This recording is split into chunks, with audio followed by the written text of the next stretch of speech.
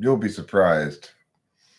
I'm host Eric, host Talking with Famous People. I was surprised too. I am YouTube's single best live stream, almost 6% better than second place, which is it's pretty good, you know? That's not really that close. I'm kind of blowing away second place. This particular live stream might be a little bit shorter. I'm not saying this exact live stream is going to blow away second place by that much, by 6%. Just because this is YouTube's best live stream doesn't mean every single live stream is the best ever. You know, who's in second place? Good question, David Sanderson. Good question. I don't know the answer. I forget the name of it. But I'm sure it's also good, I'm sure, but you know, 6% less good than this. Right now you're getting just sort of buckets of goodness dumped in you. Dumped down your throat, a bucket of goodness. Not any other live stream will give you a full bucket of goodness right off the bat like this. I just jumped right into the mix of it, just pow! And we're streaming. It's like that's one of the reasons why I'm 6% better than second place.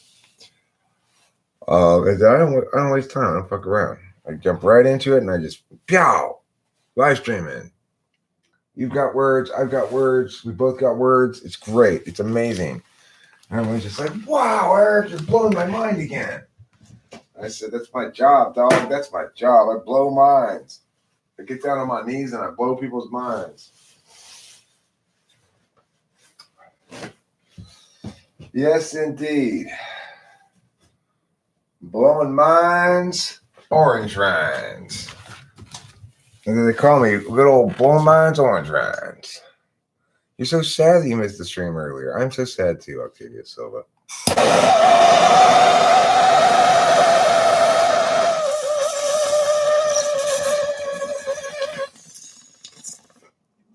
Hi, Aurelius. How are you?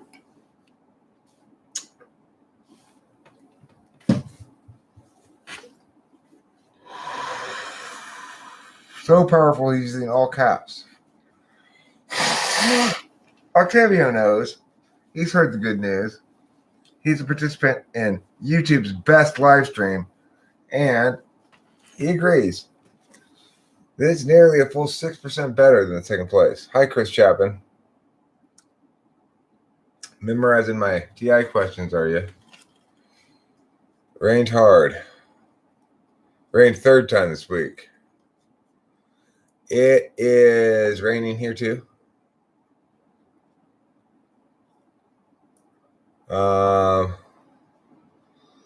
Yeah, it's raining, it's pouring. The old man is snoring, if you were wondering about that. And personally, I'm just really feeling the virusiness of the day, you know, just like it is a virusy wonderful Friday the 13th.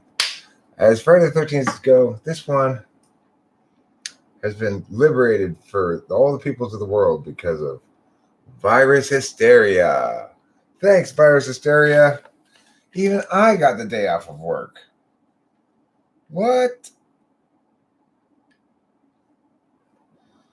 All right, well, Octavia Silva, I'm not trying to, whatever. I'm assuming people aren't trying to memorize it or whatever.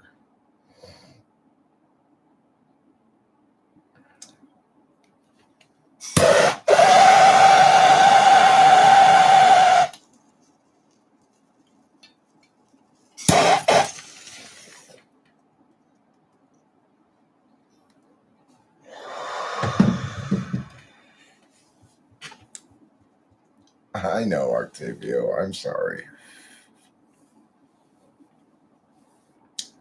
Higher humidity is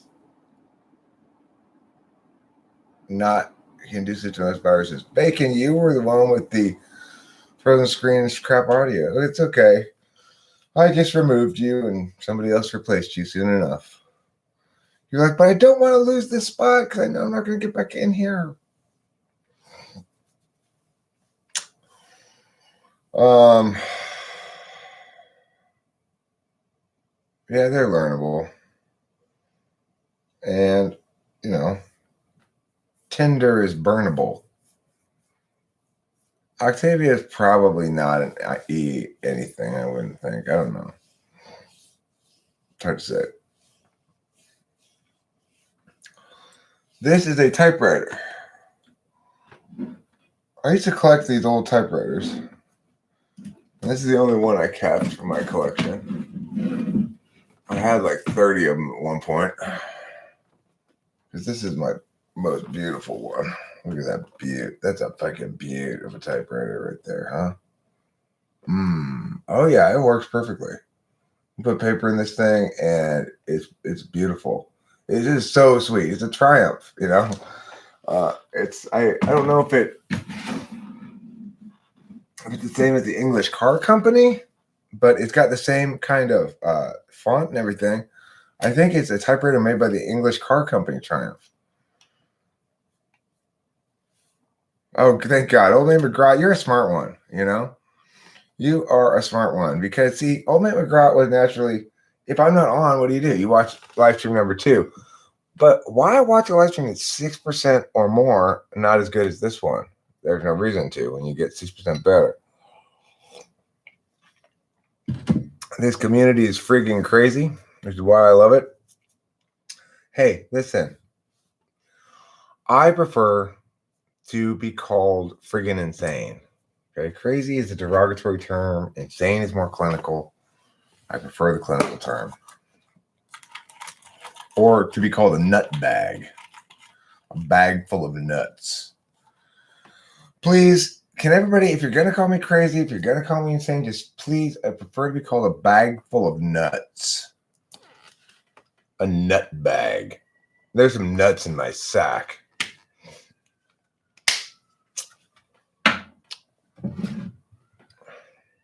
Spend a lot of time talking about scrotums. FI, let's see. What is it? Well, it's the feeling in your moisture when your heart is made of sensitive times and you're feeling in your life is filled with dampness. Then you know your FI is strong, feeling lots of feelings. You know you play along with everything that's good and soft. That's what it is, FI. That's FI for you. FI is the dewdrop on a Christmas tree in July.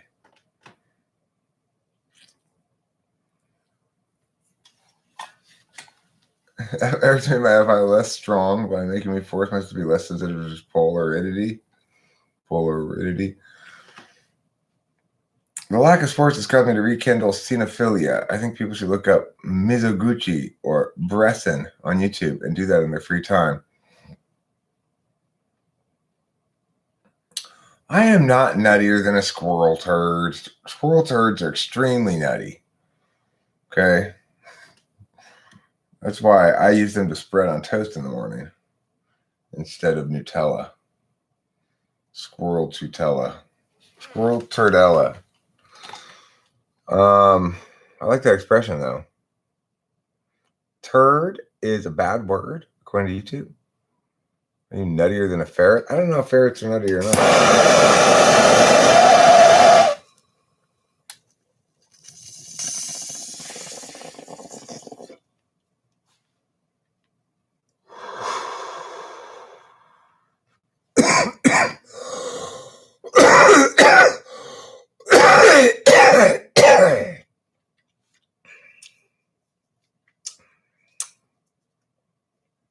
I gotta say, I like the fact that my girlfriend has a real mental illness.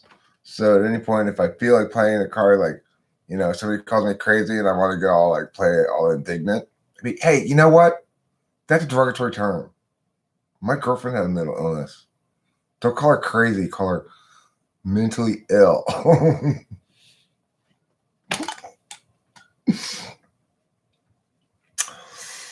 It's funny. What were you testing when you asked that ice speaker what temp it smells like? I just making jokes. I was just making jokes, Chris Chapin. You know, Well, she was talking about, like, when she feels frustrated, she talks about a red sun in the sky or whatever. Oh my goodness. Stupid and crazy because they were ableist. Because they take things way too seriously, yeah. Don't worry. If we get over 100 people gathered here, then everybody's got to go home.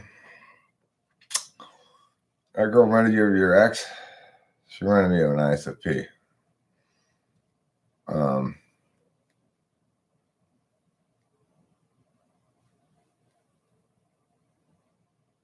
Is FE or FI heightened during a period like this?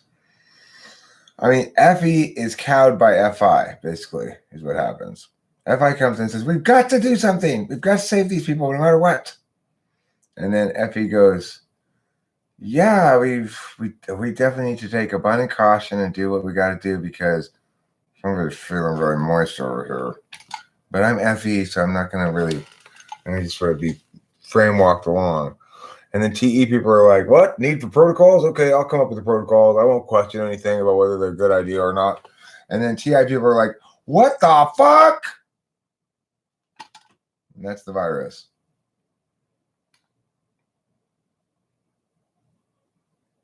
SE Dom women make me moist. They make me moist. In terms of, like, I feel you, dog. My own daughter's an SE Dom. And, you know, we feel each other on the FI polar. So why don't I do?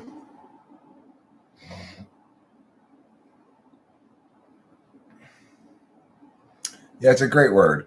Well, you see, the concept of the strong correlation between dampness and FI is one of the axiomatic principles of the host-Eric version of cognitive functions. So that, you know, basically there's a mechanism of seepage that occurs with the introverted feeler, whereby a dampening of towelettes and a moistening of organs such as the heart occur. Let's see. The words like feel are inaccessible to FI polars. FI is moist, TE is burning. Let's see. The words like feel are inaccessible to FI polars. FI is moist, TE is burning. I think of FE as being like all the crispy parts of the food, you know, like the golden browniness and the oh my God, no, it cannot possibly be Bill Walton. No, Bill Walton, no. Why is Bill Walton here?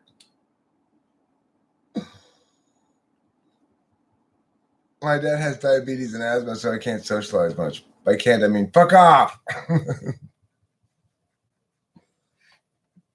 Sorry, sure. I think I was more likely than the other. I was more mindful of my language next time. Oh, don't apologize to Aurelius. He's just an SC Dom with his meowity meows. Don't you worry about that old SC Dom. That mean old SC Dom, Octavia Silva. I'm here to protect your FI. I fight on behalf of FI. You stay away with your hairdryer from his moisture, Aurelius. Really, Octavia? I was being entirely serious. God, once again, I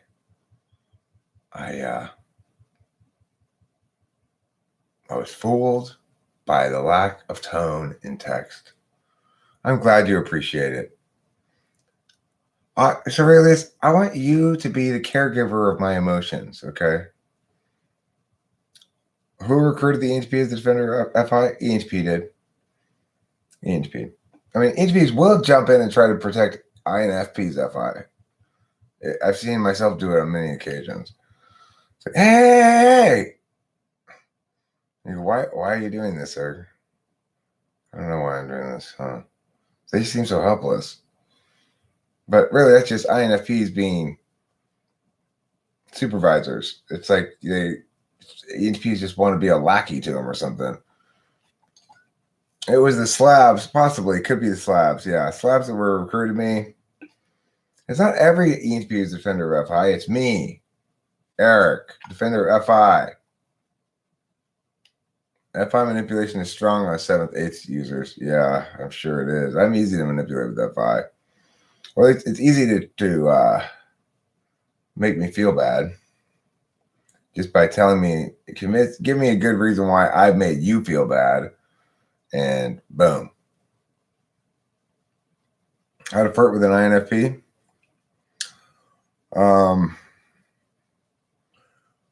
Well, you have to be very patient if you want to get on an INFP, I think. I'm a bitch, so I feel bad. I feel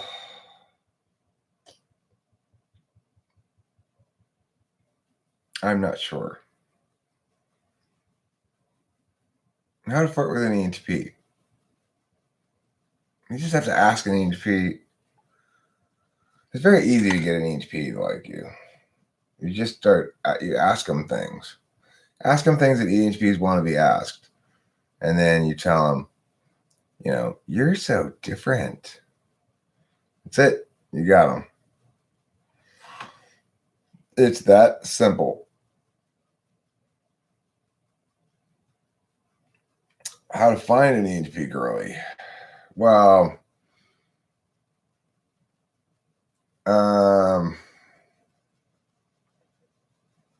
that's a little harder. They're pretty rare. You're going to have to look around a bit. I would say,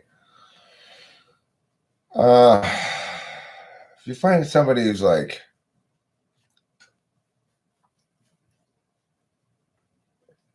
selling weird shit someplace and holding court a bit, maybe look into it. You're gonna find 5 ENFPs for every ENTP, at least.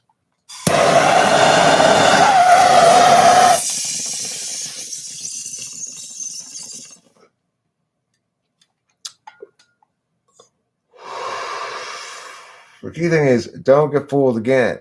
You got to do that TI test, or else you're going to get another ENFP. You don't want one. You want an ENTP. Your girlfriend is an ESFJ. She's nice, but too shy in the action area, if you know what I mean. Well, ESFJs are great. ESFJs are helpful. They're nice. But they do grass is greener you eventually. And it doesn't matter how much greener you are than their other possible grass. They will grass is greener you because they're anti-polar. I would like to go out with an INTJ girl, but I haven't come across one ever. Apparently, I'm supposed to go get with an ENTJ girl. Not sure I've ever met one. I had a former boss who was an ENTJ woman. She was like a sociopath. My ESFJ mother has dated over 100 people in the past 5 years. She always finds something wrong with them all. Are us commenters counted as famous people since you're talking to us? Yes, you are famous people, for sure. Absolutely. You are famous people. And, like, for example, Brad Pitt, not a famous person. Why not? I've never talked to him. He's a celebrity, a well-known celebrity. I just finished painting a map and switched onto this stream. Okay, well, that's good. Did you know that this was the #1 best live stream on YouTube? Yeah. I beat the previous one, the second place one, by 6%. Met a lot of INTJ girls are awkward. Yes, they are awkward, but they're also like freaky.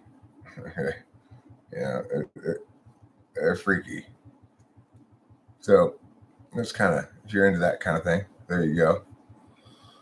Regarding the coronavirus, I just want to say a couple of things about this.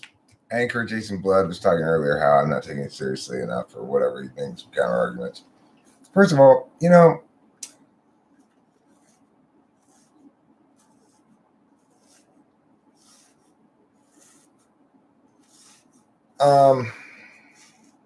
first of all, people have said at the beginning, or it's got a lot of heat. Trump's got a lot of heat for other people saying that it's basically a cold, like the common cold. Well, there's a reason why people say that. I've done a little bit more research on the thing. It's the same virus as the common cold. The coronavirus, there are four commonly caught and spread common colds variants of the coronavirus. This is a new variant of the same thing as the common cold. So that's why people have been saying common cold, right? Because the common cold is a coronavirus, just like this one. This is a slightly different coronavirus. This, like SARS, as well, does not appear to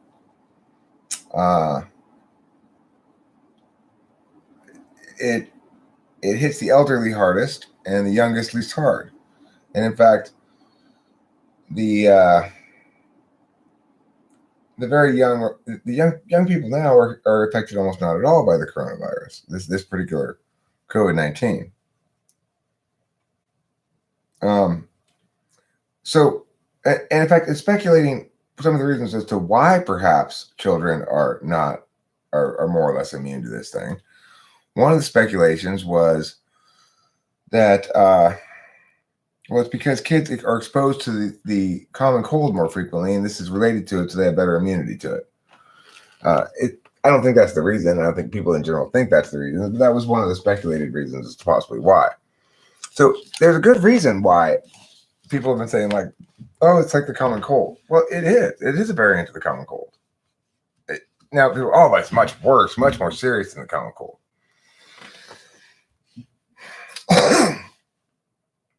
In the U.S. now, we're talking about 2,200, 2,600 something confirmed cases, 40 something dead. That's about 2%. And of course, note that the governor of Ohio says there's 100,000 undiagnosed cases in Ohio. So here's my prediction. I'm going to make these predictions right now because I want people to understand that I was on top of this way before. Okay. Number one, people are saying we need to do all this shit.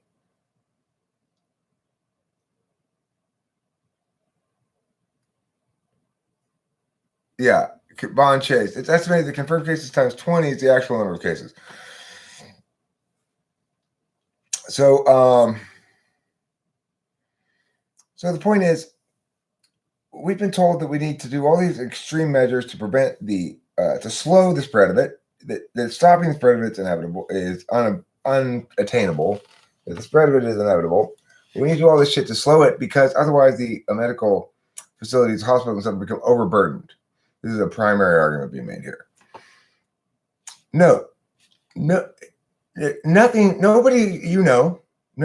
Anybody knows has been experiencing any actual significant medical harms from this illness yet. The country is not being inundated by hospital visits by sick people at all. If in fact it is the case, there's 100,000 unconfirmed cases in Ohio. If the estimate's correct, then we should be seeing, if it's really 3 to 4% death rate, we should be seeing 3,000 to 4,000 people dying in Ohio within a couple of weeks at the most. And we should be seeing perhaps 10 to 12,000 people hospitalized for this disease, except here's the thing. Watch as we see none of that. Watch as none of that happens, okay? Watch as none of that happens. Now, what's going to happen when they've closed the schools? Why did they close schools even though children experience no symptoms from this thing? Why? Nobody's quite sure. France and Germany did not quarantine. The number of cases increased from 0 to 2,000 in 2 weeks. Okay. So Yeah, children could be carriers. Absolutely. Look, any disease, any coronavirus, any of the 4 common coronaviruses, or this one, or any of the flu viruses, will kill the elderly who are already sick with multiple pre-existing conditions. Now, when we look at Taiwan, what we see is 1 death, and that person who died was very old and had multiple pre-existing conditions.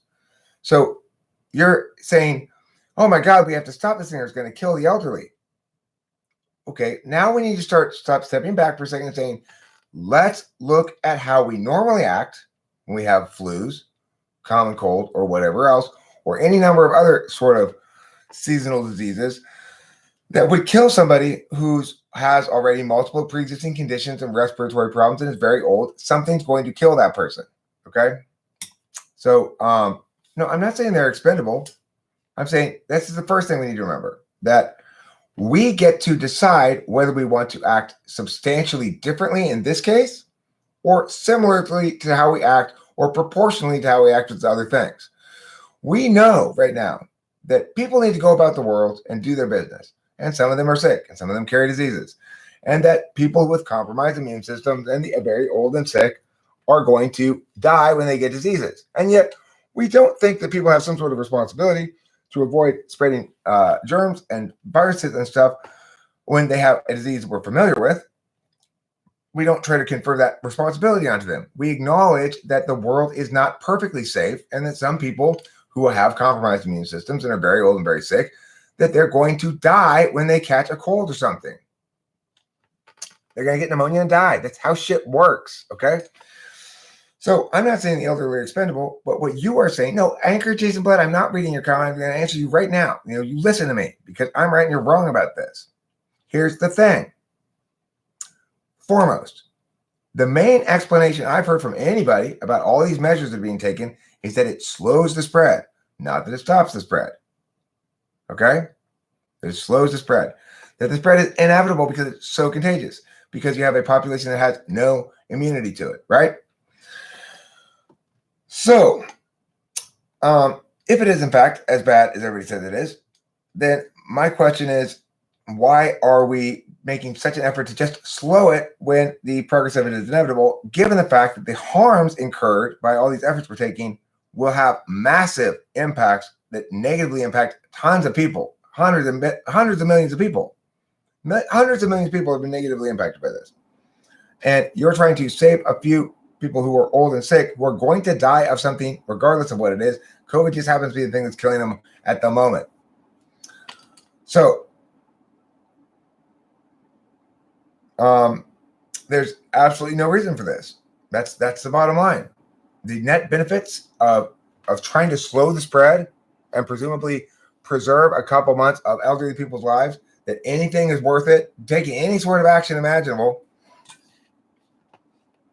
Okay, so what are you going to say? You're saying we're going to stop it completely? We'll stop the spread of it completely by stopping these public gatherings? Because here's the thing. People are still moving around. People are still going to the store. People are still flying on domestic flights. So you shut that down too? You're going to lock everybody in their house? Maybe you could stop the spread of it if we lock everybody in their house. Is that justified in order to save these elderly people? Is that justified? Is everything in the world justified to save a few people's lives? Is that what you're trying to say? It doesn't matter how many people you hurt, how many people you make homeless. Because remember, Anchor Jason Blood, by supporting these things, you're supporting forcing homelessness on American families or other people in the world. You're saying, hey, I don't care about your well-being. I don't care about your family. I don't care about your kids. I don't care about you. I just care about saving lives. That's what you're saying. Acknowledge that at least. Say, yeah, I agree. It's okay to cause people to die because they're homeless out in the cold in the wintertime. And it's okay to fuck with people's lives. And it's okay to ruin people's businesses. And it's okay to bankrupt people. Anything in the name of possibly speculatively saving a few elderly people's lives. Go ahead and say that directly. Don't bullshit it, you know?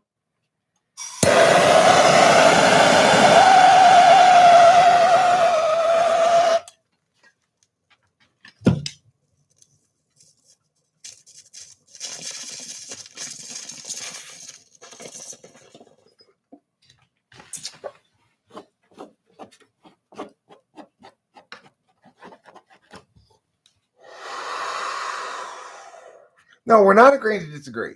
We are not agreeing to disagree. I'm acknowledging, even though I shouldn't, because you've not established any goddamn solvency from any of these things that are actually going to work. But I've acknowledged it for the sake of argument that we're going to save the old people. Okay? I've acknowledged that for the sake of argument. Now, you're not acknowledging that there's a cost associated with that, Anchor Jason Blood. You're not acknowledging the cost. I'm willing to go tell those old people, listen, here's the reason I haven't done it. I'm president, old people. I'm aware of the fact that I'm putting your lives at risk. The reason I'm doing it is to protect the lives of hundreds of millions of other Americans who are innocent people who do not deserve these harms imposed upon them out of hysteria and fear, given the fact that most of them will experience nothing in terms of consequences to their health. So, no, I will not sacrifice all of society to save a few old people's lives who are already sick. No, Anchor Jason Blood, I won't agree to disagree. You're wrong. Why quarantine at big gatherings? Why? Then you avoid them. How could it possibly be that we need to cancel a big gathering? Why not let the people decide if they want to go to it or not? Why not? Oh, well, because then you're going to encourage the spread of it. And well, that's my fucking point. So what? It's another cold. And I'm not minimizing the impacts of it. I'm aware of the fact that this cold, like the flu, like any cold, can kill somebody who's already old and sick.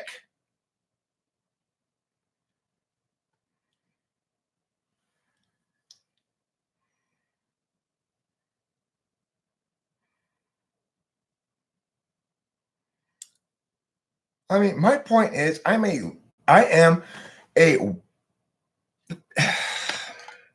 the world needs actual leadership, Dark Phoenix. That's why. Actual leadership requires a person to say the truth and understand what matters and care, and not allow let's agree to disagree, which is the devil's words.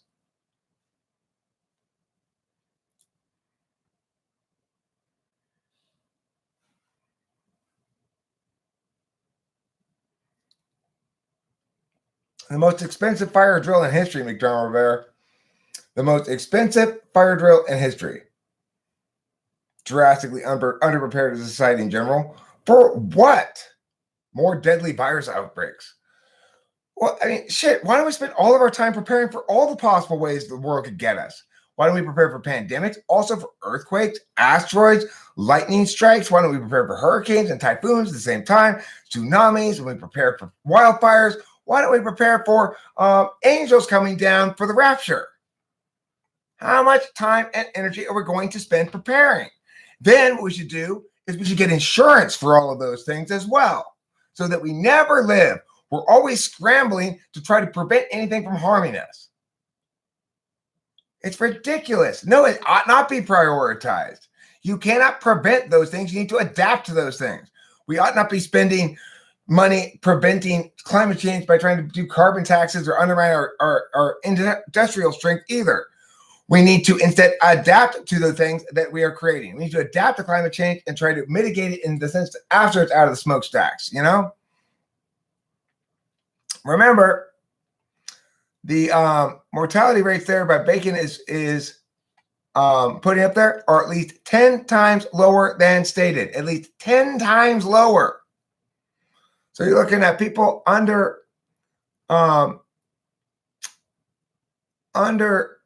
ages 60 having a less than 0.2% chance of dying.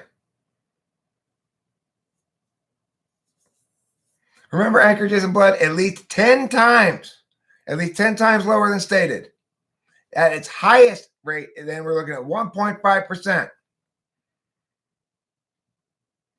Because of everything anybody says about this disease, that it's got a long incubation stage, that most people who have it don't get any symptoms unless they're old, right? And that the number of confirmed cases naturally is going to link to what? Serious cases, obviously, and people who die. Think about it.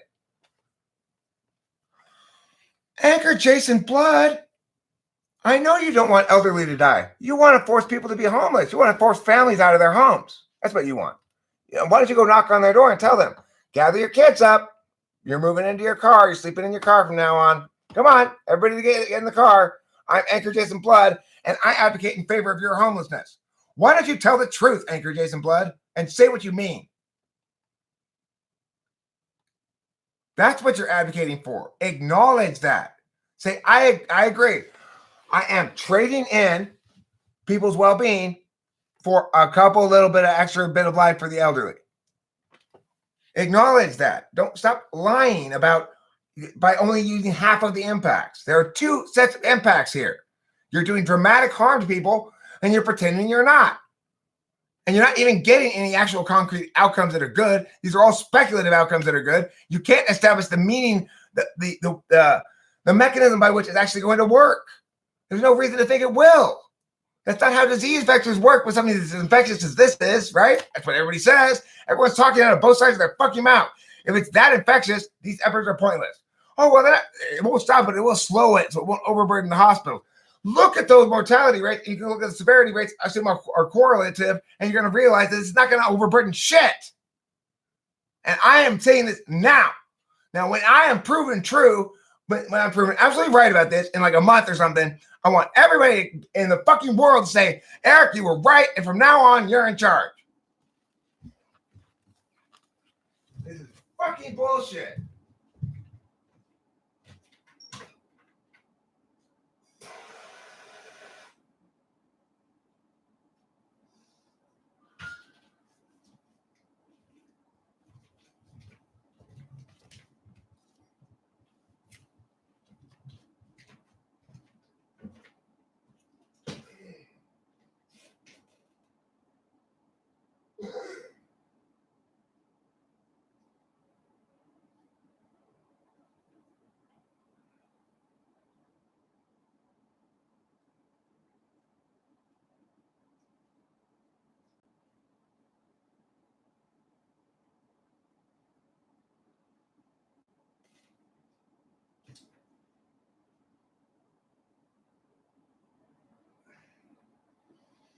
Well, Eric's mad about something again. Surprise, surprise. Hey, everybody. Big news. Eric's upset about something. He's ranting about it on the internet. Eric? That's not like him.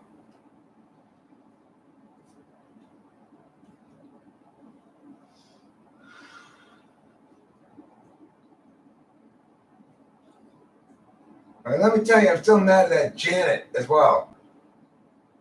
Rachel's got an appointment on Tuesday, she said. And instead of Amy calling her, who was her therapist that I scolded, it had some other person call, and they were very like, hi, this is hi, we're having a plan, we're gonna meet you there. Like that kind of a message, like scrambling kind of message. But good. People better be fucking scrambling.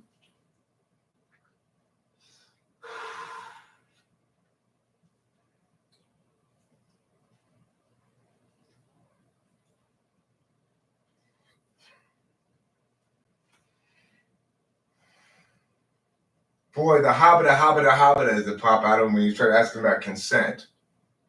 Hobbita. There's a signature somewhere, I think. What about real consent? Hobbita.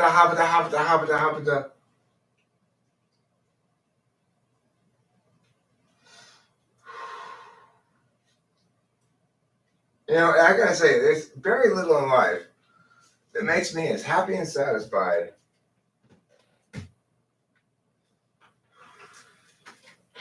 as seeing Rachel's genuine, just joy and satisfaction at justice finally being served, I would see this turn of president's debate. Absolutely. You think I'm going to let those fuckers get away with their bullshit? The fuck I will. My dad could die. He has diabetes and asthma, and he's a doctor. What are we going to do about it? Precautions are important, but they should be an individual thing. Exactly. Who's responsible to protect their life if they are sick? The sick person and the sick person's family. If they want to say, hey, we're not having any visitors because my dad's sick and the coronavirus, great, fine, perfect idea, great idea. If the nursing home, my mom's, okay, Bill Walton, we'll see what happens next time. Hey, listen, I am going to come to the game and sit right behind your goddamn broadcasting booth. Sit right back there. I'm going to do unto you as you do unto millions of people. Okay, listen, sickness is a public issue. I want to stress something. If this had the death rate of SARS, something like 7 or 8%, if milder cases of it resulted in hospitalization, then I would support dramatic measures, okay, to stop the spread of it. I want to stress that. If this disease were a real threat, if this were different in quality than things like the flu or the colds that we normally ignore, then I would support dramatic measures. This is not one of those kinds of things. The fuck it will, Dark Phoenix. I've already established very clearly that nothing's going to happen, that some old people are going to die, and that no more so than normally is the case with the flu, maybe slightly more than the flu. People keep saying, Eric, learn your history and read about the Spanish flu. This is nothing like the Spanish flu. The Spanish flu killed people at a vastly higher rate than this. So I want to stress again, I'm not opposing quarantines in general. I'm not opposing this sort of action when it's appropriate, but this sort of action is absolutely not appropriate in this particular instance.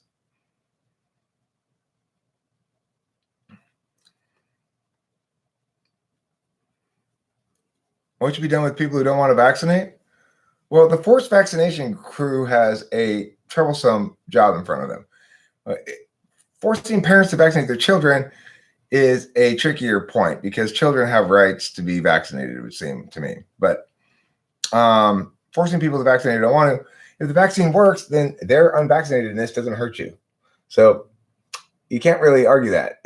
Putting you at slightly more risk, sorry, there's certain, Spanish flu fatality rate is about 10%, right? If we were talking about something that had a fatality rate of 10% and killed both the young and the old, like most pandemics do, then we would be very much talking about something that I'd be concerned about.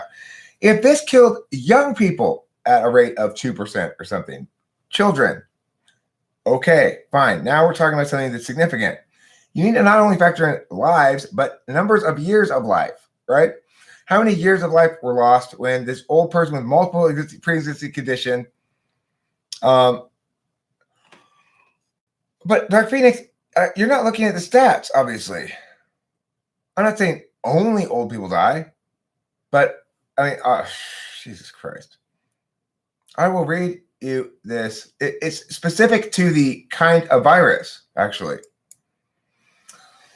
We have to count the number of years lost, right?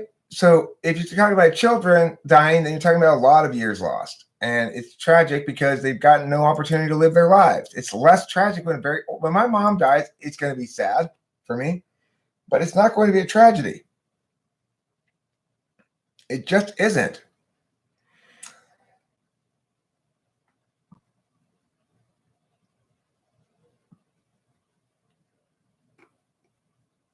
Flattening the pandemic's curve. Ridiculous.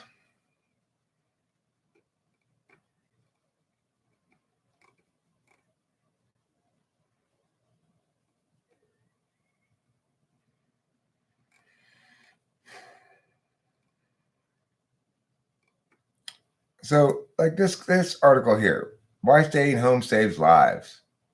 Without protective measure, healthcare system capacity, number of cases. And they've got this big poking line going above the healthcare system capacity. And without protective measures, the number of cases is the same, but they happen spread out more. Okay? So flattening the curve is to increase social distancing in order to slow the spread of the virus so you don't get a huge spike in the number of people being sick all at once. If that were to happen, there wouldn't be enough hospital beds or mechanical ventilators for everyone who needs them. Oh, no. Look, fucktards. First of all, there has to be some calculation of percentage of parties who contract the disease who actually require hospitalization. And if that percentage is low enough, then that's not true, what you're saying there. And even if it does overburden the healthcare system briefly, Why is that so critically important? We have to sacrifice everything and anything else in order to avoid that.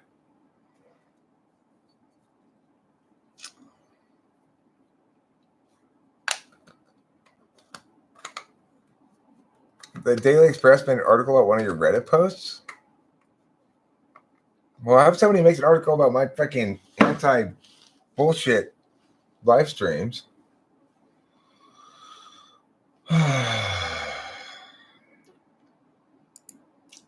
Maybe I should just title this live stream "The Truth About COVID-19." The truth about COVID-19. If you love COVID-19, you're going to love the truth about it. And the truth is, this is stupid what we're doing. Hey, everybody, we're doing stupid nonsense. So anyway, my predictions are in a month or something, there's going to be remarkably few deaths. The percentage is going to be well under 1%. And people are going to wonder, and idiots are going to try to make the claim that, see, good thing we acted or we would have really had a problem. And it's not going to be the case at all, you know? It's completely bullshit. And that bothers me a lot to think that's people are going to get away with that shit. You know? The truth about COVID hysteria. See if that gets me punished in somehow by YouTube. It's like I'm speaking the truth about it, right? I'm not saying something like it's some sort of conspiracy or any bullshit like that, right? I'm telling you that we're behaving stupidly because we ought to at least consider how we behave normally when there's an epidemic of some kind of flu, cold-like disease like this. And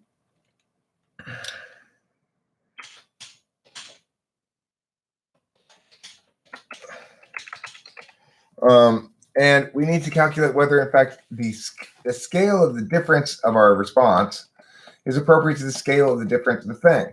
Now, the best arguments in favor of having a totally different response are as follows. Number one, this is a novel disease for which nobody has any immunity, so therefore it's going to tear through the population at an incredible rate, and that's why we need to treat it differently. Okay, well, I mean, the thing is, that's a good reason to think that, you know, the progression of the disease is going to behave differently, but I don't think it's an adequate reason to treat it so vastly differently. For example, if it were exactly the same thing as the common cold in terms of its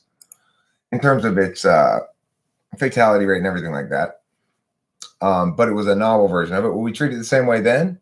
So if not, then the only reason why we're treating it differently is because it has a higher fatality rate. Except it doesn't appear as though it actually does. We'll see how the data plays out long term.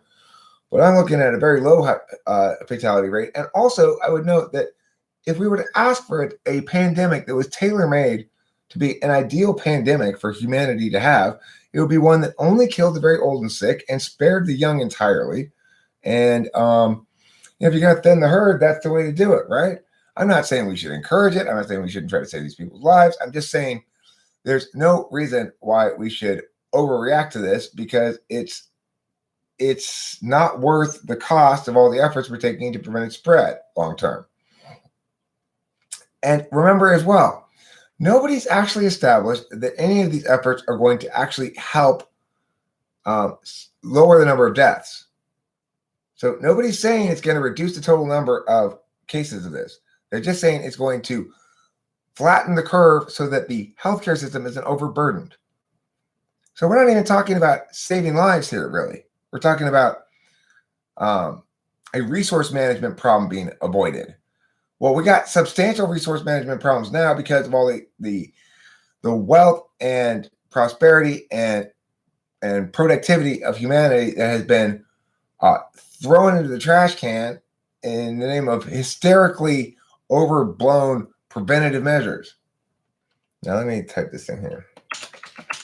Truth about COVID-19 is that the threat is massively overblown and that all of this uproar will amount to very little over the coming months. It is my most earnest hope that when that moment happens, when we all calm down and recognize the truth of this thing, that we can say, Eric was right, and not something idiotic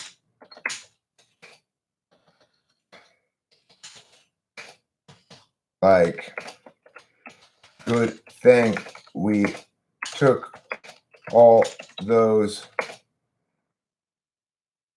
extreme measures.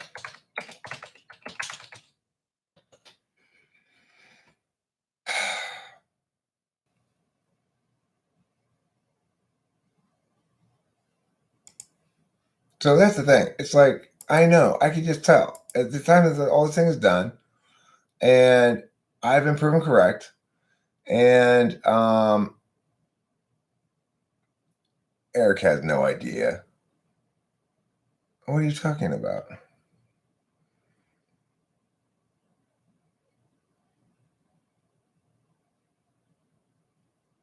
Okay, Bill Walton. Listen, Bill Walton. You're a terrible announcer. That's it. You're a terrible, terrible announcer, and I'm going to win. I will not see it before he sees it. I won't see what, Dark Phoenix? What won't I see?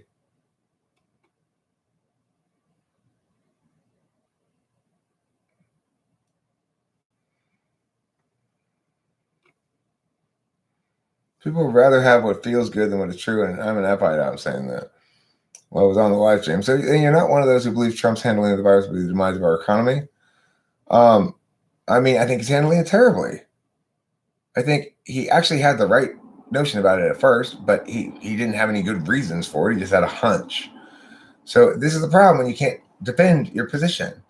So if I were president, we wouldn't be going through this bullshit right now.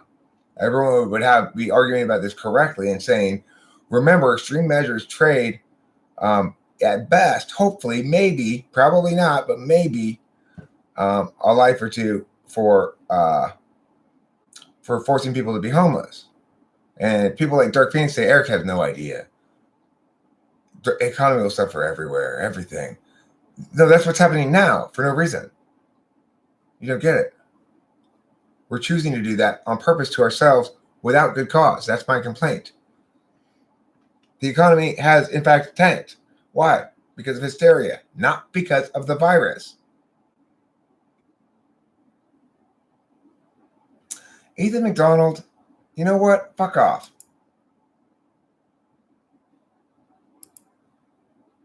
All right, so listen, I'm putting anybody on timeout who wants to try to dismiss or ontologically assault anybody for their weed smoking, okay?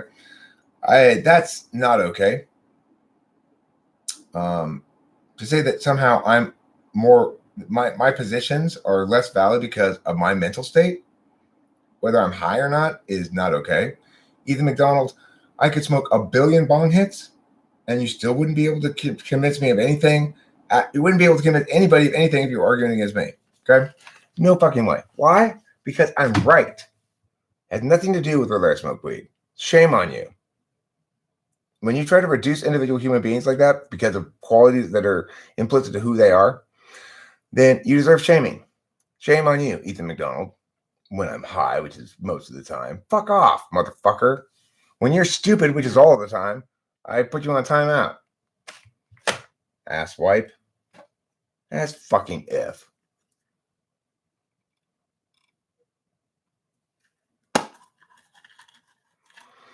No, Dark Phoenix, I don't want you to want to change my view or not. I'm not saying you change my view or you don't change my view. I'm saying this is the correct thing. And if you're going to insist that it's not, then you argue the points or just acknowledge that you're just basing it on your gut feeling or something.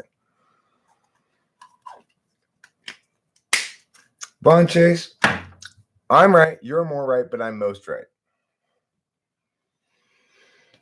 So I win. Now, where's my torch?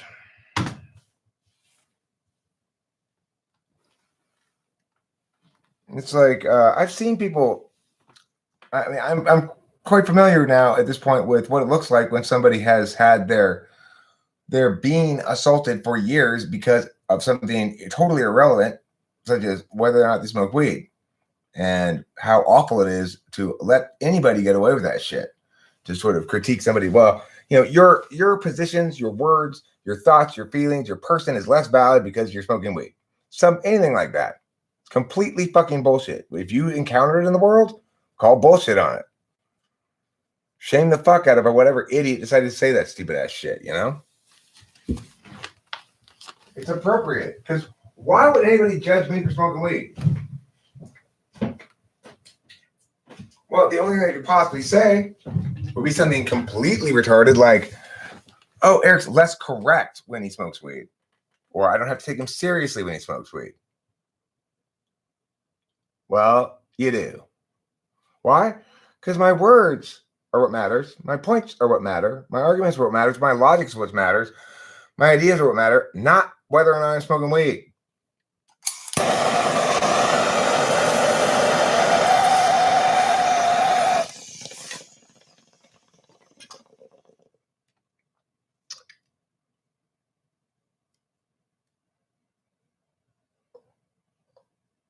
Even marginalized for not smoking weed.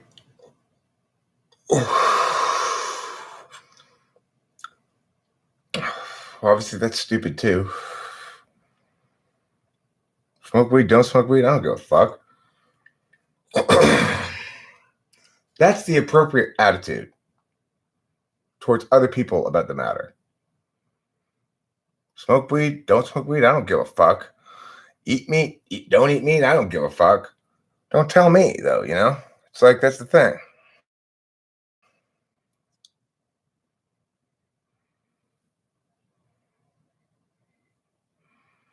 Oh, I mean, sure, true, anchoragism, but it is true that the Chinese approach towards the matter would successfully stabilize in the sense that it would stop the spread, for sure.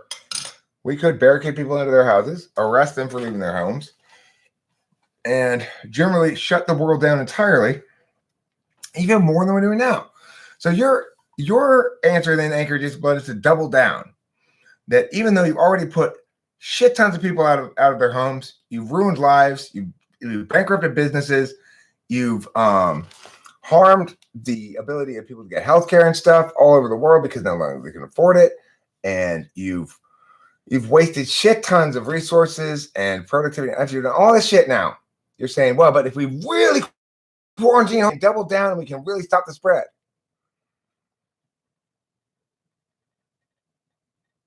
Okay, so they did. They did rise. That's fine. They didn't take any action. In other words, they didn't quarantine. And cases rose to about 13,000 and 7,000 in just over a month. Right. And it's going to double every 6 days.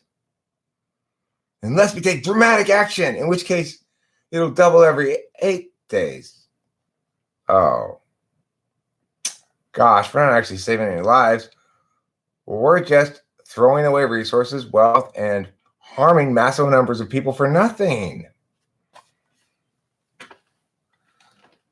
No, but anchoragism blood, nobody's even claiming that we're going to stop the total number of cases of people who get infected with this. Nobody's even trying to claim that. We might keep pockets of people uninfected, but by and large, everybody's agreeing that all you're going to do is slow the spread. It's still going to infect everybody the same.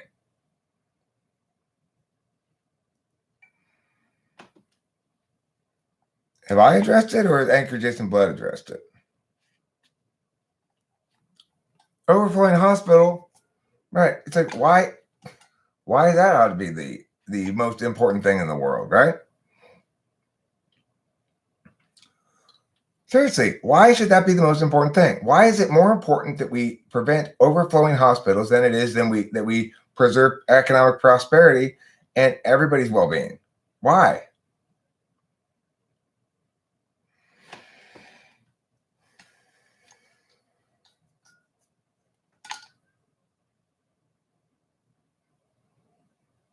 There's no reason for it. There's no explanation. You've got to remember that we have comparable things that we look at. So we look at the flu. We look at the Spanish flu. Good thing to look at. And we look at contemporary flus. And we look at the common cold.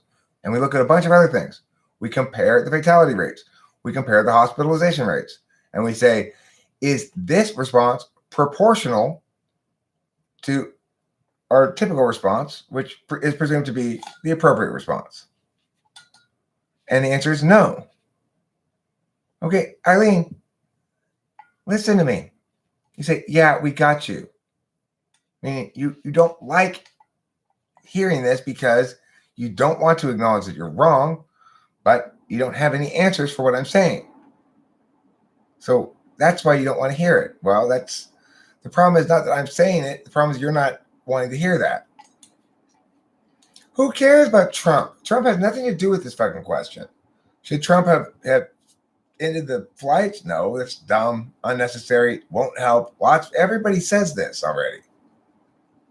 Any smart person knows that this is not going to help.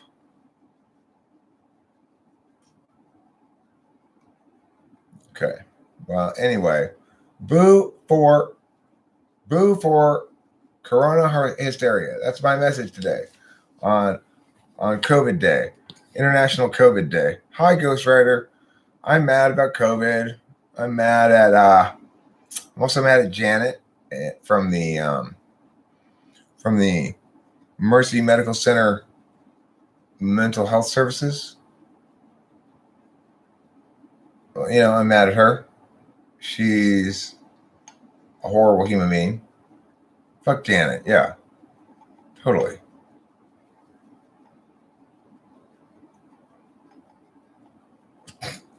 So I just heard that some dumbass basketball player went around and touched all the mics in the court to show that coronavirus is not super contagious when it's detected with coronavirus 2 days later.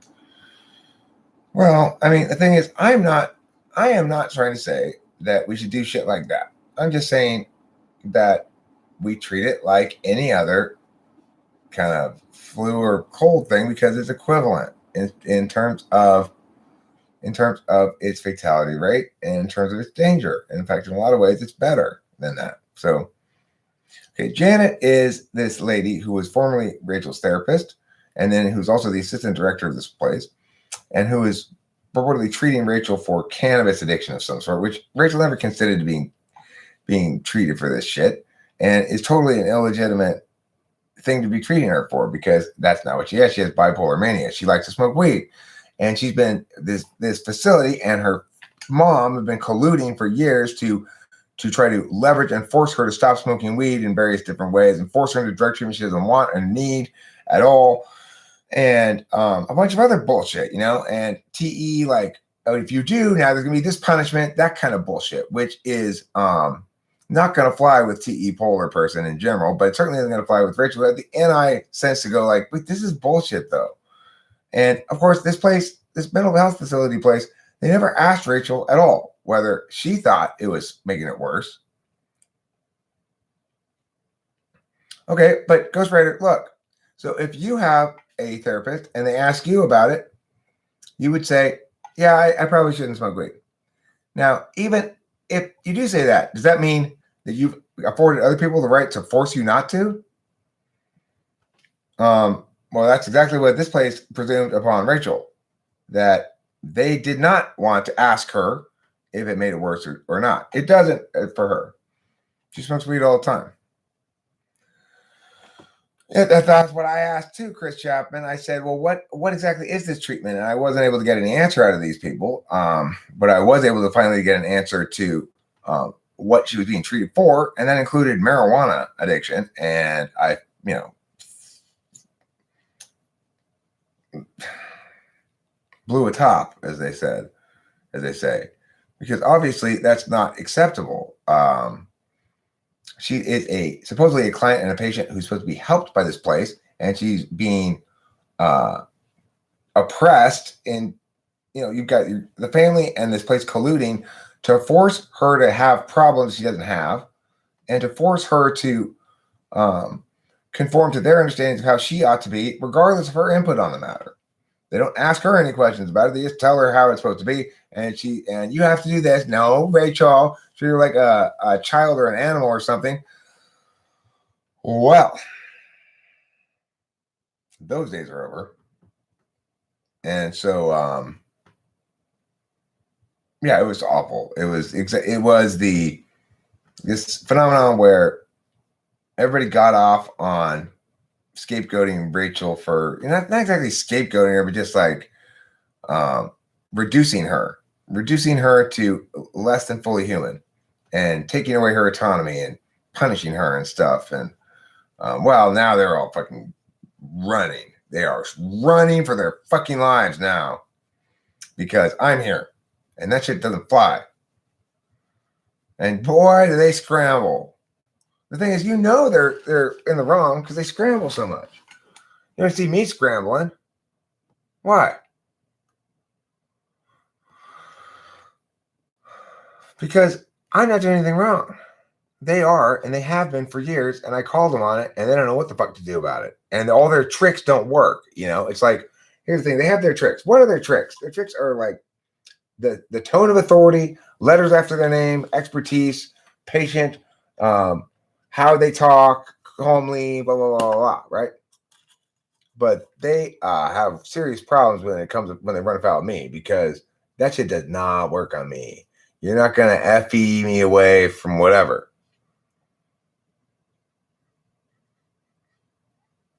I was going to say something about COVID, but I'm too angry about that now to think about anything else, because that's fucking toxic of the place. Yeah, it's awful. And I could tell when I was in there, the way they were talking to her so condescendingly, and so like, as though Rachel couldn't be trusted with anything of her own, or any, it's like, they didn't know what to make of this whole boyfriend in California thing, right? But I guess they watched the channel a little bit, and so when I called, I said, okay, well, Rachel, this time, put me on the phone with them. Let me go to your therapy session. I want to talk to them about the medication. We're going to need, they're facilitating some things. I want to get involved in this conversation. And as soon as I started talking to them, what was there? Any sort of cooperation, any attempt to make Rachel's situation easier, to facilitate things, to make her happy? No.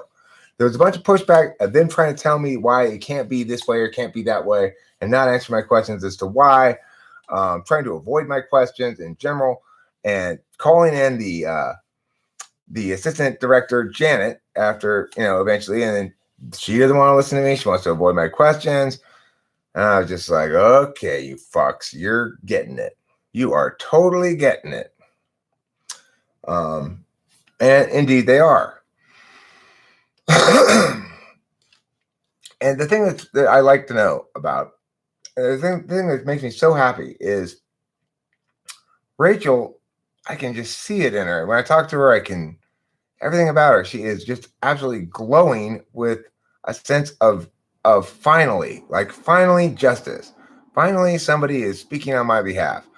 Finally, I'm no longer getting bullied and losing these arguments all the time, and getting sort of cajoled into these awful places where I have two bad decisions, getting fucking double bound and stuff, and getting pathologized. See, that's the thing.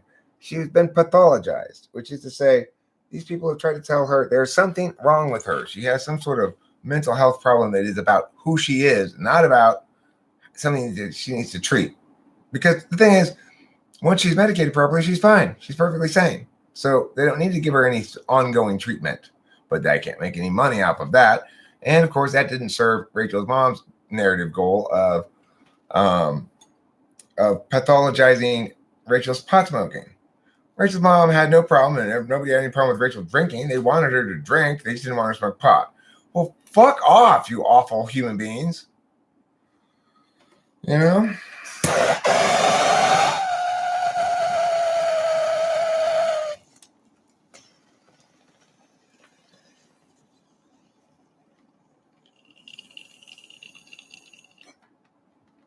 So I already called the state, but the other thing I can do is call the director.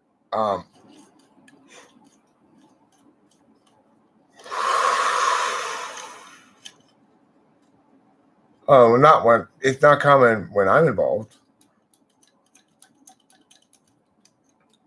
It's impossible when I'm involved.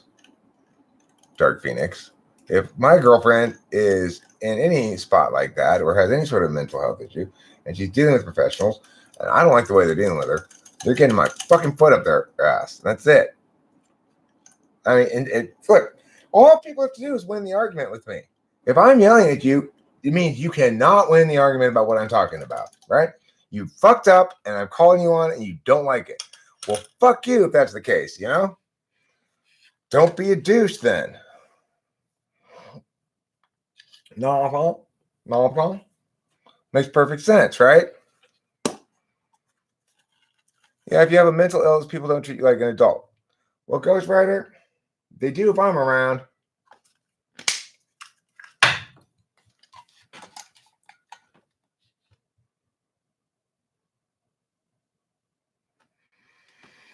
Yeah, well, Oliver Linehand, Rachel believes that Janet is an ENTJ, not an ESTJ, but I don't know.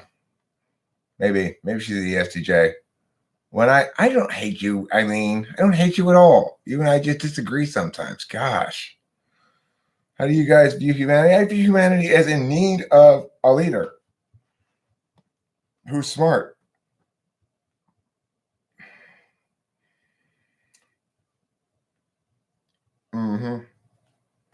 People let them. There's all sorts of things that should never happen that people allow to have happen because they don't call bullshit. But I call bullshit. And you can guarantee you that fucking place is scrambling. We're going to scramble more. I'm going to call the director and indicate to him that this is what I need from him. At the moment, I've already called the state. I've already made some videos about this. I know that the people, like Rachel's going out with some people tomorrow, right? From who also go to this place from group, she says. Janice, who's not related to Janet, who's a patient, and a couple other people whose names I forget, Diego and this other girl. Anyway, they're going to go out tomorrow, and apparently they already are aware of what's going down. So, news gets out, I guess, in the mental health facility community. And we are not virologists, and sometimes it makes sense to listen to the experts. I agree, Anchor Jason Blood. I'm listening to them. All they need to do is make a cogent argument. That's it. Just defeat my arguments. That's all the experts have to do. Oh, by the way, also, I don't care if it comes from a hobo. If it wins, that's fine. They still win. They don't even need to be experts. That's how correct I am about things, right? Doesn't even matter if they're experts. I'll be convinced by anybody who's right. Oh, wait, then it doesn't really matter if they're experts, does it? No, it doesn't. But about doctors being super condescending, I'm with you. I mean, the thing is, I don't even care if they're condescending, as long as at least they are operating in her interests. In other words, they're curious as to what her interests are, and they acknowledge that she has some grasp of what her interests are that's going to exceed their own, since they are not she, and that they're helping her to pursue those interests. As far as these doctors being like, I said, well, you can release it on the normal date, and then it'll be mailed. We can get her dad to mail it to us. And she says, oh, we don't want to hassle with mailing. No, because then you got to declare things. It's like, hold on a second. We had those mailed to us before. We didn't have any problem then. Well, why is it impossible to mail? I'm not going to be talked to like this. The fuck you aren't, woman. You are going to be talked to like this because you're engaged in wickedness. And as a consequence, what happens is I have to tell you that. And I have to make it clear to you that it's not acceptable what you're doing, Janet Starr, Assistant Director of Mercy Medical Center Mental Health Services. I'm a type 9. Well, Tatum, let's fight. No, says Tatum, no. No. Here, have my lunch money. It's 2 R's. Ghostwriter, 2 R's at the end. Janet Starr. Yeah, it is. Being jackasses isn't relevant. Well, I mean, the point is, look.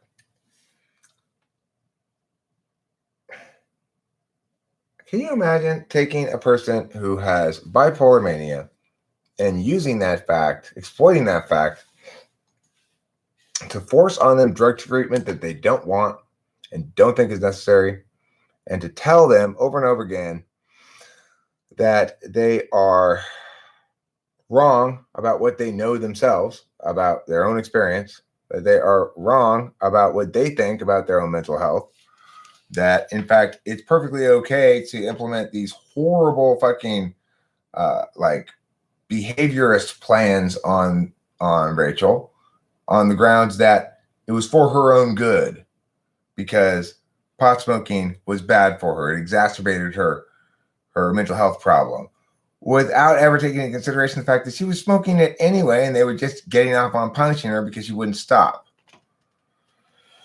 Some psychopaths love gaslighting people. Well, you know what those kind of people don't like? They don't like me. They can't stand me. They are terrified of me. They absolutely hate me. Because I put an end to all of their fun. And they're terrified. You know, Rachel's brother won't talk to me for the life of him. I'm quite convinced that if Rachel's brother was walking into the room, I was on the phone with Rachel and he didn't know it, and he started scolding Rachel, Rachel would just say, Eric's on the phone, and he would run out of the room. Quite convinced of it. He very much does not want to engage with me at all. He knows he can't justify his behavior. And then he's going to come across like a scumbag, you know?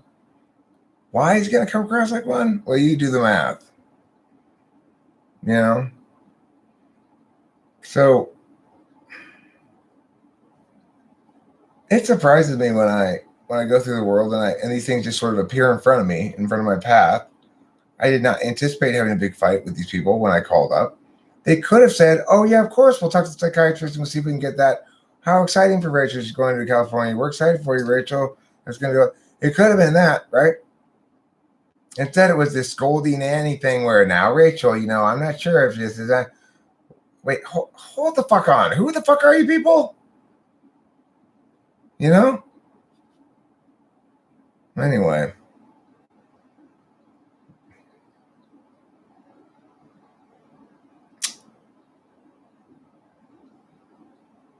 I got to say, it's satisfying.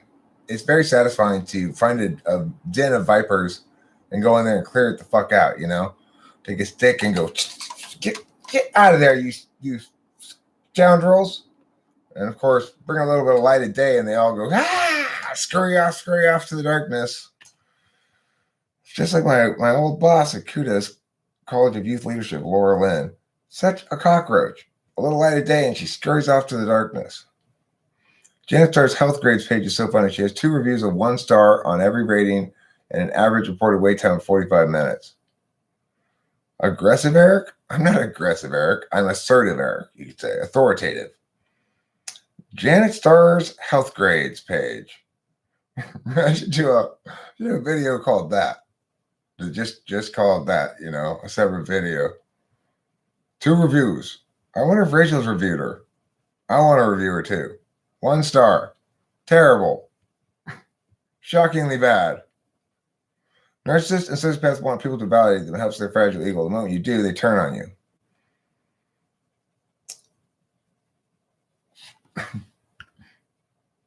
The moment you do not, you turn on you. Terrible, terrible. No malpractice claims, no disciplinary actions, no board actions for the years. Well, that's going to change. That's going to change, Janet.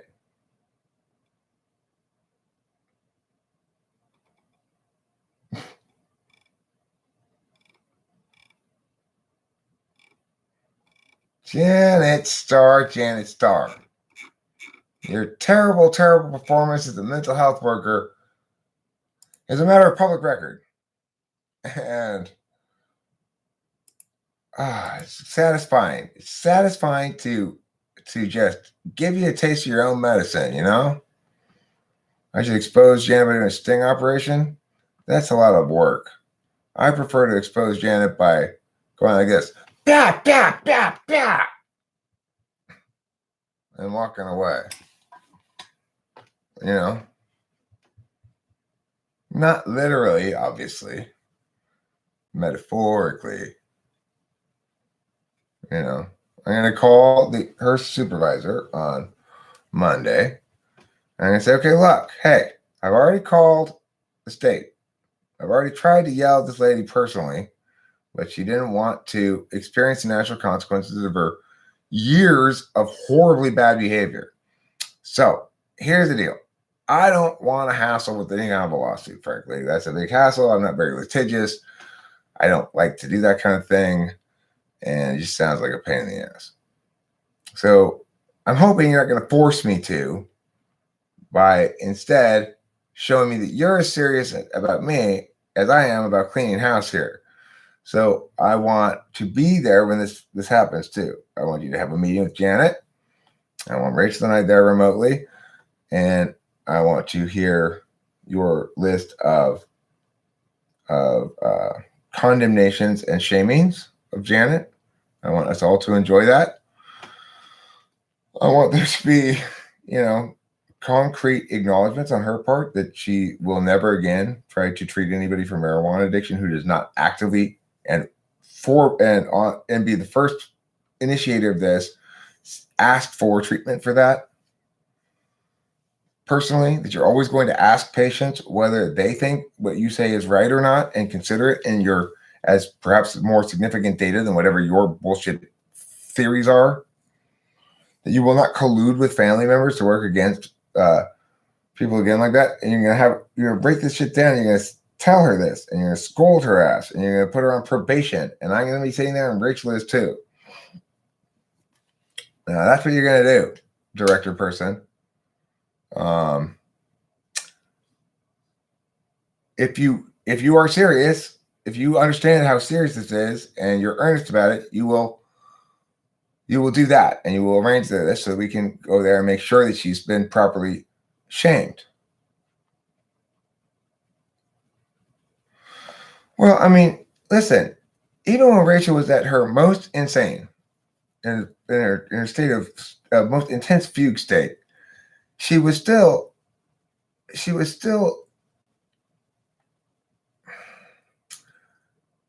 a human being that I could talk to and communicate with.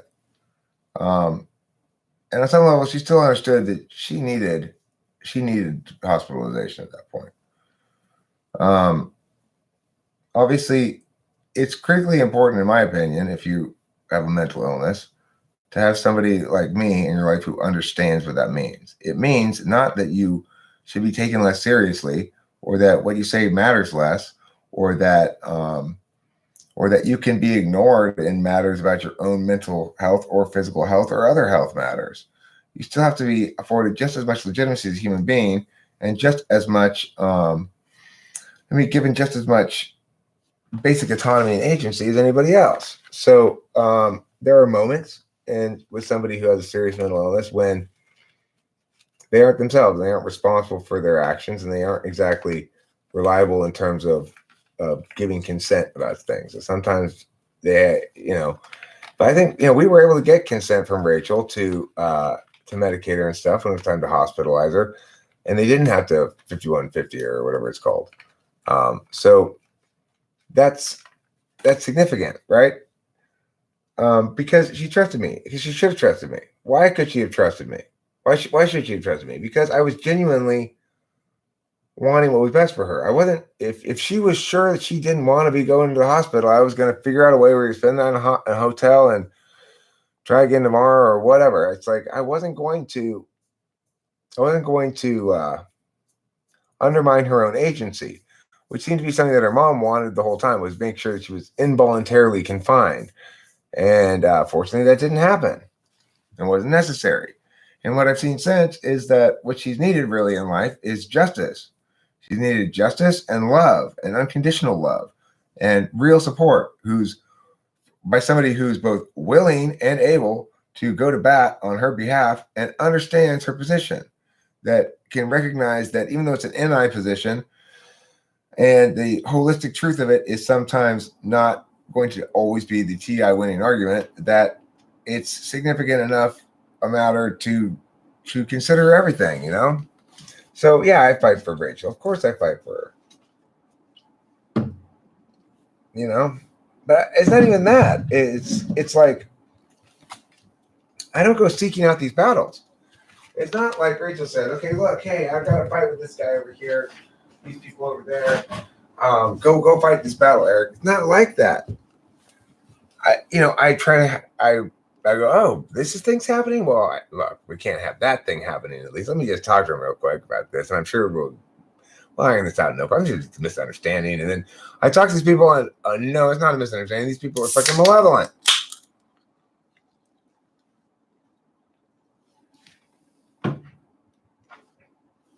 Do you know what I'm saying, dogs? Do you know what I'm saying, dogs? Do you know what I'm saying, dogs? Do you know what I'm saying, dogs? Can you tell what I am saying, my dogs? You guys, I'm asking a question. Do you know what I'm saying, dogs?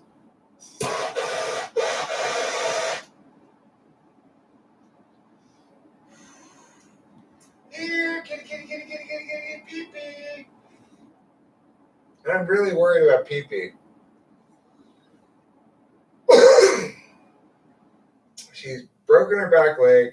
She was here for like a good 24, 30 hours or something resting. And then she slunk off and outside this afternoon, maybe 6 hours ago.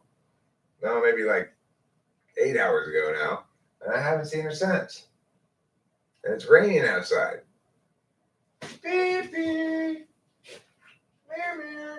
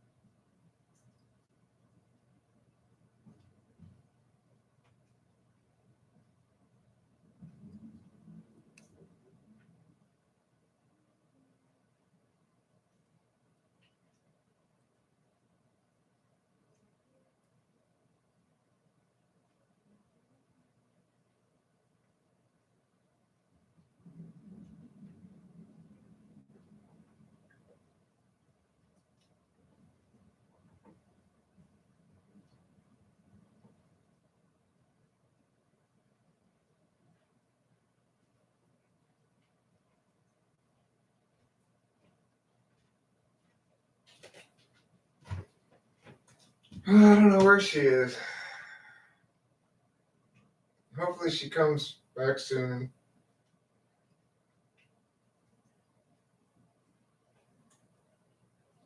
My poor kitty.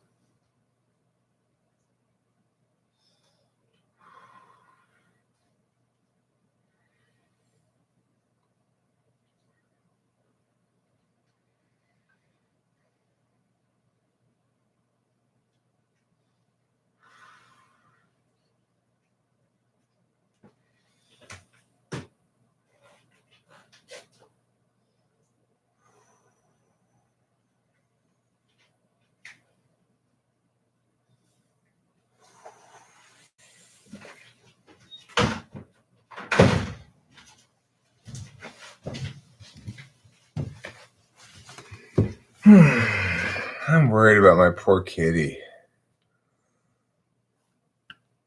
Try putting a scoop of used litter outside in an article of worn clothing.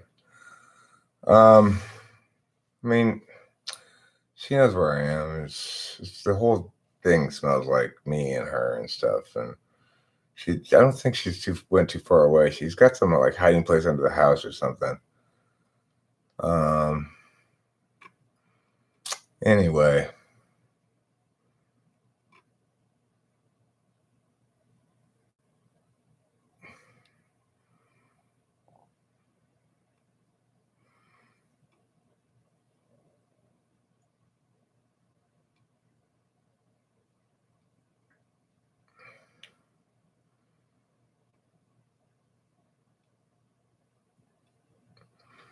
Okay, let's see here. Kitty will come back. Yeah, I know. She's in her recovery mode right now. I do worry, but what are you gonna do? Makes me sad to think about. I worry about my kitty cat. Well, she broke her leg. She broke her back leg this time. She had already broken her front leg, then she broke her back leg. How? I have no idea. I don't know how a cat breaks their legs.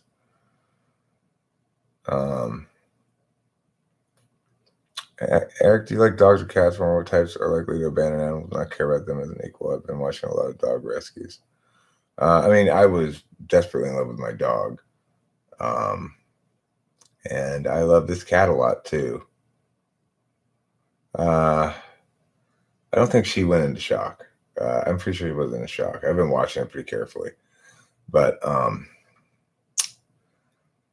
if she comes back, I mean, I've been going back and forth about whether to take her to the vet. If she comes back and she's looking worse for the wear than before, then I'm going to take her to the vet. I mean, but she's unhurt of except for her back leg. It's weird. It's not like she got hit by a car. She's unhurt except for her back leg. She got trapped in something, stuck in something, Had trouble getting it out. That's my guess. I don't know. Sad. If I gotta take her to the vet, I gotta take her to the vet. It's going to be expensive, but obviously I'm going to do what I got to do for my kitty, who's my precious angel.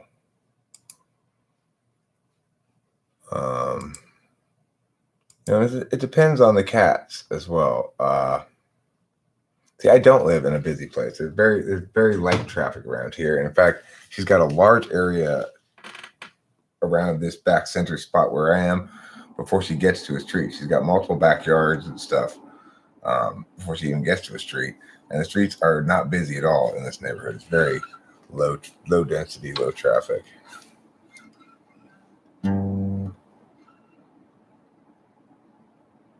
I mean, she's been resting for a good 24 to 36 hours. I don't know.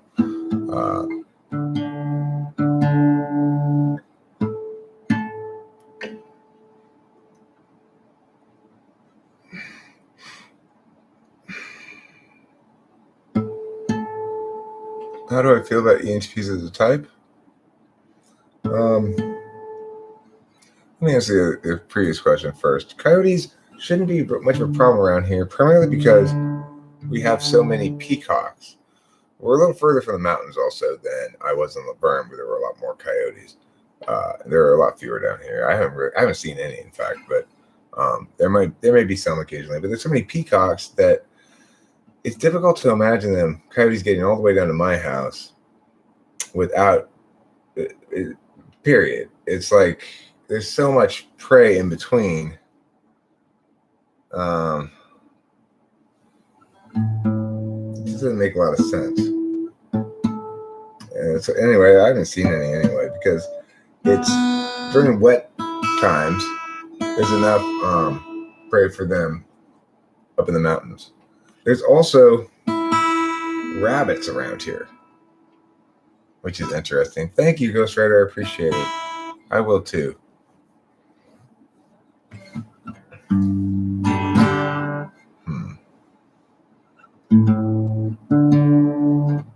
Why is this so out of tune? I tell you what I'm going to do. I'm going to use the tuner video to tune my guitar.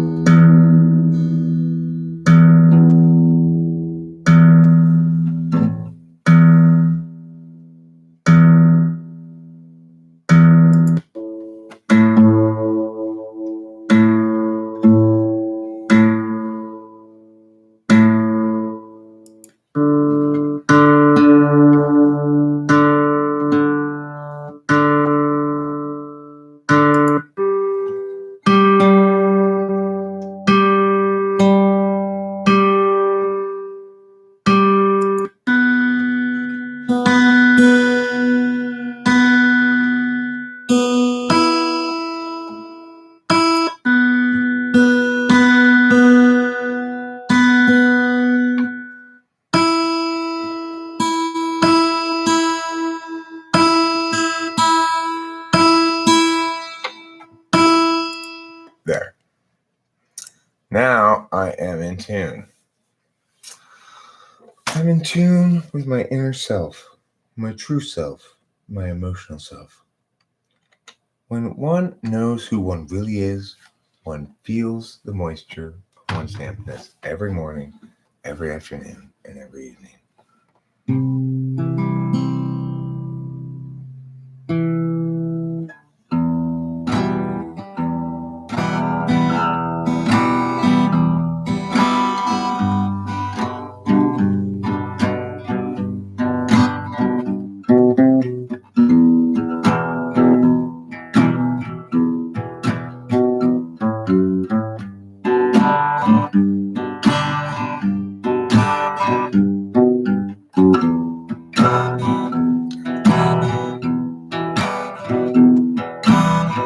We all encounter some selfish people who want to use us for purposes other than our own encounter.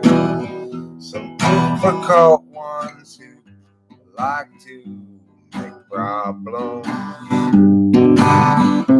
Don't problem in my universe.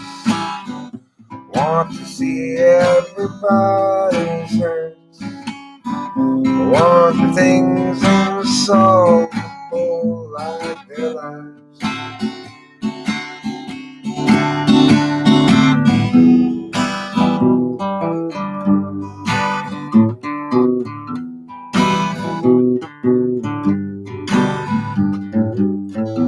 Mr. D, your pictures are deceptively uncertain. South Korea, where they've done the most testing, the fatality rate is less than 1%. Vastly more likely to be accurate than places that only test the most severe of the cases. I'm sorry, but people come in so certain that they know what I am arguing, but they merely reveal how little they know. I ask them whether they've thought about consequences beyond the healthcare related ones. Yeah. Well.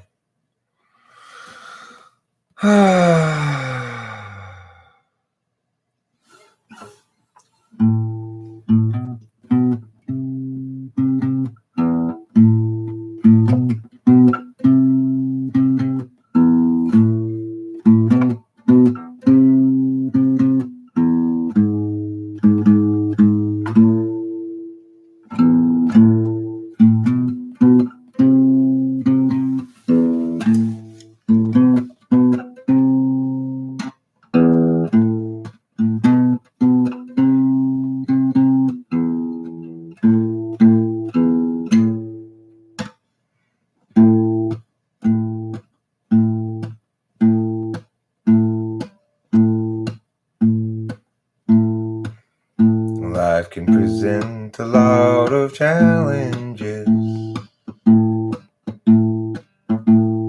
We're all burdened with incompatibilities, thrown into consciousness unawares. I think it was Heidegger who once said that, or something similar. Don't mean to be name dropping, but I also don't want to be just copping without giving credit to the actual author. We all have so many difficulties and always judging each other so harshly, wondering if anybody can catch up.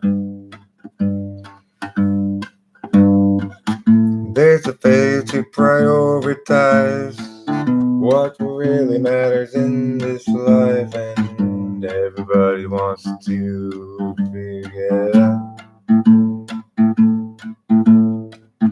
Don't put your protocols before people when the protocols just make no sense. Don't put your opinions before the people your opinions are about, or you're guaranteed to ontologically assault. Now don't get me wrong, it's fun to come on strong to those guilty of actual malfeasance. Indeed, a problem is a false conflation of those different kinds of behavioral critiques. May not be appropriate to have awful discursive spew if you're dealing with people who are guilty of nothing but disagreement, but it's perfectly okay though, yeah, to shame men's gold and drive a stake through the heart of vampires like Janet Starr. Problem is their behavior's been normalized. Everybody approaches it as though it were a protocol. Wise one could go and say, hey, listen, I have some suggestions about how maybe this could be changed a little bit, but no, you got to lay it right out in front of them. Oh, hey, you're engaged in an atrocity, you scumbag. And then that sort of takes care of the problem. All of a sudden, oh shit, he's onto us. Fucking scumbags.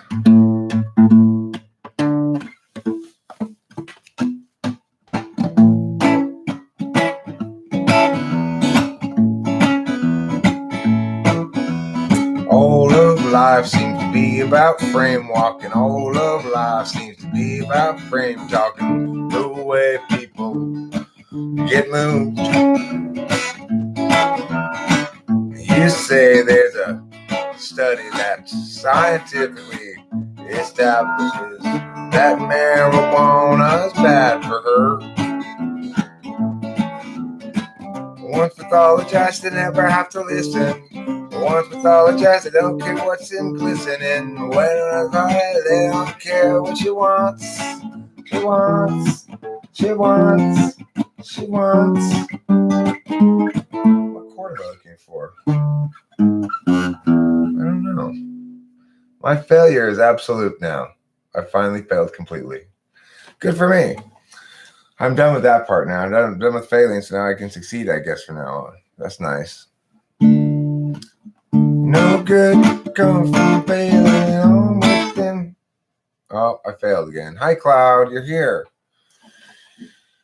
You're here. You're queer. You don't want any more bears, and I appreciate that. I want you to know that. I do. Marijuana is just whatever. It's like, for goodness sakes, if marijuana were really significant issue for anybody, would I be able to smoke it constantly all day long without any obvious consequence? You know, it's the only drug. The fact is, this is the thing about marijuana. Okay, quick, Octavia's leaving. Let's start tarot. I'm just kidding, Octavio. I'm joking. I'm not going to start till you get back. When you get back, let me know, okay? Because maybe I'll start it then. Marijuana is the only drug, as far as I can tell, that is truly sustainable to abuse. So, which is important. Now, people might say, well, that's not a good thing, sustainable to abuse. But look, maybe some people do get psychosis from this, and maybe not very common, and it happens. Fine. That doesn't justify taking away from Rachel the ability to make choices about it. You know, it doesn't entitle them to treat her as an animal to train with assorted dehumanizing punishments, such as because you smoke pot in your room, you have to live outside for 12 hours every day and are not allowed inside the house from 9 a.m. to 9 p.m. Like that kind of bullshit, right? It doesn't justify any of that bullshit, even if they are completely right about it. Because after all, it didn't work. What did Rachel naturally do in that circumstance? What did she do with all this ontological assault? She had one way that she could defy, one specific thing that she would do to defy and to say that, no, I'm not going to be broken by you. I'm not going to be broken. And that was she smoked pot.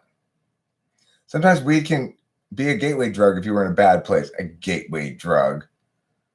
That is the most ridiculous argument in the history of mankind. Why isn't alcohol a gateway drug then? Why isn't cigarettes a gateway drug? Why isn't candy a gateway drug?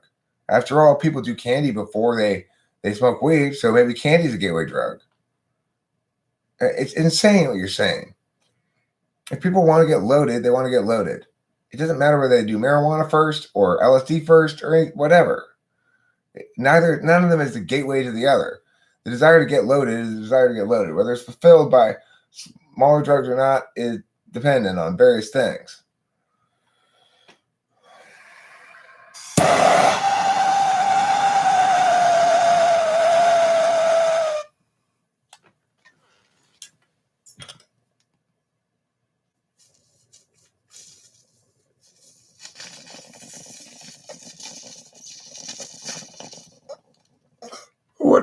My point is, what does that mean? I actually laughed. What does it mean that it's a gateway drug? Does it mean that marijuana causes them to do the stronger drug? Is that what it means? Or that if they hadn't done marijuana, they wouldn't have done the stronger drug? It's insane logic, right? The person who's doing drugs is going to do some drugs. And depending on how much they like drugs, they're going to do more or less drugs. Nothing is a gateway to anything else. Like, people get loaded or they don't. They start on whatever drug they start on, and they end up on whatever drug they end up on, and none of them are gateways to any others. It's 20 times stronger than 20 years ago. What, marijuana? Okay, does anybody want to sort of take a look at the actual data in front of you? Here I am. I'm a guy who's constantly smoking weed, right? And you're talking about things being 20 times stronger and oh my gosh, so, it's a very serious drug now. It's a lot harder. When I say gateway, I mean doing harder drugs after using marijuana. Well, but that's not a link to the two things, right? So in other words, it doesn't tell us anything at all about marijuana. It just tells us about order of operations, which one you did first, which one you did second, right?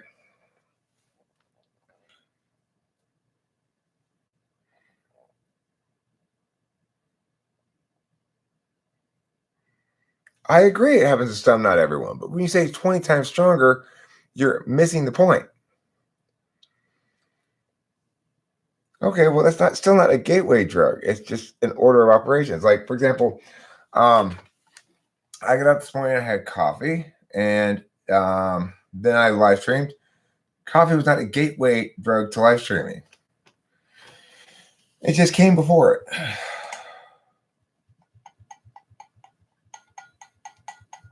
It's like, that's the thing is, it doesn't matter if they were even completely correct. Now, they aren't in Rachel's case because In Rachel's case, we can just simply ask her, and we can see that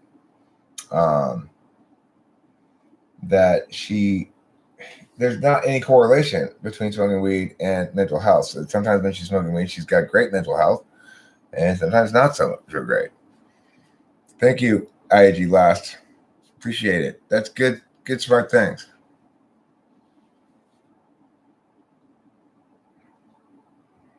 I mean, you have to define gateway drug for that to be meaningful. The whole idea of a gateway drug is insane.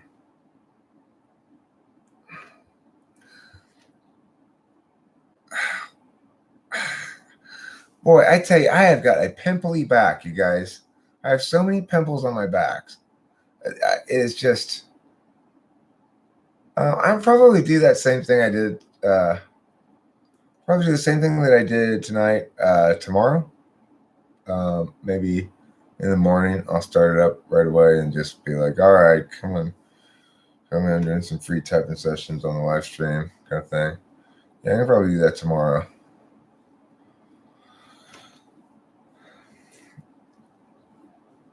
Here's the thing.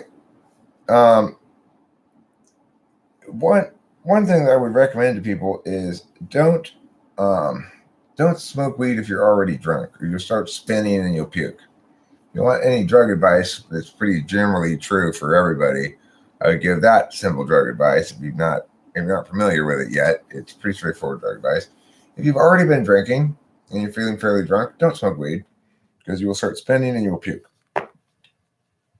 Now, no, when I was a kid, in the anti-drug things, they used to tell us that it's very dangerous to smoke weed and drink, because if you do, then the weed will make it so you can't throw up and you'll die of alcohol poisoning.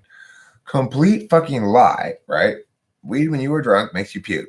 It does not make you not puke. It does not prevent you from throwing up.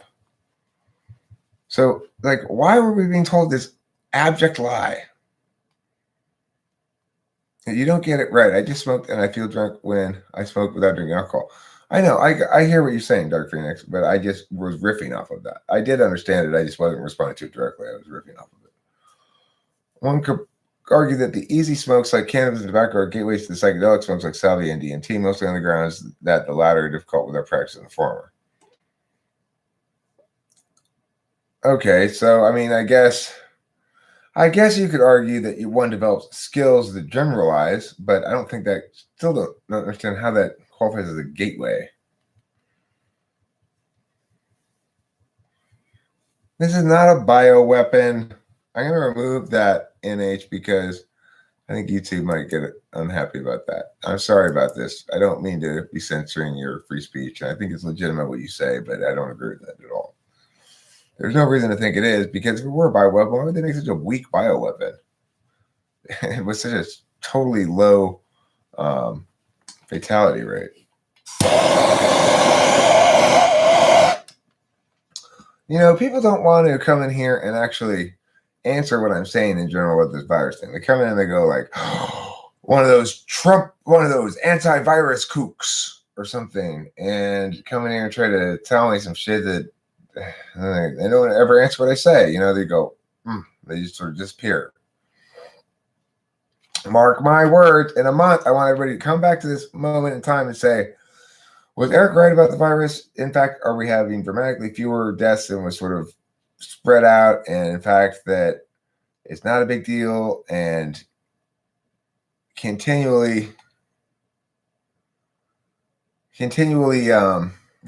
funniest thing you've heard this past week was a person saying I sounded like an anti-vaxxer. Did somebody say that? I don't even remember. It's like, do I sound like an anti-vaxxer? I'm not anti-vaccine.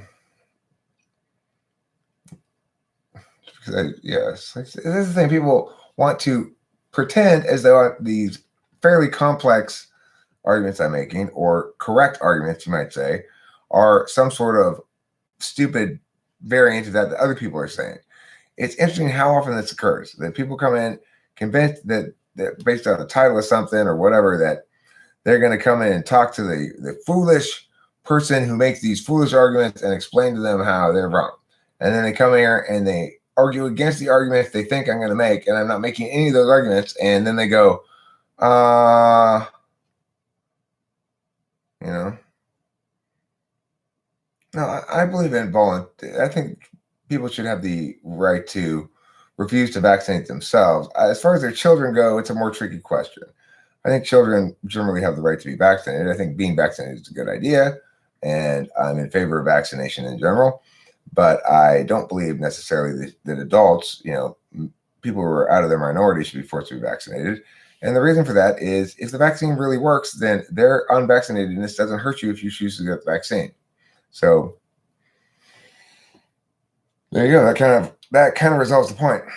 There's not adequate cause to violate rights because okay, well, it may be the case that people who don't vaccinate they do pose some risk to children who are too young to be vaccinated. And if that's the case, then people with children who are too young to be vaccinated may need to take precautions and choose to not go into society as much because some people have chosen not to get vaccinated. It's one of those things like, it's one of a whole series of things that we could say about, well, listen, if you've got a cold and you go out into the world and you might encounter a baby with a weakened immune system and kill that baby. No, it doesn't. We can't think like that. That's ridiculous.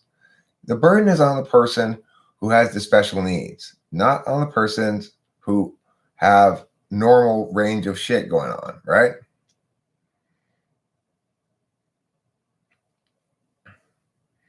What about single parents who need to go grocery shopping?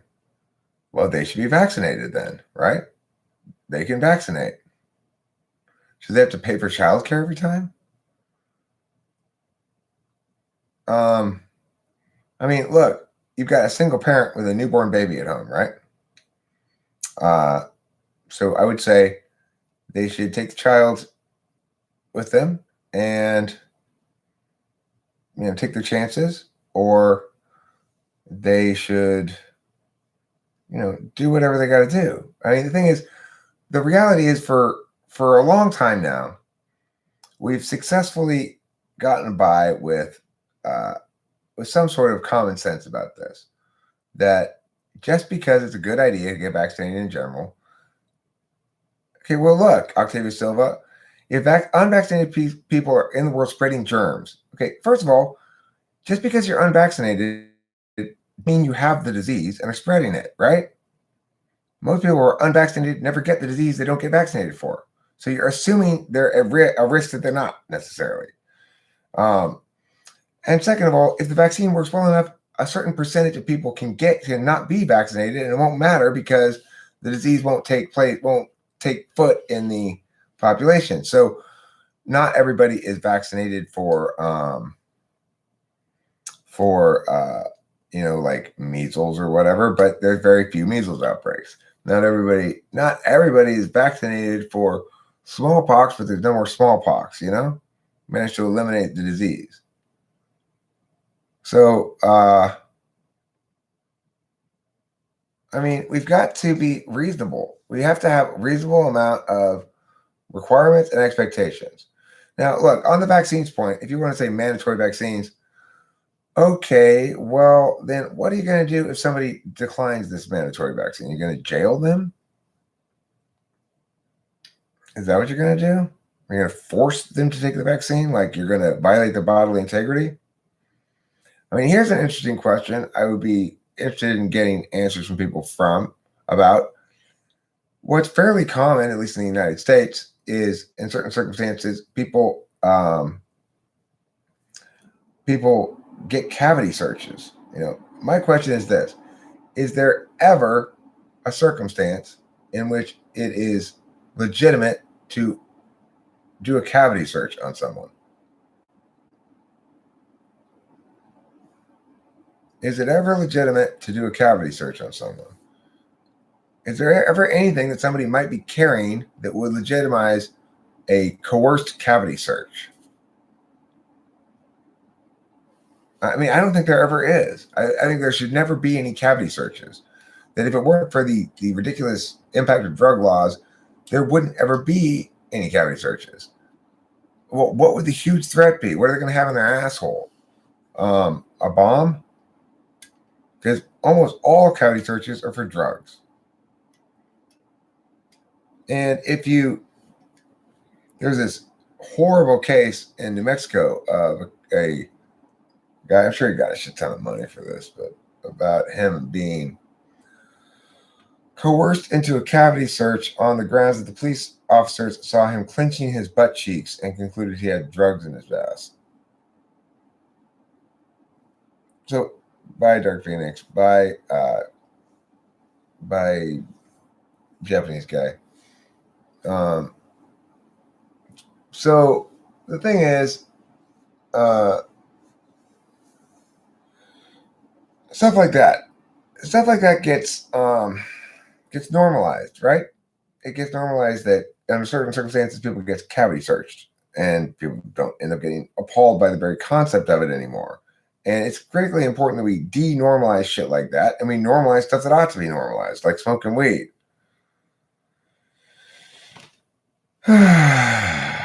What was your weird anime about? Emailed Anthrax. Who puts a bomb in their ass? Good question, Stephen Rain. Good question.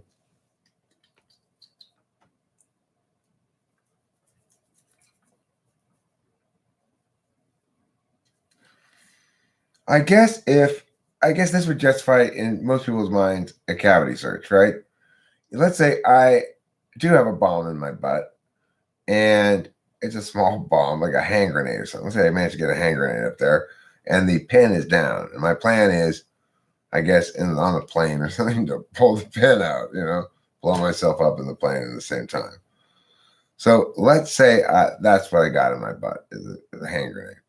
And I go to get on the plane, and they put me in that thing where you stand there and you go like this, and they see the X-ray, and it clearly shows a hand grenade in my ass, I guess that would justify a cavity search by the bomb team. What would happen then? What would happen? They'd have to get the bomb team in there, right? To get that out of his butt. What if he said, okay, I'll just pull it out of my butt myself? Everyone would say, no! There's an anime about a wolf man who fell in love with a rabbit woman, and she was a slut, but he didn't want to have sex with her because he would eat her. That's weird. Yeah. How many breads have you eaten is a good question to ask anybody, anytime, anywhere. How many breads have you eaten? Great question. Important question. EOD team would deploy and work a procedure, nasty business.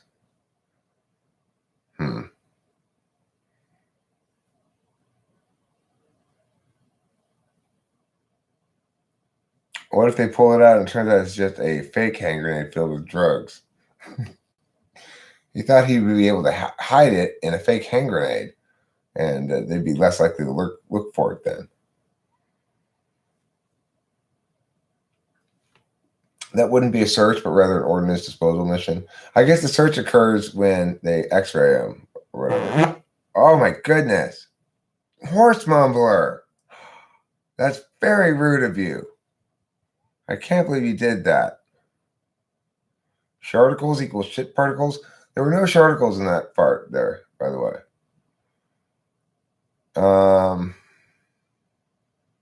Octavia, it's okay. You're going to be okay. How many breads have you eaten? A lot of breads.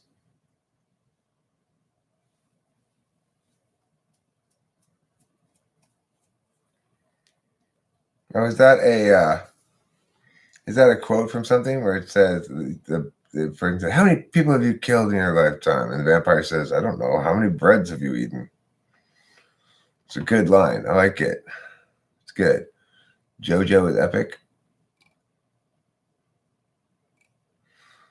Well, I am Buffy the Narcissist Slayer, I've decided, as I've been saying recently. So keep in mind, I want to stress this. I wouldn't try to take on the title if I were out there seeking out narcissists to slay, because then that's how you become one, basically, is, the things you can't get spiteful. You can't be like out to get people all the time. It's important that it fall into your lap, as it seems to do with mine. It's not like I go out seeking this shit. I'm seeking honest, calm solutions to things. I don't want to create these big blow ups or whatever. They seem to find me, or I find them, or I don't know. But it's snowing in Tokyo. How cool, Anchor Jason Blood. Snowing in Tokyo. Ciao, indeed. Ciao. Ciao, Bella. Ciao. All naturally attract him to the yard, you slay him. What are we slaying? How do you know your SI sucks, Eric? I don't know what I'm slaying. I don't remember what I was talking about 5 seconds ago. I would like to. I've indicated to him many times, IG Last, all you have to do is come on to one of these live streams when I'm live streaming and say, okay, I'm ready to go now, and we'll go. Typically just loosen the bolt a little each day and let them make their own bed to sleep, and works every single time. I'm talking about dealing with the narcissist in the world, or what I like to call the accountability avoidance syndrome people. Those suffering with accountability avoidance syndrome. Yeah. You and I take the same approach, basically, which is give people enough rope, and if they're not good people, then they will hang themselves. Who are more likely to forget conversations, ENTP or ENFJ? ENFJ, for sure. ENTP is quite likely, actually, to remember specific words that were exchanged in a conversation, provided those words are useful in some sort of argumentational format, situation, or whatever you want to say. Let me drink some sody pops.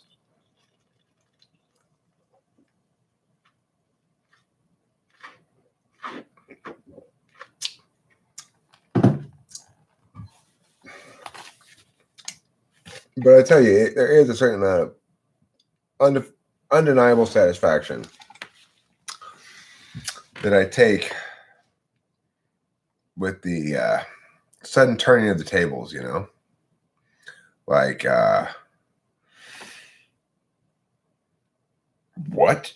And then you can just hear it in their voice. It's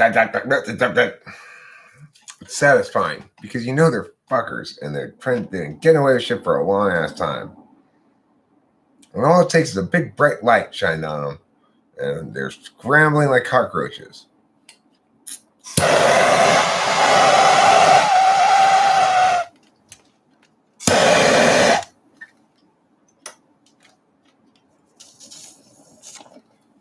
God damn it.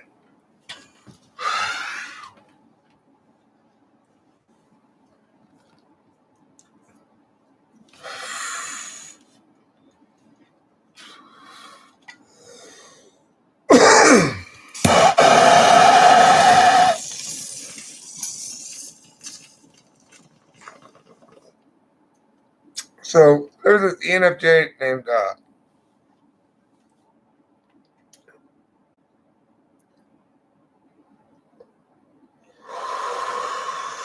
Parker. It was like Kimberly's second son, quote unquote. It wasn't really her son, but she raised him in a large part. And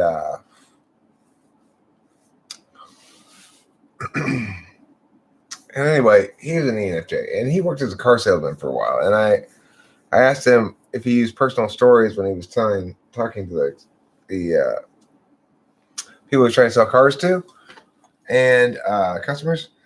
And he said, well, for example, I do this. So let's say some customers drive up and they've got on their back of their car, they've got a sticker that shows that I love my Labrador, or some sort of dog sticker. Well, then I'll tell a story of how I have 4 dogs at home, yada, yada, yada. What I don't tell them is that those dogs died a long time ago and that they're no longer around. But I just tell them that story so that I can relate to them. I can resonate with them about the dogs. So that's how ENFJ uses personal stories. Didn't matter that it was the tense doesn't matter, right? Oh yeah, I got 4 dogs at home, blah blah blah. I don't tell them that they died a long time ago. So then you're lying. You don't have 4 dogs at home. You had 4 dogs at home, but I didn't say that to the guy, but I was just, to them, tense doesn't matter because SI is whatever, something you use for NI purposes, I guess.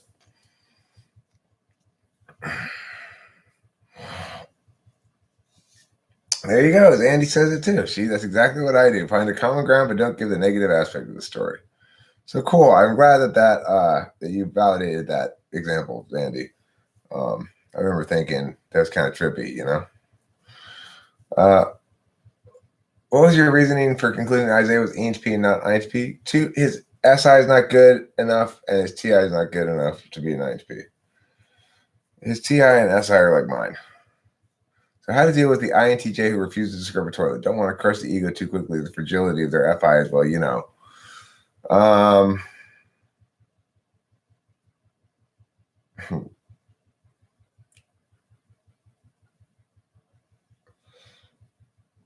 Salty peanut. If you're trying to navigate a tricky thing like that, then I don't know. If I just would never ask Rachel to scrub the toilet. I just scrub the toilet. She's my precious INFJ angel. She's not supposed to have to do things like that.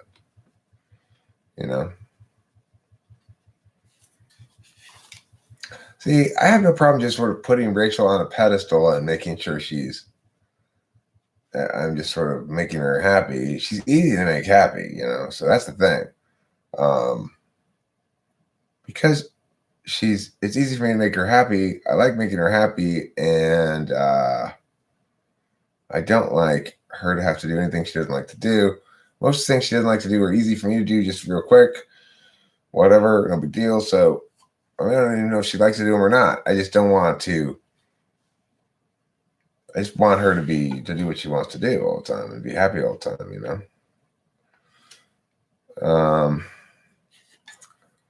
There's some question up here I wanted to answer.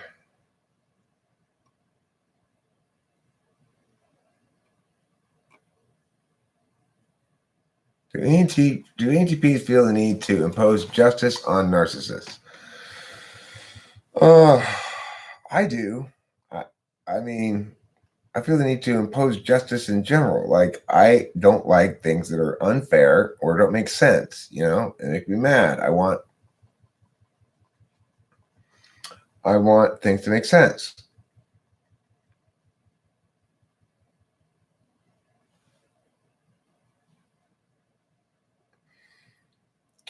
Well, they sure don't complain when they shit in the toilet. As an INFJ, I'm kind of tired of cleaning people's shit up. Well, I don't blame you for not wanting to do that, Salty Peanut. You need to get a boyfriend who treats you like who treats you like I treat Rachel. You need to find an ENTP who treats you like I treat Rachel, and who's distressed at the thought of you having to do such a thing. I would be happy to clean up that sort of thing so Rachel doesn't have to anytime.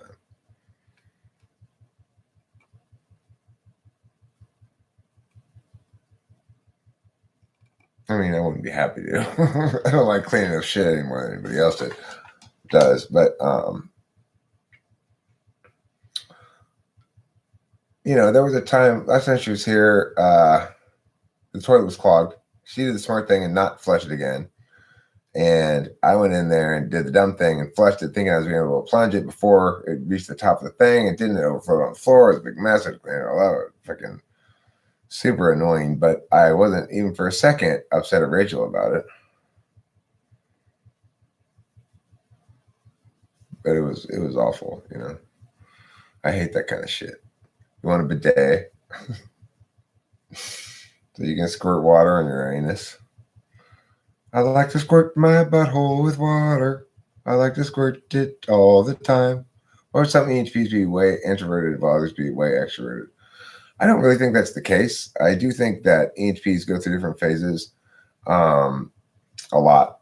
And they go through introverted phases and extroverted phases. There were periods of my life when I was a lot more introverted than I am now. I think the introversion extroversion things has to do with how well people respond to your extroversion. INTPs can get checked into being a lot more introverted if they're not well responded to when they're extroverted. What Ghostwriter says, they're abused INTPs get introverted. I got introverted when I was with Kimberly. So because all my various expressions of extroversion, one after another, periodically would get scorned, disdained, or otherwise shot down and belittled or something like that. I just stopped all the various sorts of things that I might talk about. I just stopped talking about. Pretty soon we'd be in the car and I'd be silent, and Kimberly would be like, why aren't you talking about anything? And I'd say, well, I mean, I can't really talk about anything without getting shot down. I don't like to experience that, And God, you're so sensitive. It's like, well, maybe I am, but if that's the case, then you should adjust accordingly instead of trying to meow me. So the fact that you have TI instrumental doesn't affect how much you value fairness. I get how it would make sense for INTPs to absolutely value fairness, and if fairness is the type thing, can we really be mad at people who aren't fair? Okay, so what it means to say that I have instrumental TI and don't value fairness, it means that I don't prioritize fairness over FE considerations or NI considerations when they conflict ultimately.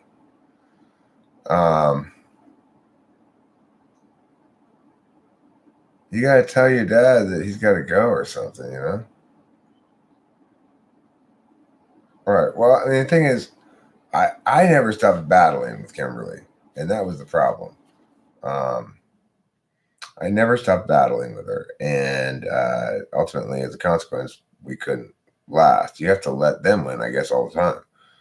So anyway, the TI instrumental means it's not going to defeat FE or NI when they're in conflict, but it is the case that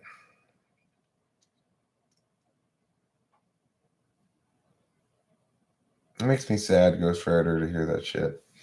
It is the case that fairness is a value that we're going to uphold in general, in the sense that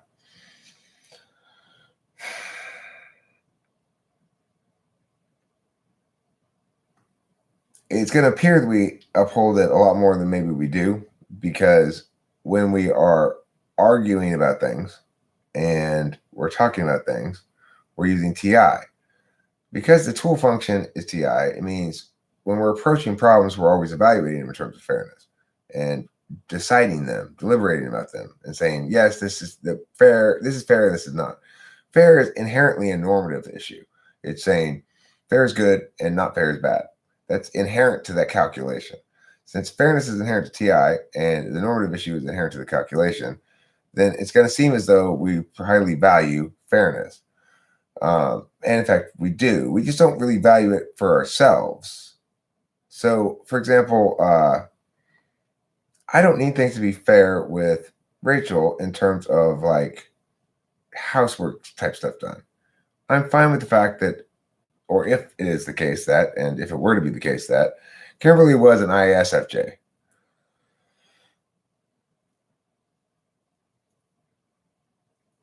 Kim's an ISFJ. Yeah. So anyway, what was I saying? I can lose my train of thought.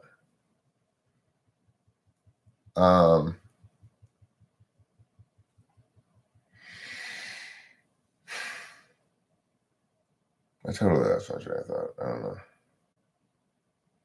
Oh yeah, the TI thing, the fairness, right? So basically, it's going to seem like it's an absolute value, but it's not an absolute value for me. I don't care if things are unfair in that regard. There's certain things I care about and certain things I don't, and fairness isn't one of them really in my own relationship, provided provided that well, put it this way, being willing to take the unfairly small half of something, for example, in other words, for me to get the short end of the stick, a willingness to do that is built into my third slot FE. I don't really care, so I'm willing to give you more and have it be unfair for me. Now, that doesn't mean I'm going to be tolerant of somebody imposing an unfairness on me that I think is illegitimate, or that is, well, I mean, it's got to be from the right FE angle, right? It's like, I'm willing to be generously unfair to myself. You're not going to impose it on me, because then you're trying to say you're some sort of status over me or whatever. Would an ENTP drink the hemlock or be exiled? I mean, I'd be exiled for sure. I wouldn't drink the hemlock. I would not. I would be gone before I found myself in that situation. I would have bolted before I were stuck with drinking the hemlock or being exiled, if it looked like it was going to go that way. I mean, the thing is, I'd want the trial, so maybe not, you know. I'd want the trial for sure. I'd assume I was going to win the trial. All right, there you go. I would win the trial. I wouldn't lose the trial.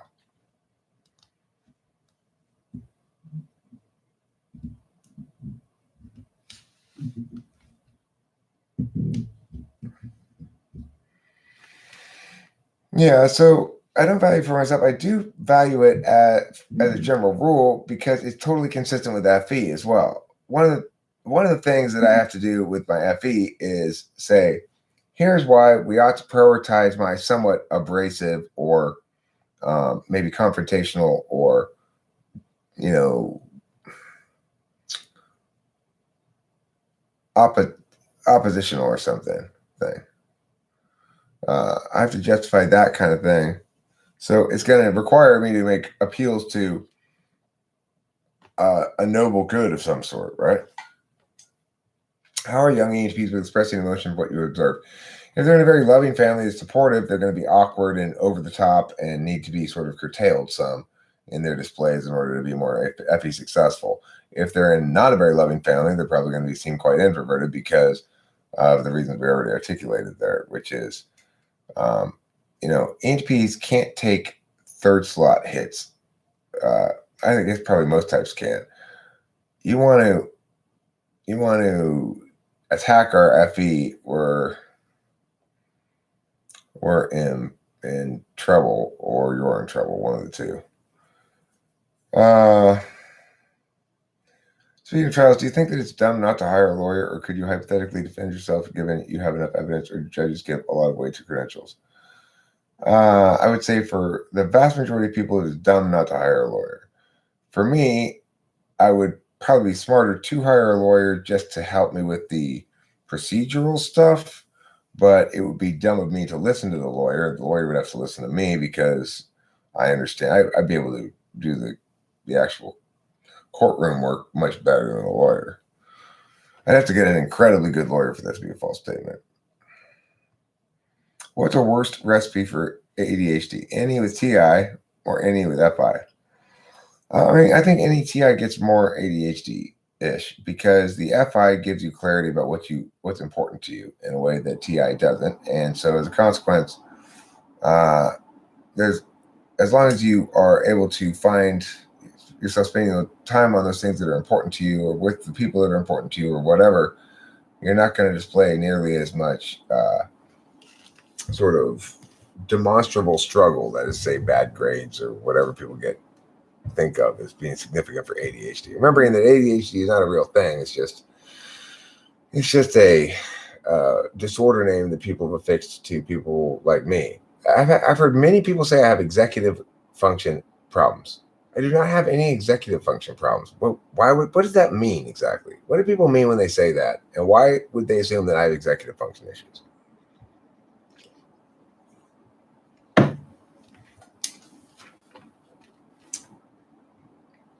Presumably it means I'm impulsive and can't control myself or something like that. But there's no really reason to think that. I mean, it's true. Executive function problems mean starting a task and completing a task from what I know. Okay, so here's the deal. I start and complete way more tasks than the people who say I have executive function problems. Way more. It's just a matter of the time scope, right? So I might complete a task from beginning to end, get it all done. It might take me 2 days. It might take the person who's got good executive function skills 3 weeks to do the same thing. Within that 3 weeks, I will have started and finished 10 tasks. They will have finished one. And I will have started and not finished multiple tasks as well. So why do I have executive function problems? Why don't they have executive function problems? They're not getting as much done as I am. Right? What makes their modality, even though it's less successful in terms of output, preferable to mine? These are the sort of questions people aren't asking. They're just sort of pathologizing ways that are different than their own. Oh, well, you're kind of hyper, you're ADHD, you have a problem. Oh, you're kind of awkward, you're spectrum, you're autism spectrum, you have a problem. You're kind of moist, so you have high sensitivity HSP or whatever, highly sensitive person disorder. That's what I have to say about that shit. No, none of those things are disorders. They are configurations.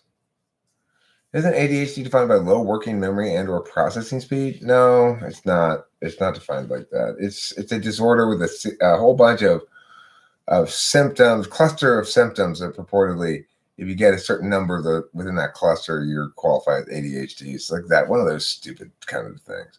What about brain scans about people with ADHD? Well, it's absolutely the case that somebody who's got a different cognitive function configuration is likely to brain scan somewhat differently than people who have a different cognitive function configuration.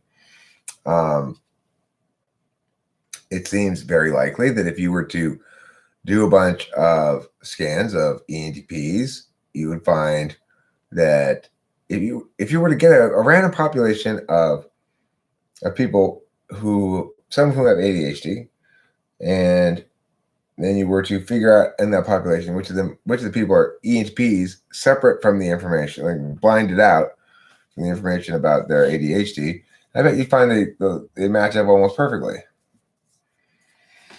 Or ESTPs or ENFPs or whatever, NE is measured by some IQ test called ideational fluency. I did not know that. Ideational fluency is an interesting expression for it, and I think that's absolutely a good word for it.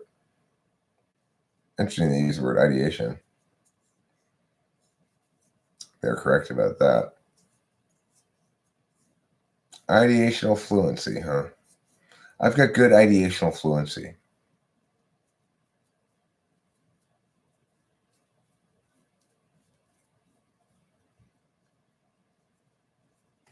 I wonder how they test it. Do they fondle my scrotum? Because if so, I want to take that test. I agree with you. I have ADHD and it's more like a trait, but it does have a negative effect on my life, so I'm kind of fine with it being called a disorder. Well, look, if that's what it takes to get a speed prescribed, then fine. Obviously I want my speed. And so if it requires it to be called a disorder for me to get my speed, then fine. I got a disorder. I'm going to get a mauve ribbon, ADHD survivor, to go next to my green ribbon, COVID survivor. Why aren't we starting to sell COVID survivor ribbons right now? Because right now, as far as I'm concerned, everybody's a COVID survivor. Whether you have it or not, you've survived the COVID time already, and get a COVID survivor. How did it get to be 2 a.m. here? Well, what happened, Salty Peanut, is you decided to live 2 time zones to the east of me. Ergo, it's 2 a.m. That's what happened. Okay. I'm not going to lie to you. Not this time. I've been lying to you this whole time, but not this time. COVID survivor. Yeah. Take it really seriously. The verbal fluency task evaluates the spontaneous oral production of words under restricted conditions. Huh. I want to take that test. I bet I kick ass on it. I want to take tests that I do really well on. I don't want to take any tests that I'm not going to do well on, okay?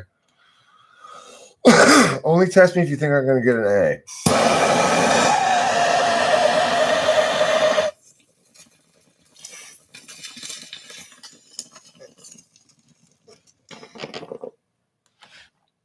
It's also called long-term memory retrieval.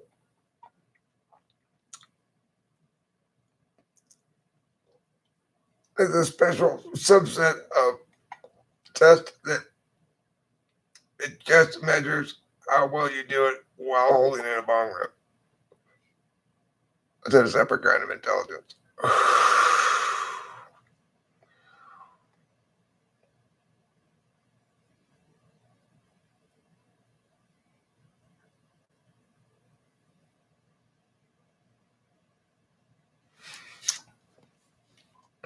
$261.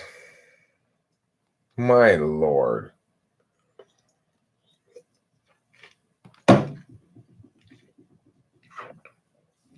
You can take your $261 test and shove it up your ass. I already know I'm good at that thing. Yeah, $261 to be like, draw some shapes. Boy, oh boy, the people of the world and the things they say and do are just made out of pee and they're made out of poo. Long-term memory retrieval. I'm curious about that one.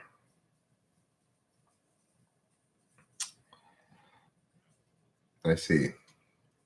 Does it come with scrotum fondling?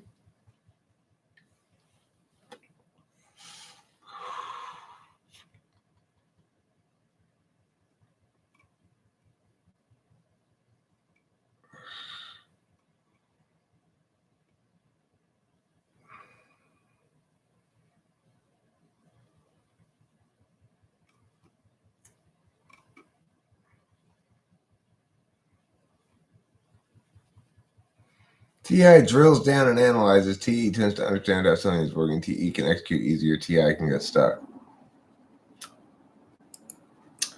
TI can get stuck if it worries much too much about all the kinds of things it's talking about.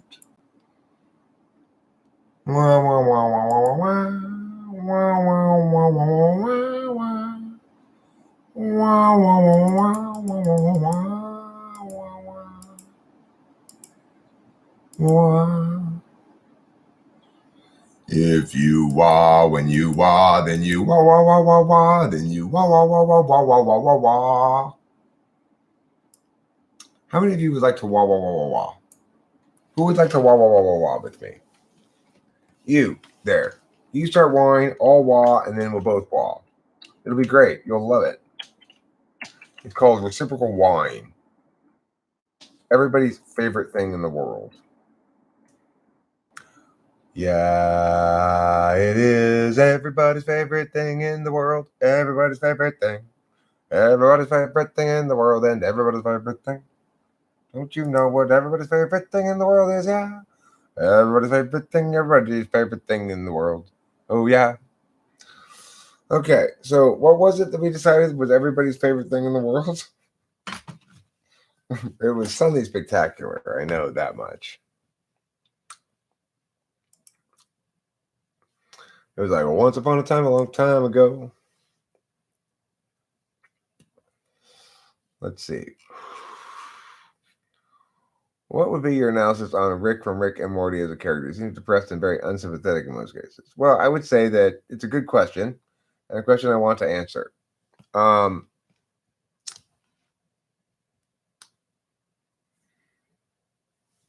address the animal rights question next. Up, dim, plates 48. So what I would say about Rick from Rick and Morty is he is an ENTP who has failed to transcend into meta-rationalism. That is to say, he hasn't found a way to incorporate magical thinking in a meaningful fashion that gives him direction as a moral agent and destiny as a moral agent. And as a consequence, he's lost. You know, there's that one episode where he looks like he's going to kill himself and he lets his head droop and it shoots over his head instead. That's and he's a drunk, he's a drunk. He's a drunk, and he's not found any faith, and he's got no moral center or clarity about his own purpose in the world. And so as a consequence, he's empty and lost. All right, now I want to talk about the animal rights thing. How do you argue against FE users who are animal rights activists convincing you that eating meat is immoral? Well, all right, so let me go to the negative rights question to answer this first. A negative right is a right that precludes you from doing something rather than a right that entitles you to something. A right that entitles you to something is a positive right. If I go through McDonald's, pay at the first window, then I have a positive right to my food at the second window that I paid for. Okay? That's a positive right.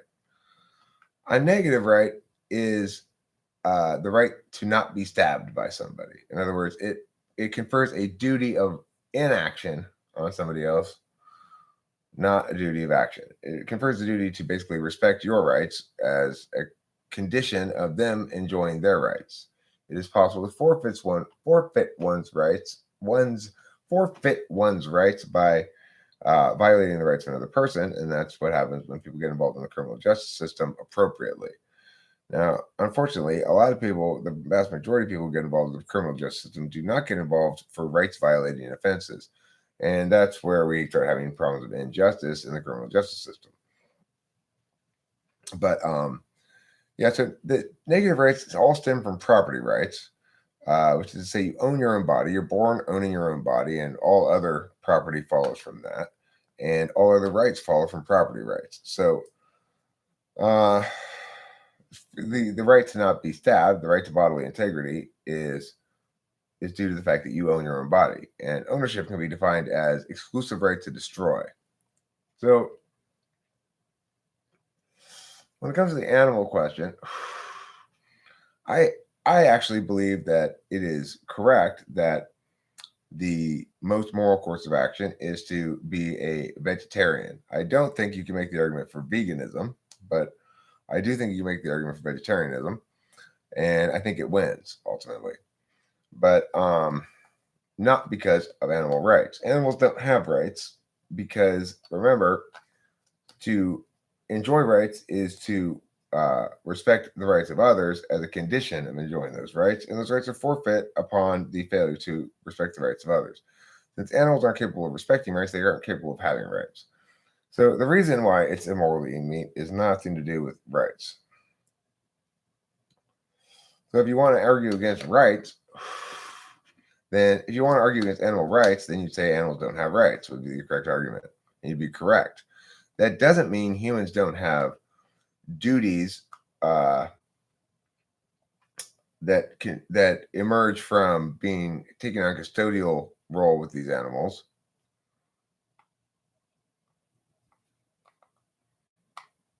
A YouTuber called Destiny makes what same argument? The non-animal rights argument? Or the animals don't have rights? Well, he's correct about that. But we do have duties regarding animals. And it is in fact correct that vegetarianism is the most moral course of action. But the thing is this.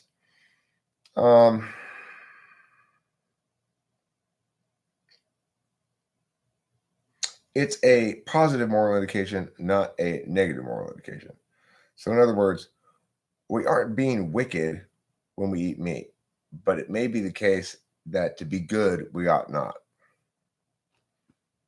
That's the bottom line of it. Is he making that argument?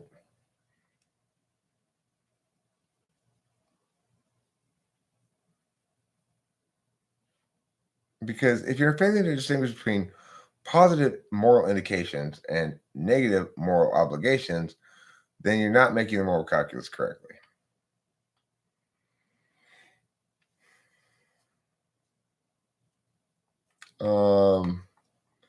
Turd flinging monkey? I probably wouldn't find him interesting. I don't tend to seek out other YouTubers that I think are going to say interesting things or whatever. If I do watch other YouTubers, by and large, if they're talking about anything interesting, I'm finding myself disagreeing with things they're saying and getting upset at them for being wrong or something. I probably ought to be a little bit more community minded in this regard, like find some allies and make nice. But I have a high standard. I'm a professional debate coach. I have a high standard for the kind of argumentation that people do. He also argues that he's a sociopath. That's not even an argument, right? Well, he's just making the claim that he's a sociopath. How would that be related to anything about animals anyway?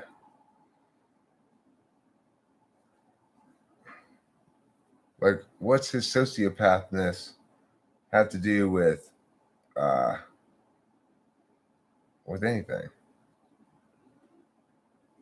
He doesn't need to have moral obligation.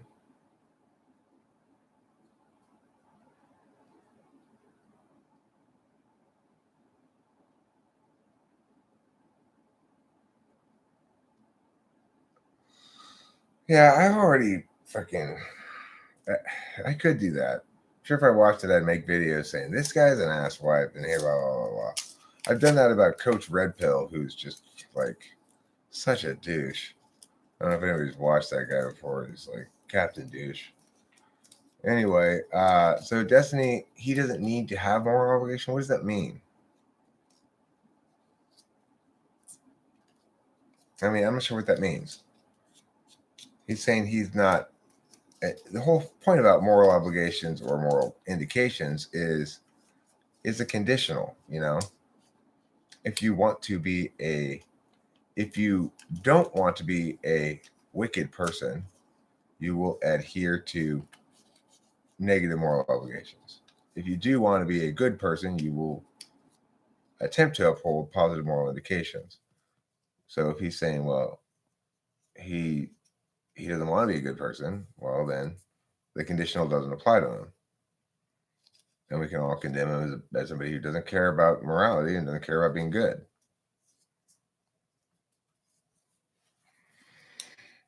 But it doesn't change the calculus of things. I mean, it's definitely a conditional. Okay, well, that doesn't stop me from condemning him because of what I said, right? If, in fact, he wants to be a good person for the proper reasons, then he will uphold both his negative moral obligations and he will attempt to uphold his positive moral obligations because out of principle, because it's the right thing to do, and because he upholds the good and opposes the wicked. If he's not doing that at all, and he's just making everything instrumental, including morality, then in my mind, he's amoral and cannot be trusted to uphold either, and therefore deserves to be condemned. Does seriously mentally challenged people have rights? In my opinion, no. But a lot of people would freak out about that. If you lack the ability to metacognate,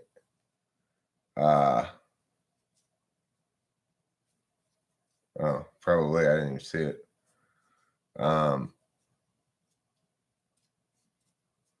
Right. I would say no, because they don't have the capacity in general to respect rights. Now, if they do have the capacity to respect rights, then yes, they have rights. The question is, the question really is then, is the respecting of the rights willful or incidental? So, in other words, just because there's an individual who doesn't violate people's rights doesn't mean they respect those rights. It could be that the non-violation is incidental and does not convey to us any information about whether or not they're a moral agent. The answer to that question, Von Chase, would be probably, because probably if they're mentally disabled enough that that they can't consent, then I would say yes, it's wrong. And the reason being that while they don't have rights, that doesn't mean we don't have custodial duties regarding them. So as a consequence, it would be wrong. Now, if the person is able to consent, then it's a different matter. Then I guess that they wouldn't be qualified as mentally disabled. So this is one of the things that I hear from people periodically. I'm glad you brought it up, lyrophagical, because I want to address it.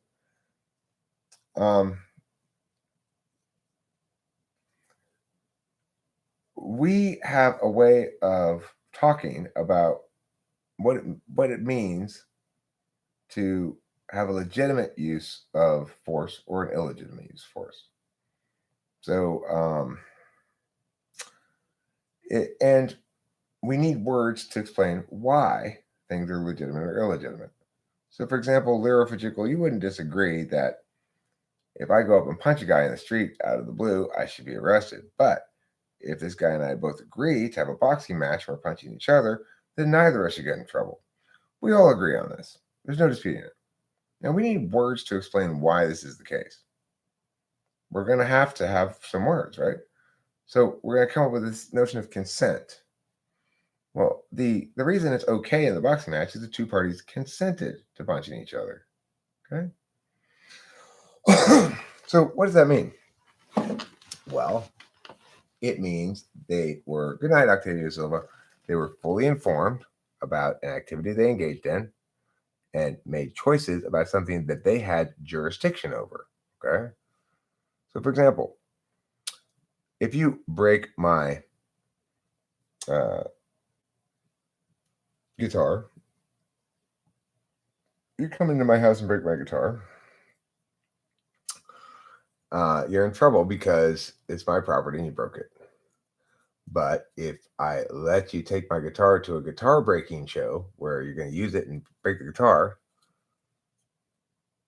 no, I didn't say they have the right to consent. I'm saying it depends if they're capable of consent on Chase, because and that, in my opinion, depends on their capacity for metacognition, which is basically the borderline between mentally disabled and mentally normal, in my opinion. So if they're capable of metacognition, they're capable of consent, and then it's not an issue. If they're not capable of consent, then they're not capable of metacognition, and it's wrong. And it's wrong because it violates your custodial duties, not because it violates their rights, because they don't have any in that instance, in my opinion. A lot of people disagree with this, but the reason I say that they don't have rights is because they have to be able to conceptualize rights and respect rights of others, not simply accidentally not violate them. But hi, Winston's mom. But some people would say, no, rights are conferred upon a person by virtue of being born human. I disagree with that. I think that you have rights implicit of being born human called ownership of your own body. So in that sense, even a person who can't consent would presumably have at least an expectation of having their bodily integrity rights respected, as though they existed, even though they're not technically rights because of the reasons we articulated. Tooley used the same definition of rights to justify abortion and infanticide up to a few weeks after birth. Okay, well, Jake Hurwitz, I disagree with that conclusion from it, because what I say is you were born owning your own body. Any stage of development is equally legitimate. There's no reason to consider that an early stage of development is less in possession of those rights to their own body than a later stage of development.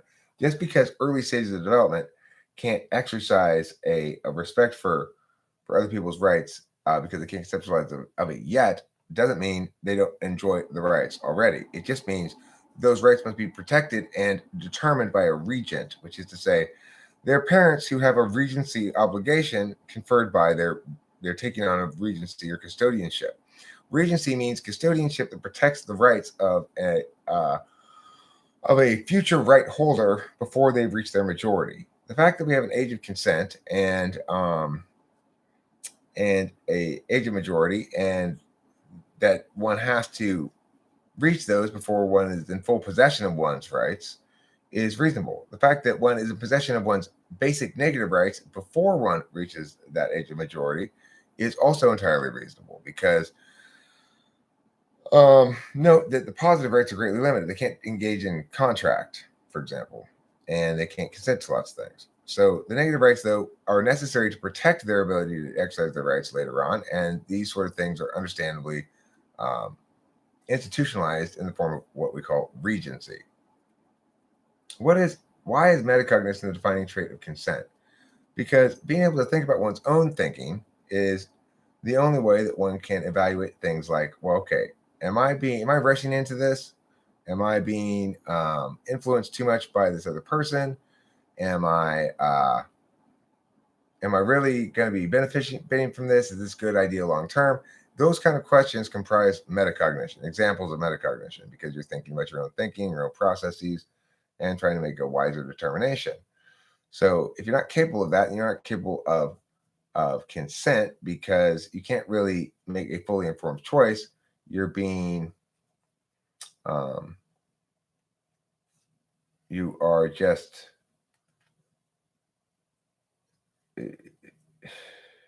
you can't think for yourself. Feeling pain isn't metacognitive, commonly understood as not consent. Well, but it can't be understood as not consent. If feeling pain indicated non-consent, I could never get a tattoo, right?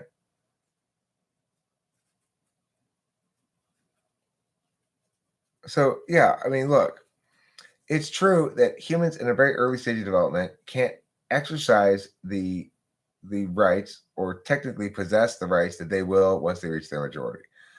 That doesn't mean they don't possess the most basic negative rights, and it doesn't mean that we therefore can kill them. It means the opposite. It means that the birth of a child confers upon the parents a duty as regents. They have created this child. It is a creature that will ultimately grow to have a full array of rights and responsibilities, and they need to protect its rights and help it to learn its responsibilities between now and when it reaches there. Yes, I type people for cash. It costs $100 for an hour. You can email me, PayPal me, email me at sueartside@gmail.com, and I will check my email in the next couple of days, and I'll get back to you. I've got a couple people I think who are trying to get typed, and I'm ignoring my email right now. But yeah, email me, and I'll get to it. I will.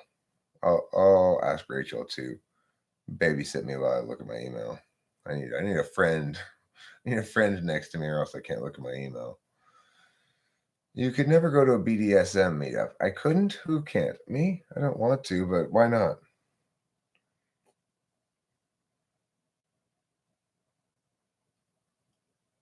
But pain in and of itself, independent of other factors. Well, it can't be independent of other factors. Consent doesn't occur in based. You can't remove the human decision-making process and will from the equation and still be talking meaningfully about consent.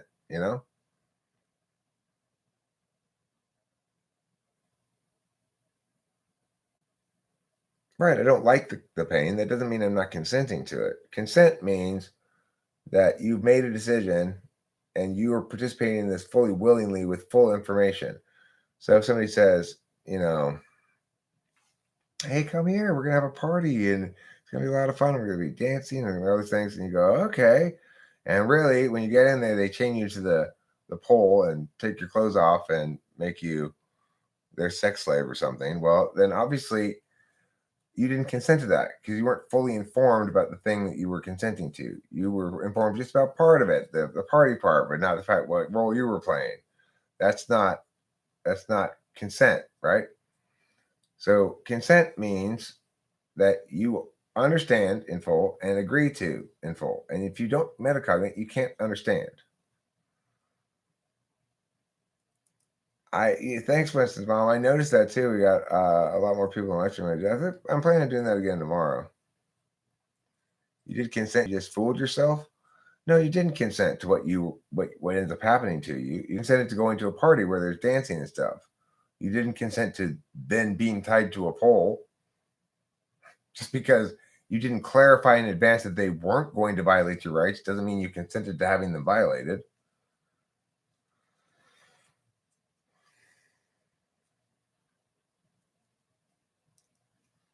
See what I'm saying? Lyric sense? So that's what a negative right is in general, is the right to be free of having your of other people treating your property as though it were their own, whether it's your body or your stuff or whatever. Um, and by and large, in America anyway, people's negative rights are fairly well respected. The exception being children. And of course, the justification being they don't have a full array of rights yet because they haven't reached their majority. That's why it's okay, quote unquote, to force children to go to school they don't want to go to, make them stay in those various classrooms all day long, and otherwise make them subject to the will of other people about them over their own will about themselves. I think much too much so in the current society. I don't mean regarding things like questionable areas. I'm not saying we should lower the age of consent. I'm saying that um, as adults, when we're dealing with children, we ought to take responsibility for empowering them to be who they are rather than who we think they should be, to learn the things they want to learn, to learn the things they're good at, to not force upon them things that they don't enjoy. We wouldn't do that to other people. We don't do that to adults. Um, it is possible to feel pain in a vacuum, though. Okay. So what's your point? What does that have to do with consent? How does that make it non-consensual? If it's in a vacuum, then we don't know whether or not the person agreed to it or not, right? That's what you're saying, in a vacuum?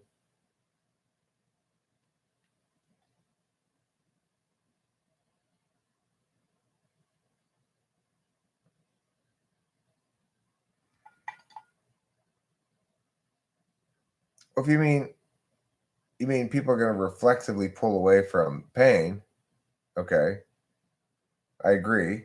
But what does that have to do with consent? Because what we're talking about is whether or not pain equals non-consent.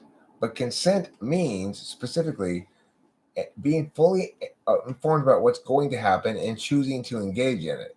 It doesn't have anything to do with whether or not pain is negative.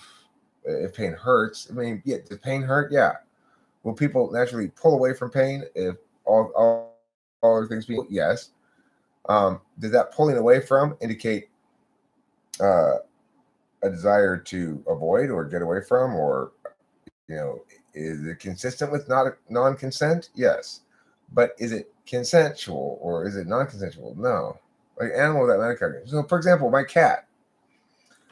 Um, I'm probably gonna have to take her to the vet if she comes back here soon, hopefully.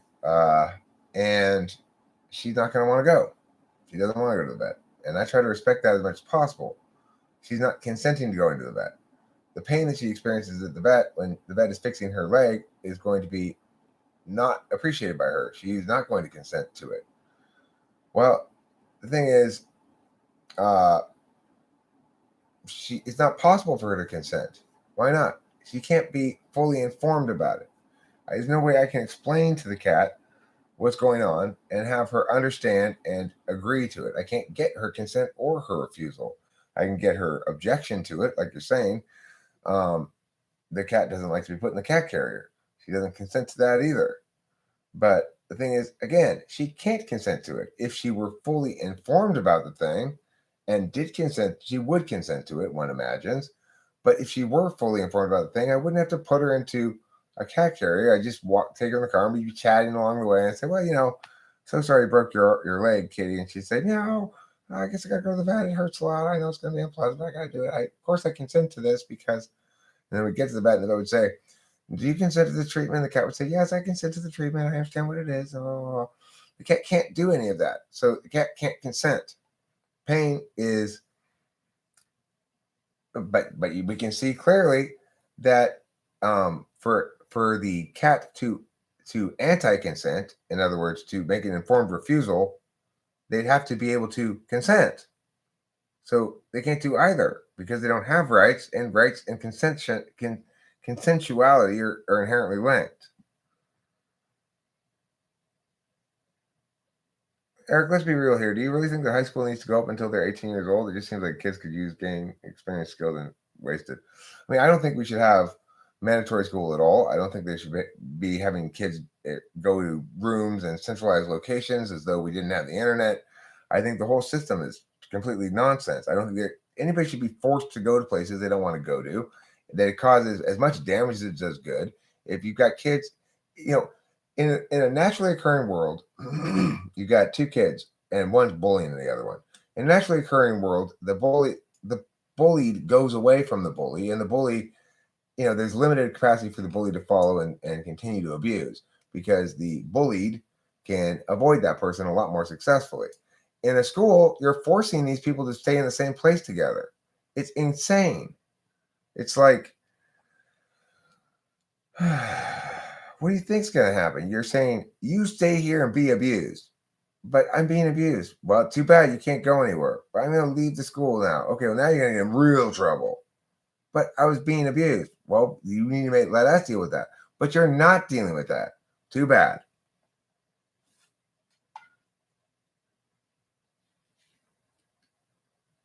Consent is something that occurs when people are capable of being fully informed about something and choosing to engage in it.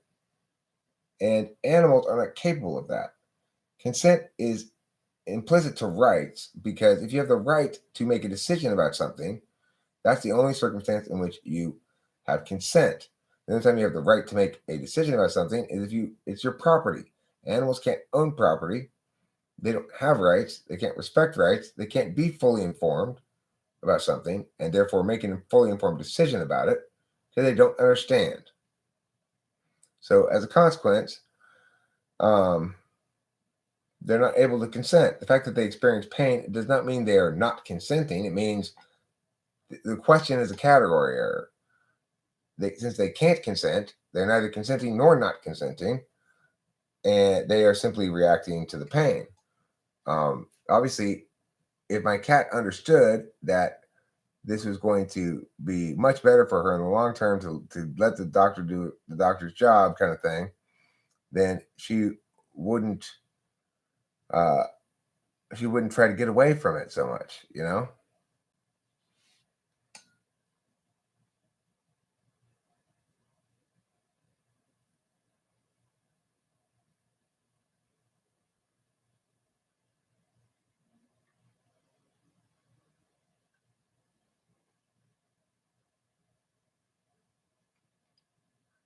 Thanks, Lyric Sense. Well, listen, Inga Jansen, her teacher told her she was going to hell. Did you go in there and make sure her ass was on a platter? Did you serve your daughter her ass for dinner that night? The teacher's ass? I hope so.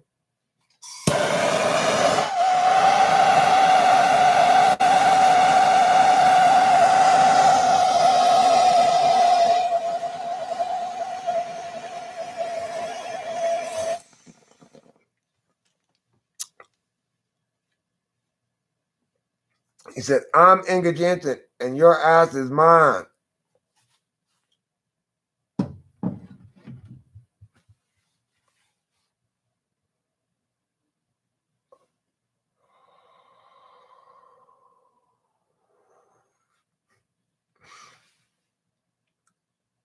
Well, my daughter's high school, I mostly tried not to be too much of a thorn in their side, but the thing is, I couldn't help it with the notes, right?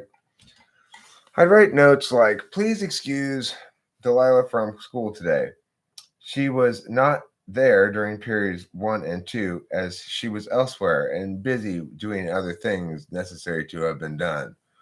I'd write notes like that, It said nothing because my position on it was,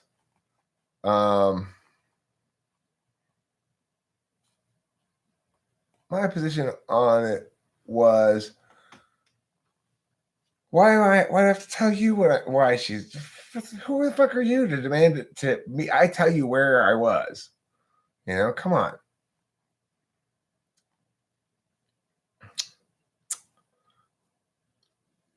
Koba Jug has Havili. You should probably stop presuming you know best for other people. That's pretty unlikable and easy to negate, as I'm negating right now. Also, you're likely wrong.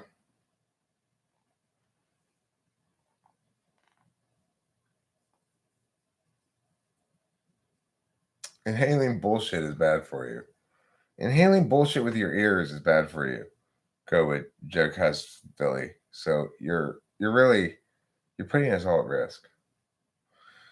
Anyway, so eventually they try to get Delilah. They try to sneak this shit past me, right? They get Delilah into the office to sign some sort of agreement that that my notes don't count anymore. Like that from now on, you can't get notes from your father. You have to get them from somebody else. Boy, was that a mistake. Of course, I called their asses and, they rescinded that notion right away. After I laid into them a bit. And you don't like my notes? Oh, really? What don't you like about them? You're not going to keep writing them. Now, they're really going to be fun. And I'd write notes such as, Delilah's absence. Please excuse Delilah's absence this morning for first and second period. We were at home. Then some things came up. And we were like, darn, we've got to do those things right now. And they're critical family importance, almost emergency status. And then we proceeded to do those things. And before we knew it, it was too late to make it to first and second period. Hence her late arrival. Have a very nice day, Eric Strauss. Shit like that. They don't like it. They want to know why.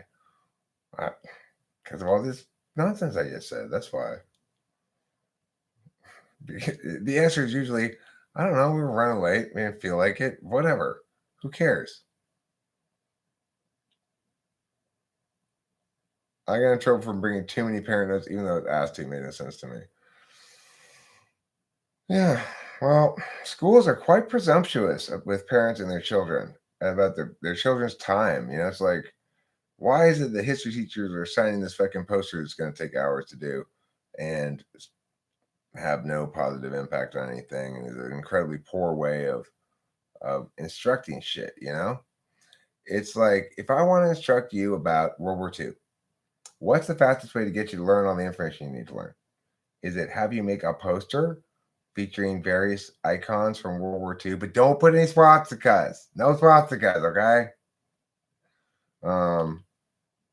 Or is it some just about anything else? Is it just about anything else?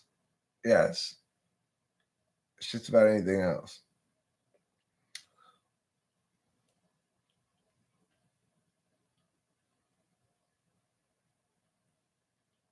So what did you take on Corona? I wasn't here earlier. Well, I mean, it's basically that the death rate for the COVID-19 is going to be something well under 1%, equivalent to a flu, maybe even a little less. That these deaths are ideally demographically concentrated, which is to say, as pandemics go, it's exactly the kind of pandemic we want. It entirely spares the young, and it kills only the elderly with already conditions within them.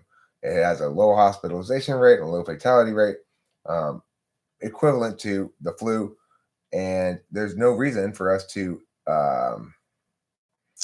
there's absolutely no reason for us to react so dramatically out of proportion with the way we normally act, since the differences between this novel virus and previous comparable coronavirus examples is insufficiently large to justify the dramatically larger response.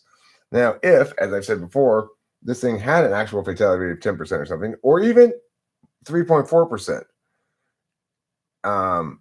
might be a different matter. If it were 3.4% and included the young and the old, different matter.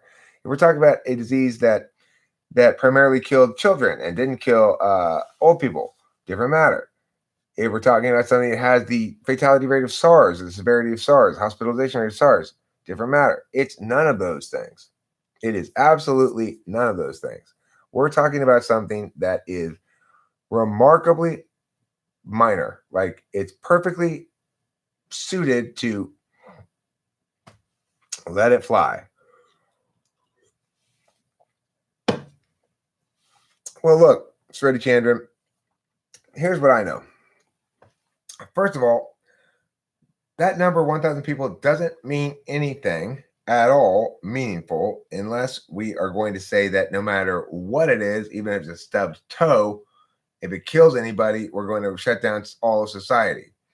The reason it doesn't matter in and of itself is this. We need to look at the actual fatality rate, and we need to look at the population of people who are dying. We need to consider fatalities not just in terms of deaths, but in terms of numbers of likely years left lost.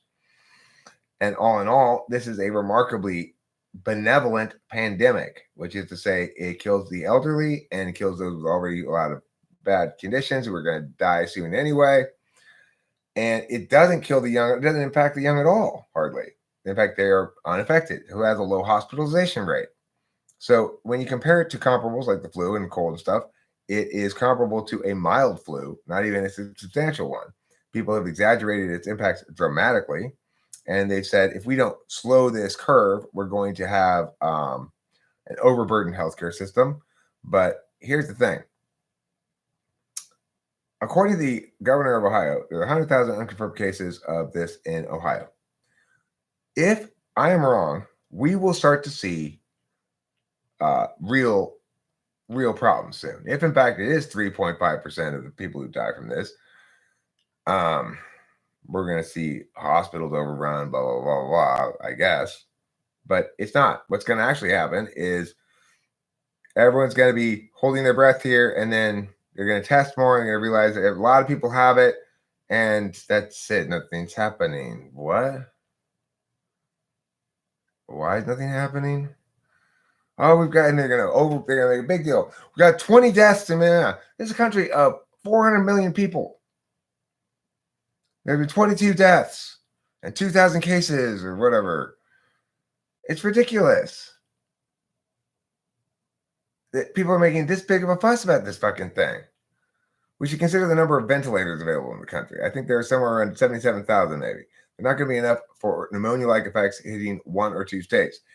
There will be probably enough for pneumonia-like effects hitting 1 or 2 states, provided it only hits very old people. And only some of those very old people need the ventilator. And even if there is a shortage of ventilators, let's say there is a shortage of ventilators. Okay, let's say we somehow manage to minimize the impact of a shortage of ventilators by making these massive efforts, right? How many lives are we saving?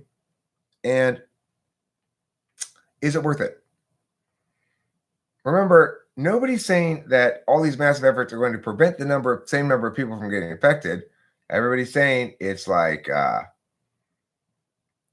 it's going to be the same number of people get infected. It's just going to take longer if we do take all these efforts, and that's going to prevent the healthcare system from being overburdened. Well, why is it so critically important to prevent the healthcare system from being overburdened? Why is that the number one concern? I mean, what about all of the massive amounts of harms that are being done to real people in various ways, creating plenty of homelessness, seeing families who are living paycheck to paycheck, tossed out in the street, hardworking people not being able to pay bills, all this kind of shit, right? That causes real harms that eventually lead to even health harms, right? Nobody's calculating those. They're saying, well, this is the possible way that we might possibly save some lives if we do this thing. And here's how it might sort of work. But you're only counting one half of the impacts. You're not counting the other half of the impacts. The negative impacts need to be counted too. And when you count those, they dramatically, shockingly outweigh the positive impacts. And we realize the current situation is totally inconsistent from our normal metric, which says in circumstances like this, we don't panic and shut down society. We adapt, we adjust. Why not? All this attention and resources and energy we're pouring into shutting down society, Why don't we put a tiny fraction to that into cranking out 10,000 more ventilators real quick? A tiny fraction of the hundreds of billions of dollars that we are throwing away in these overreaction and hysteria, a teeny fraction of that to crank out another 100,000 ventilators. Wouldn't that be a better solution? I think it would be. The real pandemic here is psychological. Tyrant types all over the world are using this ginned up crisis as a pretext to wield the energies of the state for their own political ends. All right, so here's the thing. I don't doubt Horst Mumbler is right about various nefarious types utilizing this opportunity for their own ends. I don't think it was created for that purpose. I think this is a legitimate instance of hysteria, snowballing, and media outlets, the way that they operate being naturally conducive to hysteria. Namely, it's a juicy story, right? And people have seen this kind of shit in movies and everything, and it's almost like we want it to happen. It's almost like we want it to happen so that we can all know what it's like to be like in the movies when there's a big pandemic and everybody has to and people are like kind of this we're finally getting it what we see in the movies. I shit you not, that's what's going on right now.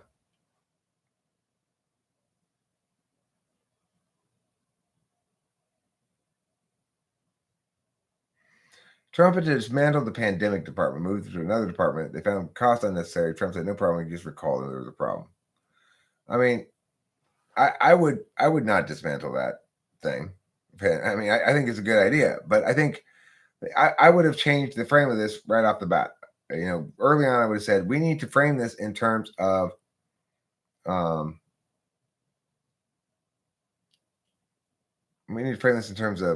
choices between life and homelessness or something.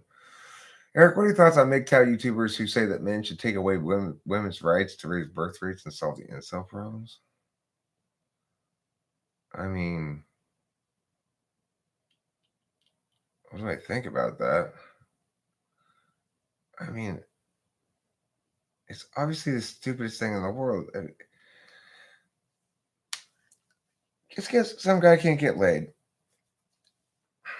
is not a reason to violate the rights of any human being. I treat women the same as I treat anybody else, men, women the same, which is to say, everybody has rights the same as everybody else.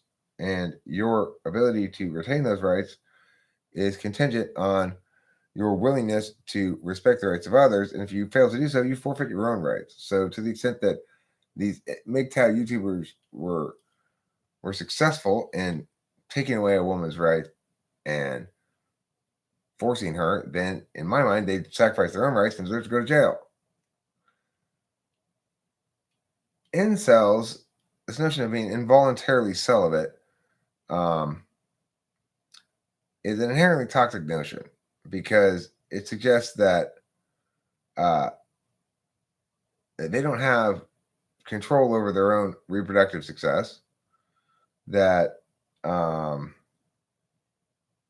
it says it all. They're trying to get laid, but no girl likes them. And then what? They blame women? They treat women as though they're not human beings. They say, no, we don't blame women. They can't help it. It's just part of their evolutionary nature.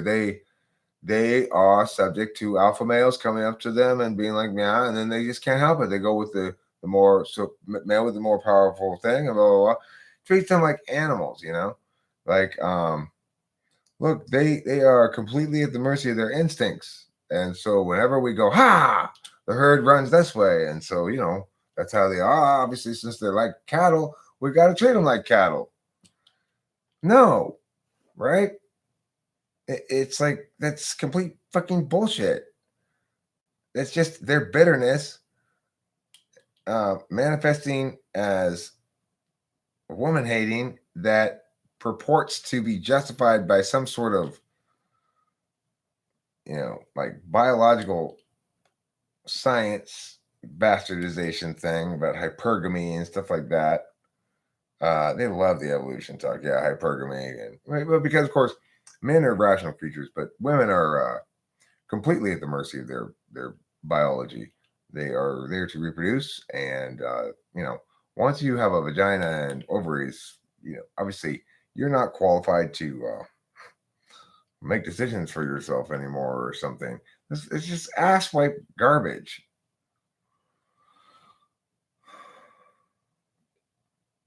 I've yet to see women incels or women bellyaching about how men only want hot girls. The thing is this: there was a lot of my life I was somebody who was very unsuccessful with women, which is to say I didn't get laid. I didn't understand how to hit on chicks. I was pretty convinced that I was thought of myself as, I guess, not reproductively viable, and it was sad for me or something. But I never got bitter about it. I never started hating women or thinking negatively of women. I just thought, well, I'm obviously not attractive. I'm not desirable or something. I went from when I graduated from college about like age 22 through 26 or so. I never touched a woman, probably. Maybe I got a hug or something from somebody here or there. I don't know. But basically, no dating, no sex, no romance, nothing of the sort. That was about 4 years, But it didn't make me dislike women. It just made me dislike myself, which is a lot better thing to do. Xanadu TV says, just chill, bro. Are you talking to me or one of these other people?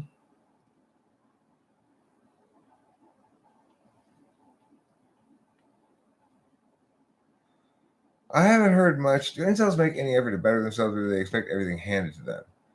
Well, I think what they're trying to do is frame things in a way that pits groups against each other so that they can see themselves as a victimized group and be justified in outrage and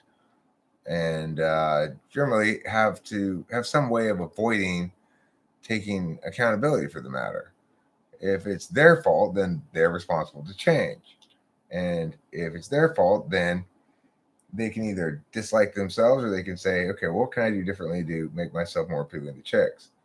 If it's the chick's fault, then they don't have to worry about that. Then they can just spend their time bitching about chicks, right?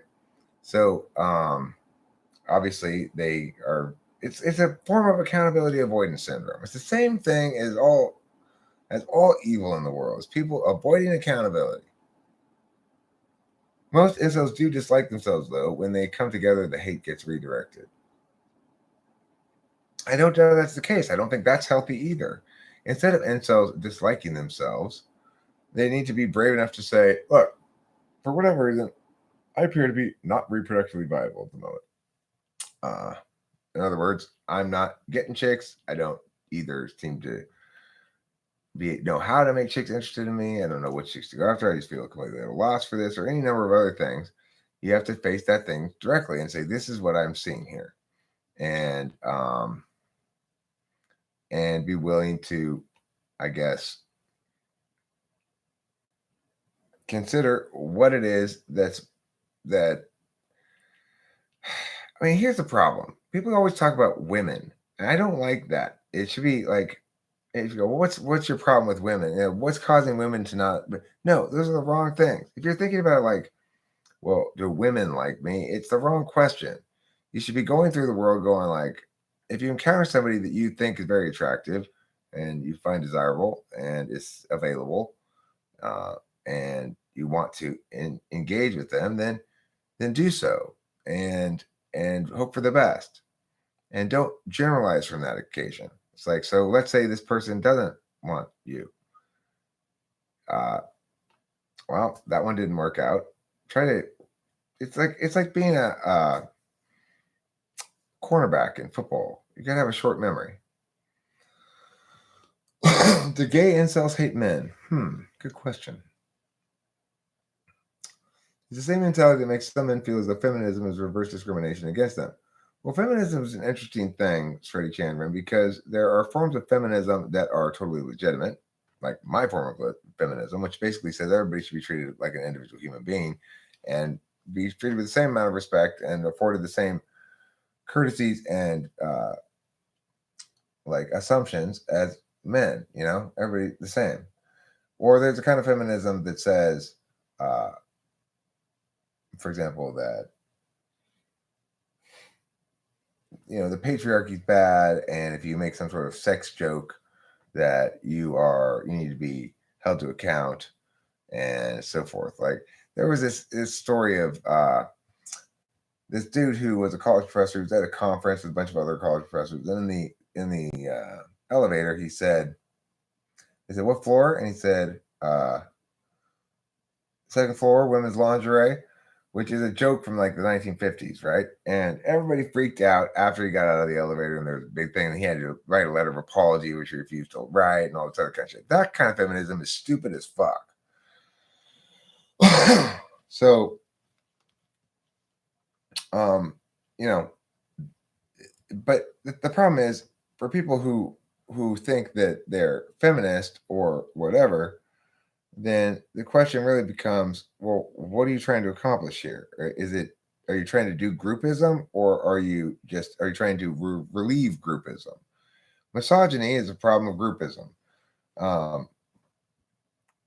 Like oppressive feminism like that is an example of groupism. They're both the same kind of wrong thing. Any kind of groupism is wrong. If you say like, well, my politics are lesbian politics, then you are wrong because you've decided to put your politics with a group, which means you're a groupist, which means you're evil. If you say, oh, well, my politics are incel politics, well, then you're wrong because you are on the right track. Be yourself, and you will find someone to love. I already have a girlfriend, Zan2TV, whom I love very much, and who loves me very much. I'm very fortunate in that regard. So, to be honest, the wealthy Western feminazis, I hate the term though, since they aren't like Nazis, are irrelevant and form such a tiny portion of the population anti-feminists need to get out of. I agree with you, Ken Kirsten Sarnapagoo. I think that in general, we need to stop finding the worst examples of another group in order to make our arguments.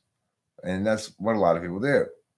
Well, the problem is obviously these horrible feminists who say these horrible things. Well, a very tiny fraction of feminists say that, and they're not actually powerful at all. They're not controlling the narrative in any meaningful sense. It's these horrible conservatives with their meow. Hi, King Krishna Sarma-Pagoo. Oh, yes, Freddie Chandler. It's been a while since I've seen you. Forgot about the fact that I was wondering where you were. Angantir is going to impregnate Ken Krishna Sarma-Pagoo. Congratulations, Ken Krishna Sarma-Pagoo. You are getting pregnant. Everyone chooses to prioritize some angle over another. Why do you think the Jordan Peterson attracts the alt-right types? Well, yes, he self-identifies as such. He plays into the groupism thing with his very, very vocal and persistent commentary against communism and stuff. He's establishing himself as opposing the left. So obviously, he's going to attract people who have the same sort of groupist attitude. You will notice that is not what I do at all. I am not opposing the left. I'm not opposing the right. I'm not opposing libertarians, and I'm not opposing communitarians. I'm opposing groupism, and I'm opposing wrongness. What do I mean by groupism? Groupism is a habit of thinking whereby people establish what they think is right against what they think is wrong. So, for example, an example of groupism is if Trump advocates it, I hate it. If Trump likes it, I hate it. That's an example of groupism because people see Trump as a group of people, Trump and his supporters,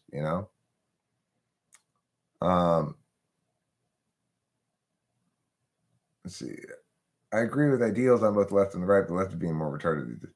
The point is, I don't agree with even referring to the world or splitting the world like that. My thought is, I think that's Kitty. My thought is, I want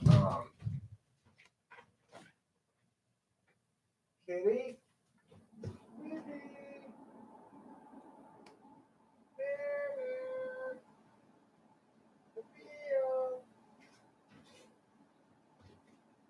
It wasn't her. I'm worried about my kitty. I wish she hadn't gone outside.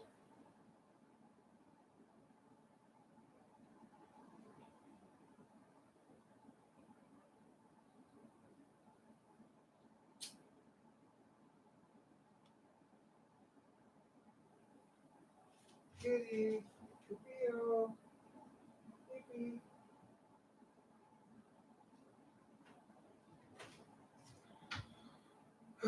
She'll come back. She'll be okay. God damn it. I feel sad now. I thought about Kitty.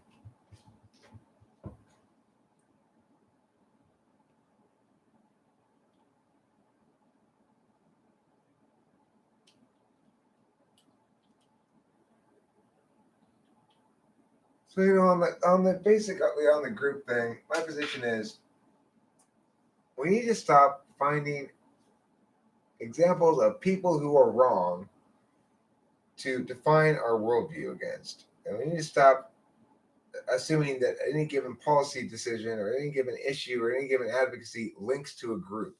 We need to stop linking it to a group.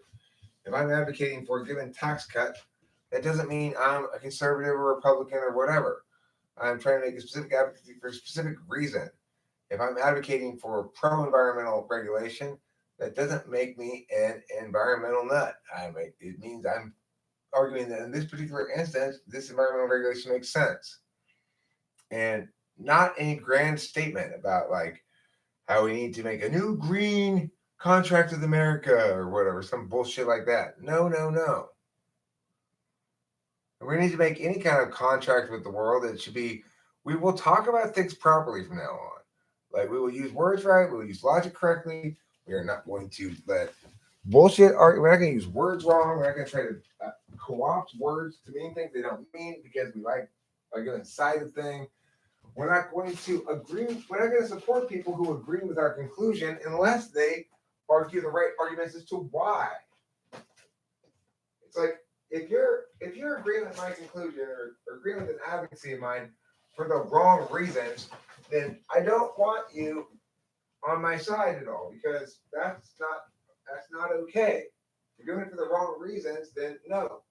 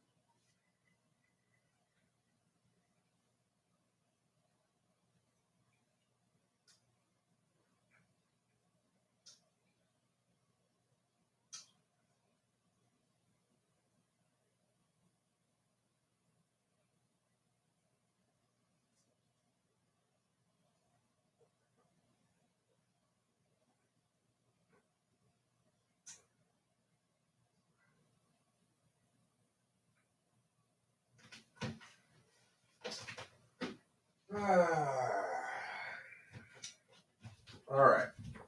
I'm done peeing. I'm back better than ever.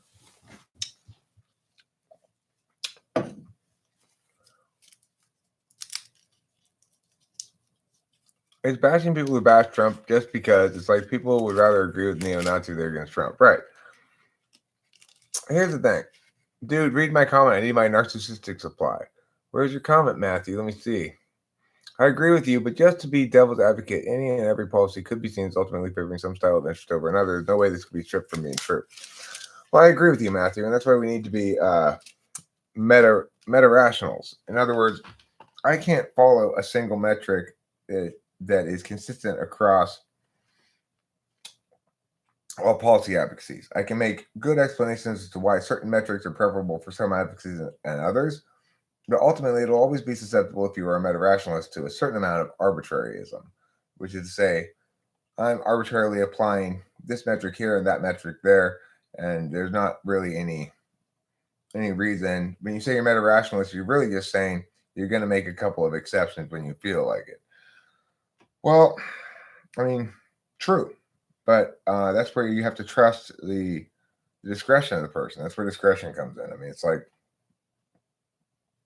I acknowledge that I'm not going to be able to argumentationally defend what will ultimately be a series of decisions that one could infer from, inconsistent metrics.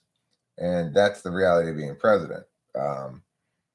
And it's the reality of being a realist in one's thinking and being a meta rationalist, is acknowledging that ultimately there's no neat, perfect TI set of calculations one can use to always get the right conclusion, or even if one could, that it would always be the right decision to stick to one's guns in every instance about every matter of principle.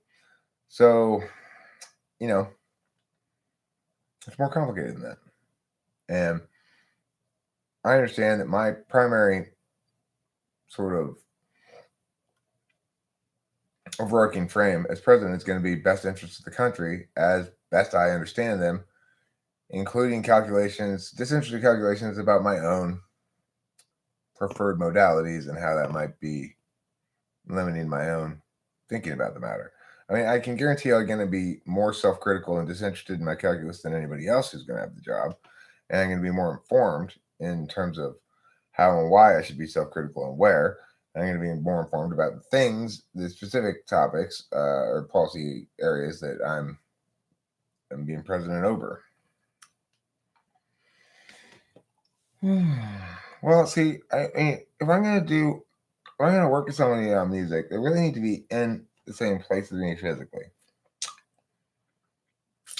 The only exception to that seems to be Ruse Moose, who's a drummer.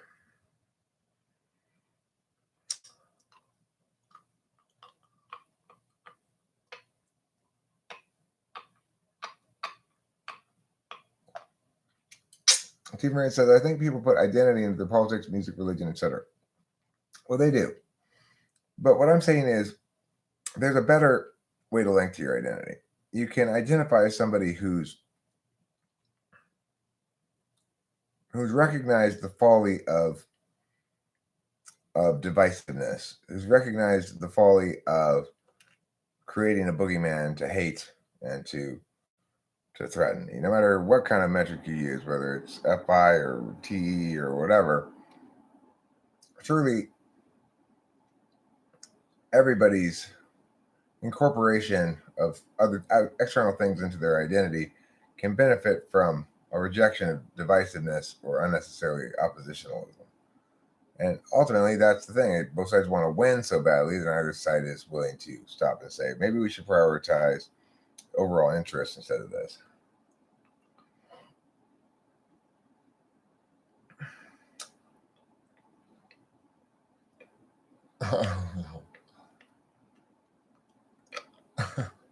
All right. I can be a little rude sometimes, I guess. I'll head to California eventually. I just won't be as soon as I'd hope.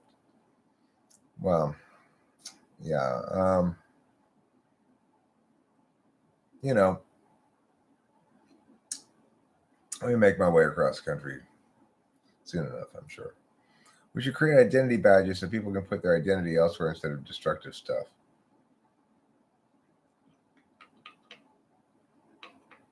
I mean,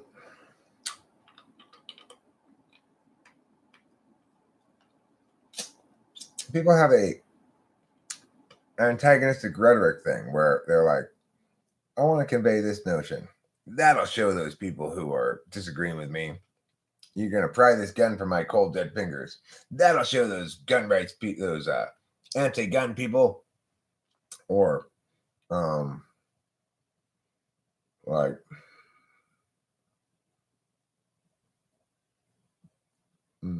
my body, my choice. That'll show those anti-abortion people.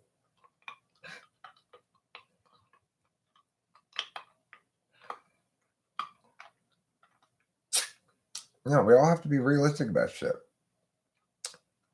Guns are not an absolute right. The Constitution does protect the right to own firearms, but it's not an unlimited right.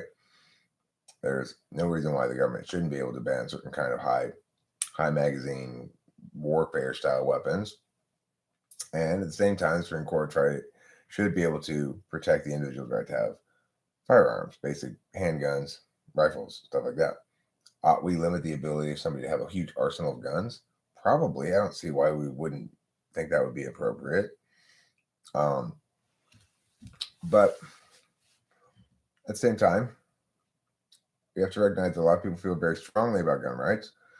And so we want to also recognize that America is unusual in modern countries in its protecting of that right. So it's a complicated calculus, you know?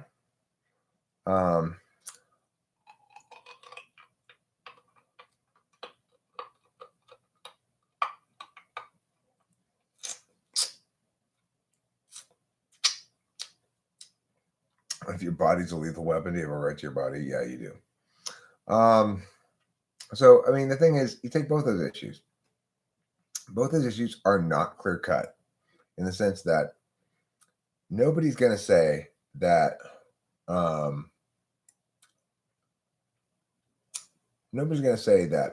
we should be able to abort up until 1 minute, up until while the lady's having contractions and going into labor, we should still be able to abort. Nobody's going to say that. And nobody's going to say that people should be able to own their own nuclear weapons. So we know that at the far end of the thing, it's not okay. We also know probably nobody's going to say you shouldn't be able to have a pocket knife because you might stab somebody with it. You shouldn't be able to have any sharp pointed forks, only dull forks, only sporks. Nobody's really going to say that either. So we know that somewhere in between no sporks and no nukes, there's an appropriate line to be drawn, and where that is going to be a matter of discussion. Same thing with abortion, except we may say that no, there is no appropriate line to be drawn there. However, I think it's pretty difficult to argue against Plan B. So you've got people like me who say only Plan B is legitimate. Some people say nothing is legitimate, including Plan B. And some people say it's legitimate all the way up to whenever, or some people say it's only legitimate for a month or whatever. There's not really any good reasoning for that one. The guns one is a much easier sort of calculus to make in terms of arguing both sides equally. Whereas the abortion one, it's really hard to argue successfully the pro-choice side because it just doesn't add up, you know. It's not consistent with anything else. And I say that not because I feel strongly about the issue at all, but I've done all the argumentation considerations, and it is the case that the pro-choice side loses solidly. Like they don't have any really good arguments. Do you think that subsidizing college isn't going to solve the problem of it being so expensive?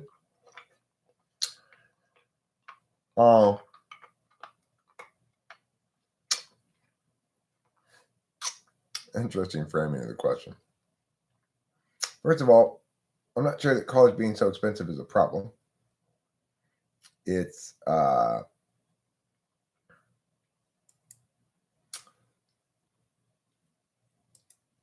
hopefully it will discourage people from going to college because I don't think that in general college is a good use of time. There are some people who should go to college because they're going to need to because they might want to be a doctor. Various things need to be college. You need to go to school for. But by and large, I think most people who go to college shouldn't go to college. It's not a good idea. Regarding the cost of it, well, subsidizing college is not going to drive the cost down, it's going to drive the cost up. When you start pumping public money into something, all of a sudden everything gets really a lot more expensive.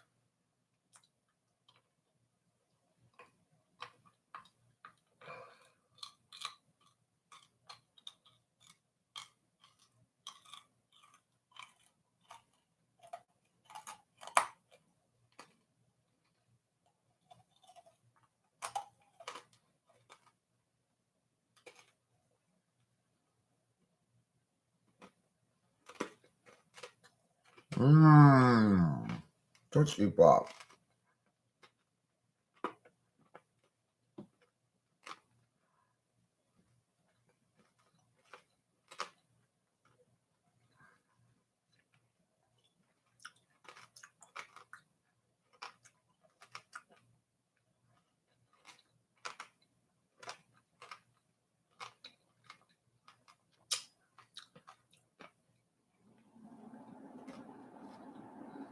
Well, okay, so yeah, it's not being subsidized. I was assuming when you're talking about subsidizing college, you're talking about subsidizing student tuition, like paying some or all of students' tuition to the college. If you're talking about subsidizing college, in other words, giving a bunch of money to college and then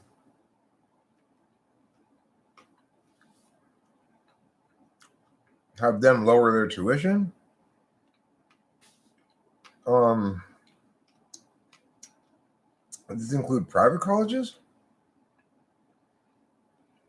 Most people don't think you should give private colleges government money.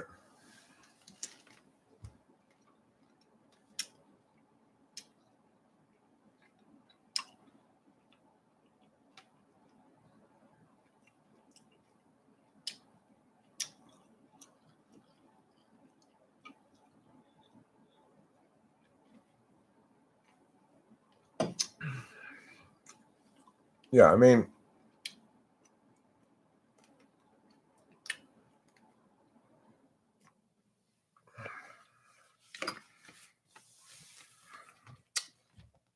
you want there to be, I mean, they've already subsidized colleges, right? It's like University of California, it gets some money from the state of California. It doesn't just get student tuition. And supposedly that's supposed to drive down tuition costs. The fact is, college is an incredibly deprecated system. You've got these massive buildings and all these staff. It's like, as far as a program architecture goes, it makes so much less sense than online shit. And if it is just online, then why is it so expensive exactly? It's like all of a sudden it becomes, well, hold on a second. I can take a college level biology class here. Why is it that I have to take it at this school now? And it becomes pretty obvious that the whole structure is bullshit. It's like in the age of video conferencing and such, I should be able to have actual competition, right? Okay, well, I want to take my astrophysics class from Harvard, if I can get into that one. Oh, well, you can't get into that. You're not good enough, Eric, and there's a big waiting list. Okay, fine. Well, I'll take it from Cal State LA. And then maybe Harvard says, well, if you've already taken the class from two different other locations, you can take it at Harvard. You can get in line for it, even if you're not qualified otherwise or something like that. That's how it should be. There should be competition from schools for students based on by class. Like we specialize in astronomy 101. You need to take your astronomy 101 class. We can get it to you, taught to you. You learn the education stuff. You learn all the material. You're gonna pass the test. You can get that credits, and then go into your central credits bank. Who's awarding you the degree? No one. Why do we need anybody to award the degree? Right?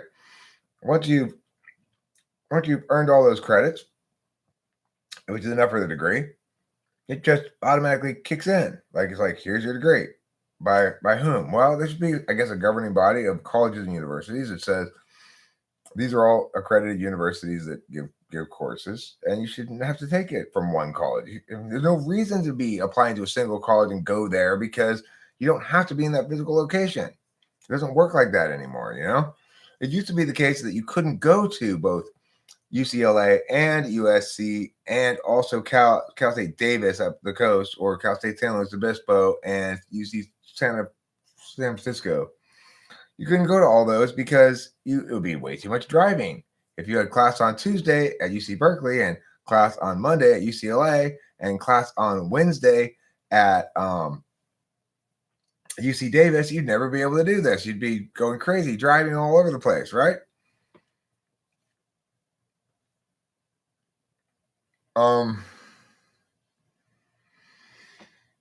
What do you think about people who got into insane college debt and say I was only 18 and I was lied to? Is that an excuse? Personally, I think 18 is old enough to know not to be taking out loans.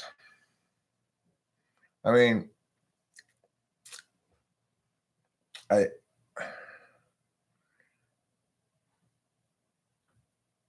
think that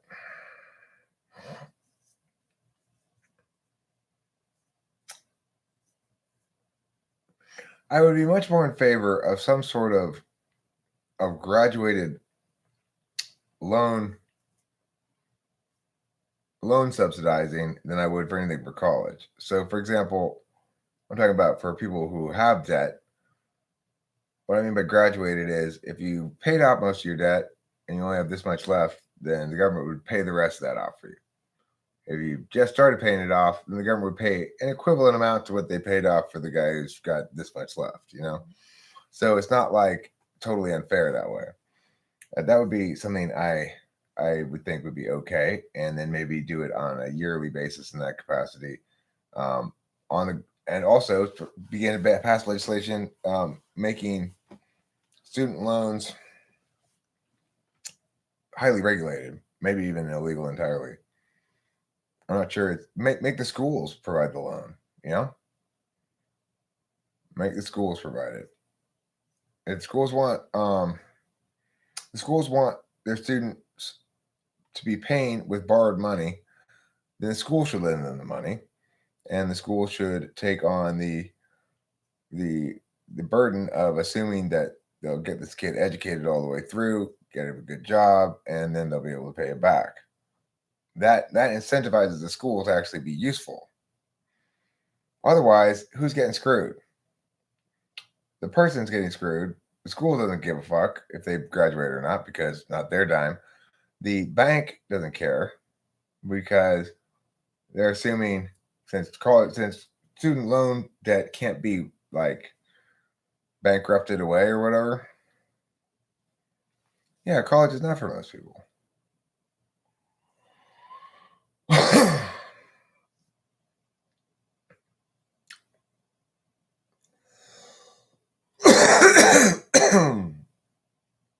Look, I think I'm not the only one who's got a problem with college debt.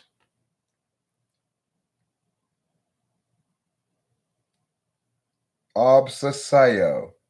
Public school is just daycare. Well, I mean, it really depends. The problem is it's so...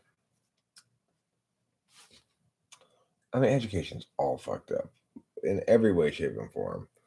And nobody wants to listen to Mr. Host Derek here about what they ought to do. But I tell people, I'm like, meow, meow, meow, meow, and they say, meow, meow, meow. And I say, meow, meow, meow, and they say, meow, meow. So what am I supposed to do, When that's the kind of encounters you have with people, or with the meows and the meows and the meows, then what are you going to do, You're completely at a loss. There's too many meows and not enough meows.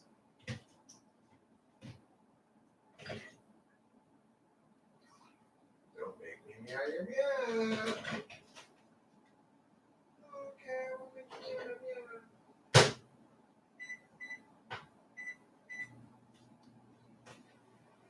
I'm tired of the motherfucking jacket. Sweating my boys while I'm chilling in the shack.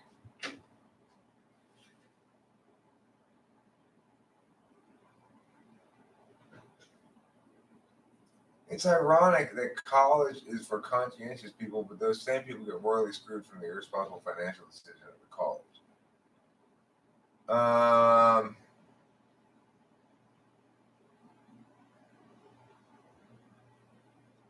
You aren't a parent if you're never around your kid.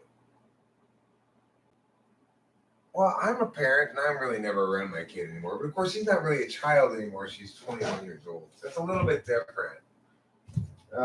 She's kind of too busy for me. You know, she's a big, important 21-year-old chick moving through the world being like, I'm sassy, I'm wagging my finger, I got no time for dad.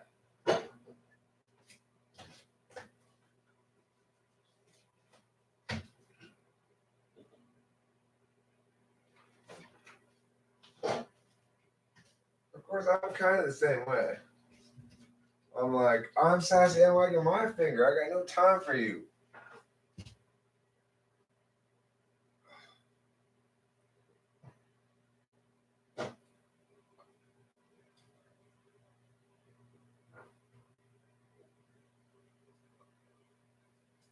How many sassings do you think you can take before you're all sassed out? 4? Lyric sense? I'm asking you. 4 sassings or 3?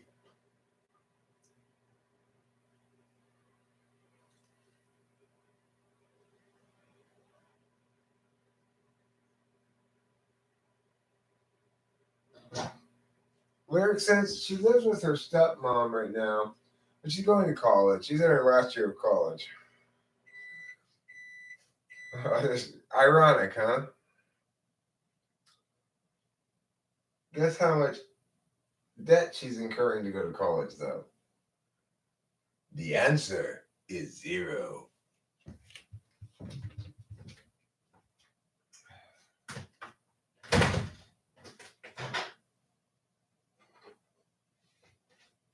Well, why not, Eric? Why isn't she incurring any debt? Well, because I was such a diligent, so good at taking care of those kind of things that I set up college fund for her when she was born. I put money into it regularly such that she had all the money she needed for college when she became a freshman of college age. Wasn't that smart of me?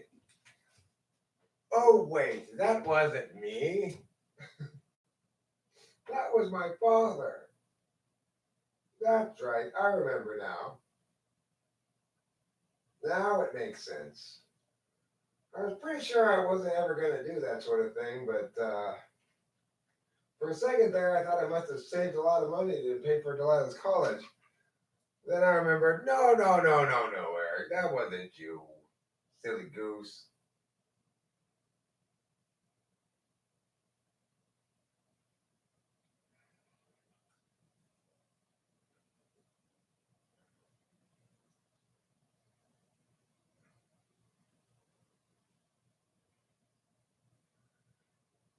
College?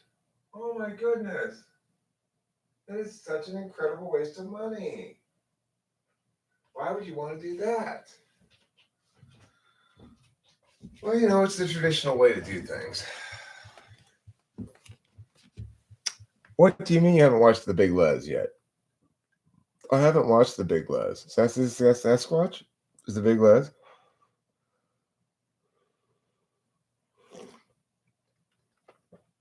You were about to say, good job, Eric. Now you're confused on who to congratulate. I mean, I never thought that college was a good idea necessarily. I wasn't going to save money for Delilah's college. And my dad said, son, now, with your freshman, I want to begin this thing here for Delilah. Dad, you just do what you want to do with that shit. You don't got your permission, me. I get it. Uh, you're a better parent than me. I get it. Go ahead. You do your thing. The Big Les is an MS Paint cartoon from a dude from Australia. It's well worth a watch. Huh. Cool. I've not watched it at all.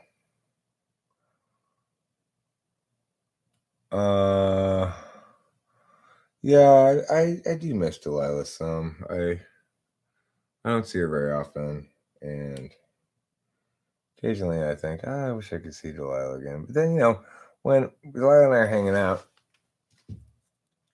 we're either making jokes and chatting and having a good time, or we're like, okay, I got shit to do. She's like, okay, I got shit to do too. We're like, we're like any other ESTP, ENTP hanging out. There's this kind of sense that, like we're both employees on the set of some kind of a show, and we're off in the back chatting out of character for a second, but we're both kind of itchy to get back on to the front of the stage and continue filling the role of our characters or something. That's how I feel like when I'm hanging out with my daughter a little bit.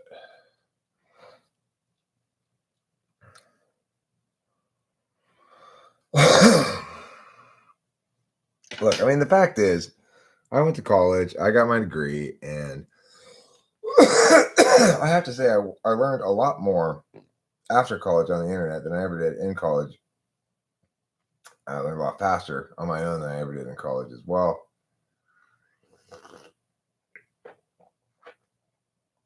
Eric goes to Australia, smokes a lot of bongs, and goes fishing. I don't go to Australia.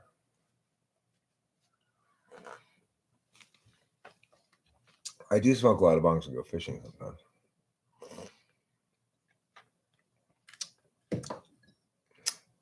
Smoke a lot of bongs and go fishing.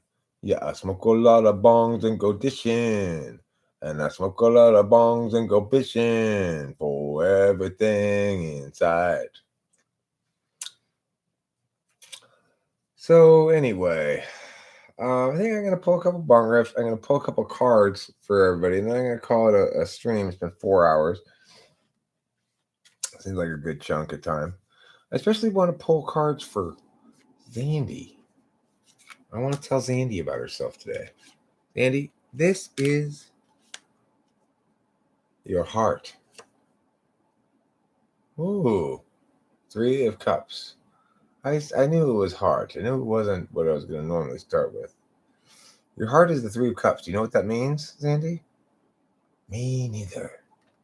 But what I will do, I'm going to put the link to the chart that Octavio Silva made me called Eric Tarot Guide. Yes, Eric Tarot Guide. The greatest tarot guide ever made by Octavio Silva for Eric ever. And what does it tell us about this cup, your heart? Zandy, 3 of Cups. Your heart is a heart filled with reunions, celebrations, parties, socializings, gatherings, indulgence, and happy times. I'm glad to hear that. That makes me happy. I'm happy and glad. The gladness I feel is filled with gladness. I love it. It makes me want to name my children Gladys. Okay, now listen up, everybody. I'm going to put this thing here. Bill Walton, suck it. Okay, right now, I'm just telling you right now, you suck it, Bill Walton. Get down there and suck it. Okay, so there's the document. Zandy, that is your heart card, okay? Your heart card is the 3 of Cups. Now, Zandy, this is what I call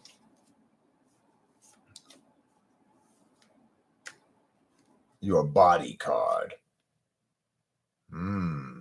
8 of Cups is your body card.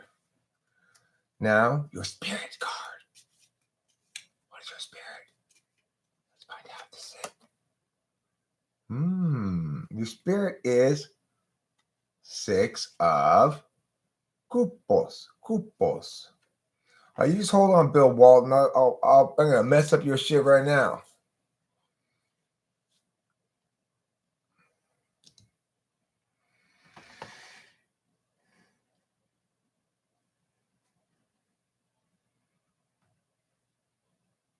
Now, oh, right, I was going to open this thing.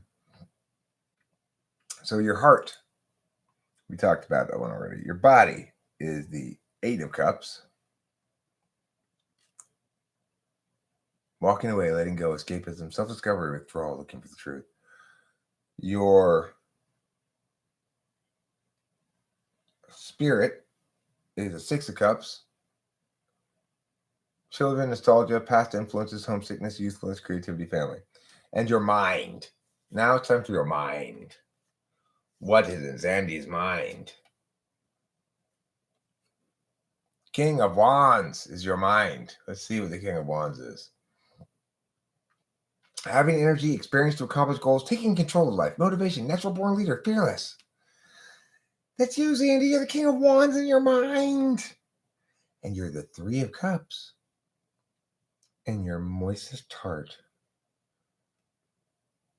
And in your body, 8 cups. 8 delicious cups. And your spirit, 6 cups. Wow. You're full of cups. Chock full of cups except for the wands. Okay. Except for the mind. The mind is wands. The rest of you is cups. Okay. Let's see who else we got here in the old pull a card realm. Who are we pulling a card for? Bill Walton. Bill T. Walton. Here's a card for you. Bill Walton. Card number 1. Why you fail. Justice. That's why, because it's justice to say that you fail. That's why. You're unjust in your commentating, Bill Walton. Okay, here's another card for you. All right. That's why you fail. This is why you suck ass. Because King of Wands, you're not the King of Wands, obviously. You failed to be the King of Wands. That's why you suck ass. And here's the other thing, Bill Walton. Here's why ESPN should fire you. Because it'd make everybody that happy. It'd be like rainbows and cups and kissing chicks and everything would be just like, hallelujah, Bill Walton's been fired. Okay? So there you go, Bill Walton. The tarot speaks. Obsessio wants to know why they suck. Okay, here we go.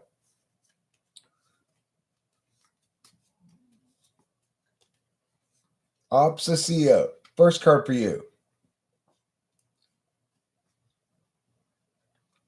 Why you suck. Because 9 swords. Now, second card.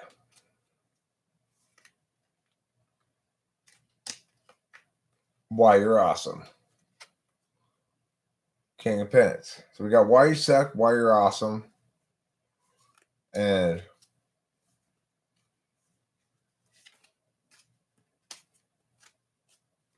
what you have to prioritize to be more awesome than sucky. That's the last one. You got to find a soulmate. Obsessio, you need a soulmate. Otherwise, you won't be optimally awesome instead of sucky. All right? You need a soulmate. I got one of those.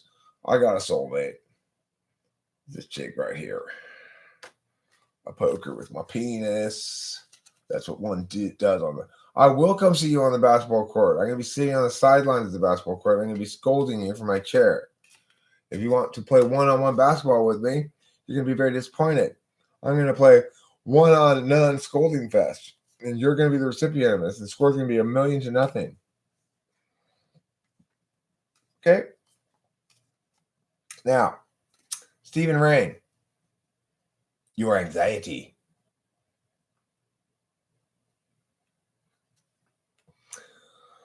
You're afraid, Stephen Rain, that you might not have the strength. You might lack the fortitude, the courage, the strength to sit beside that lion. Now, Stephen Rain, that's your anxiety. What is your comfort?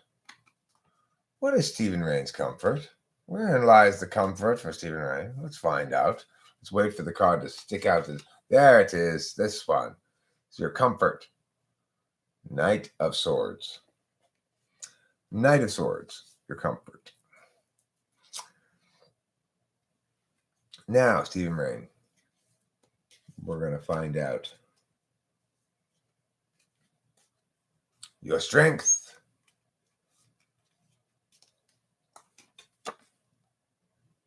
Your strength is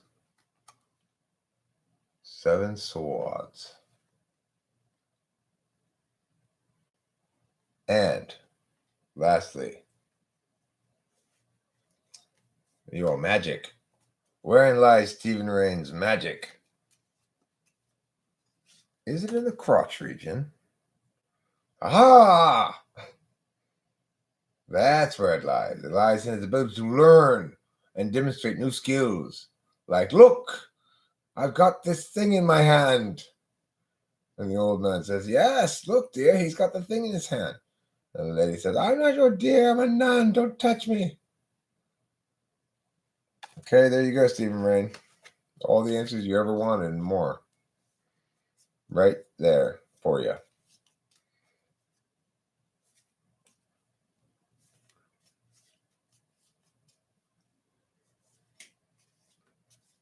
Listen, Bill T. Walton.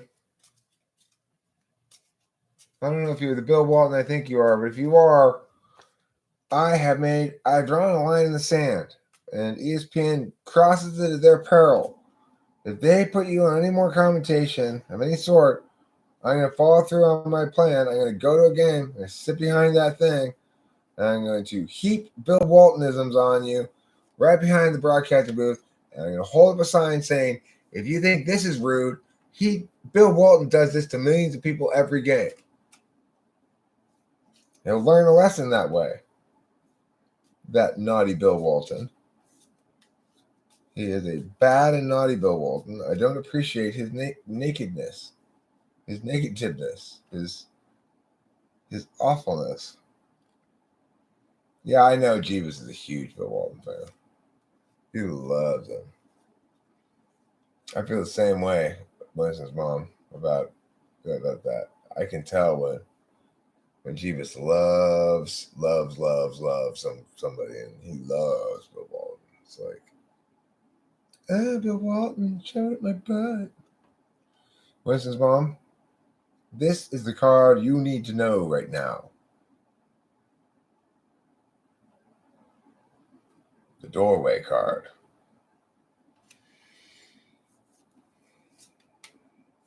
This is the thing you need to ignore right now. Temperance.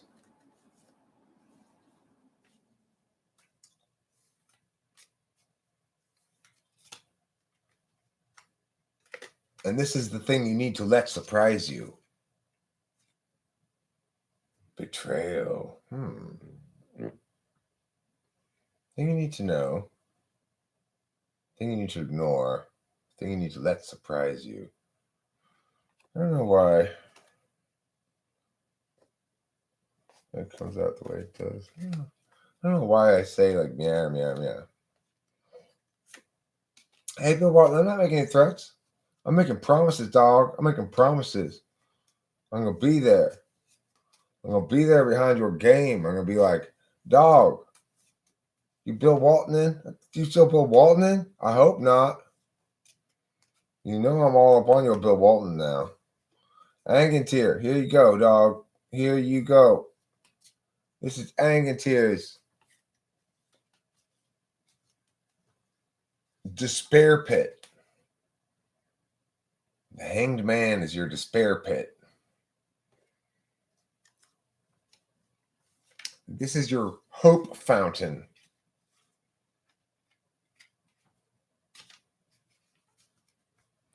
Are you ready for your hope fountain? Your despair pit is the Hanged Man. Your hope fountain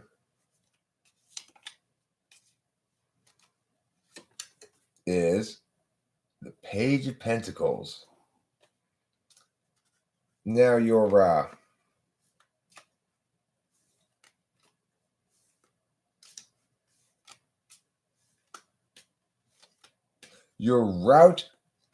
of despair, hope, chasm bridging. Your route of despair, hope, chasm bridging is this. Looks like a bridge. 6 swords. That's your route of despair, hope, chasm bridging. This is your pit of despair. This is your fountain of hope. And this is your bridge of despair, hope, crossing, chasm crossing. Okay. All right. Good news for everybody. Here we go. Let's see what's going on for Eric today. Oh, Dustin Salisbury Steak is here. Hope Fountain sounds like a filthy euphemism. Okay, Dustin Salisbury. Here's your glory hole. Community. You want the whole community up in there, huh? This is your glory hole. This is your safe word. Page of Swords.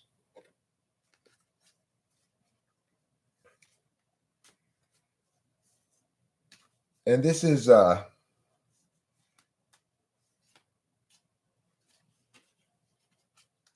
your filthiest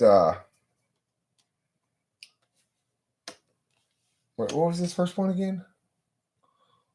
Oh yeah, your glory hole. Right. Right. It's true. What was the second one again? Your safe word, right. And this one here, your filthiest fantasy. 6 of Cups. That's when your normal things are glory hole and safe word. Your filthiest fantasy is family, I guess. I don't know. It's still so long. I don't know. I'm about to wrap this one up, Ghostwriter. I'm just gonna throw you a few cards here real quick, and then we're gonna get out of here. So let's see here, Ghostwriter. This card is your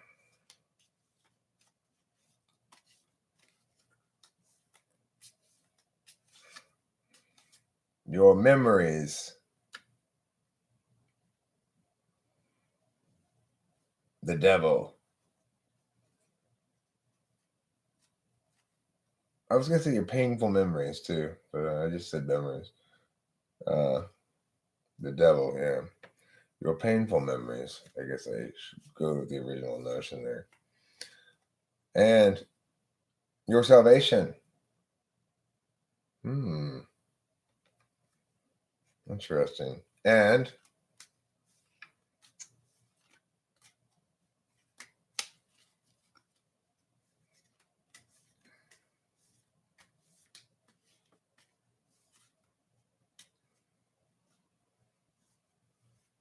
your slab pipe. Slab pipe. 9 of Swords. Slab pipe, I think, would be the central pipe off of which you work in and around in your slab dealings. The middle one, this is your salvation. Soulmate card, 2 of Cups. I have a soulmate, Rachel. This is my soulmate, and this is me in the picture. If you have one, then you know too what it's like. But for one thing, it'll help you banish your memories. It'll help you find justice for the past. But of course, it may be difficult to find one if your slab pipe is the 9 of Swords, which I think is the hard work about to pay off one, maybe, which means maybe you just need to struggle through a little bit further to find Captain Soulmate. 9 Swords. Terror, inability to cope, deep unhappiness at breaking point, anguish, focusing on the past. That's your pipe? I'm sorry to hear that. Well, listen, remember, you don't just work inside the pipe, you work outside the pipe too. So it's what you contrast against, it's not just what you experience. So there you go. I hate when the cards are so like,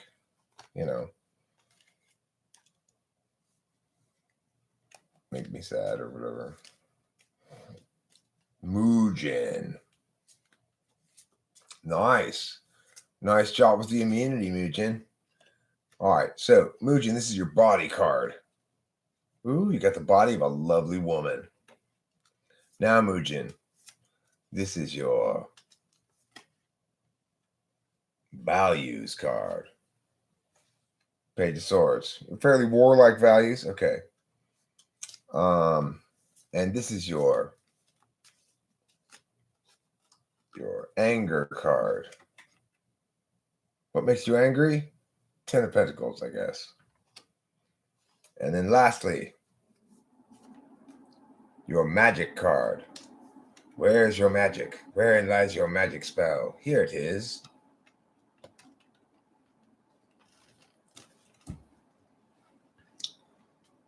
It's this one. 6 of Swords. 6 swords is. Okay. That's your magic. What kind of magic is 6 swords? Let's see what kind of magic Mujin's got. 6 sword magic. That one says healing, moving forward, calm after storm, overcoming hardship, relief, intuition. That's good. You're good at self-soothing, you might say. You could soothe yourself. You could soothe yourself, or you could soothe another. But if you don't soothe yourself, then soothe my brother.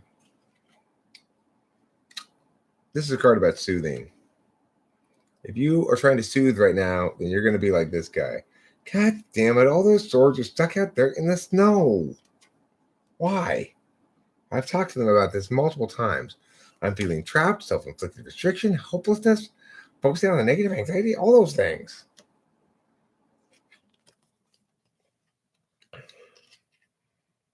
Yeah, that guy looks like, God damn it. Why did I leave all the swords out in the snow? It's cold. I don't want to go out in the cold. Guess I'm going to have to. That's what he's all like. You know what I'm saying? Okay, everybody. Yeah, I have my sword self-soothing mop-up rags right here, actually. Self-sword soothing mop-up rags is a good name for a box of product to sell.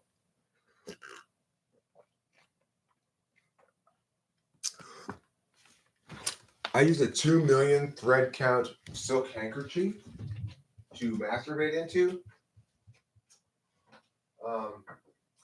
I don't like my man seed to land on rough fabrics. I think that would be, offensive, kind of. It's an insult to my cum. My cum is very proud. Ooh, you want to say that to your oh, no, you do not want to say that. Do not say that to Eric Seaman. It's going to get snappy in response. Dude, those Kleenexes are super soft, just for blowing my nose on. They don't chap my nose at all. They're great.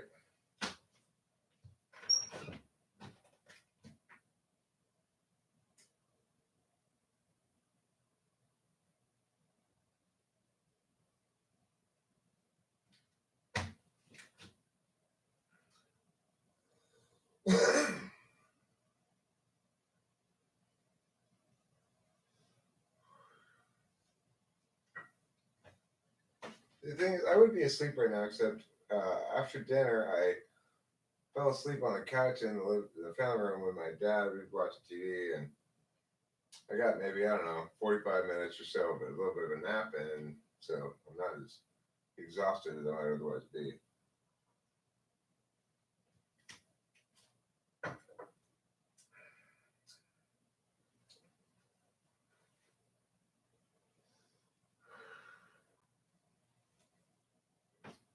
But I'm still exhausted enough, I suppose, to count as exhausted.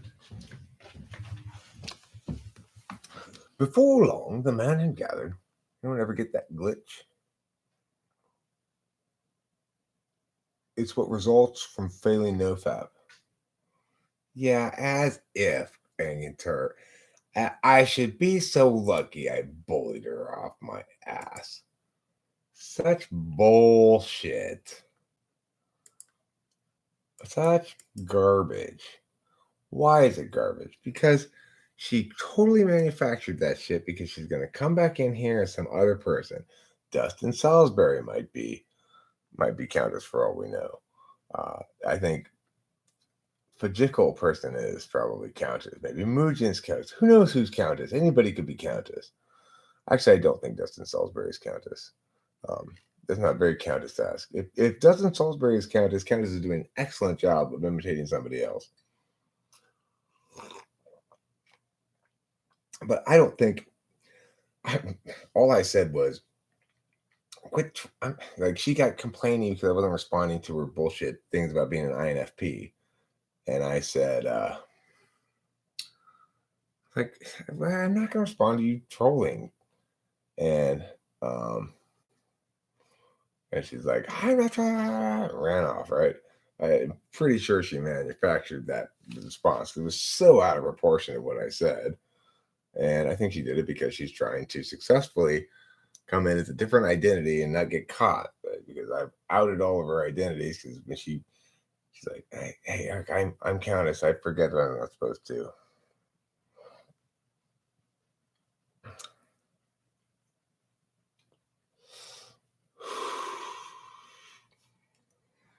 Yeah. Well, one of the trippiest things that I've discovered in dating Rachel and the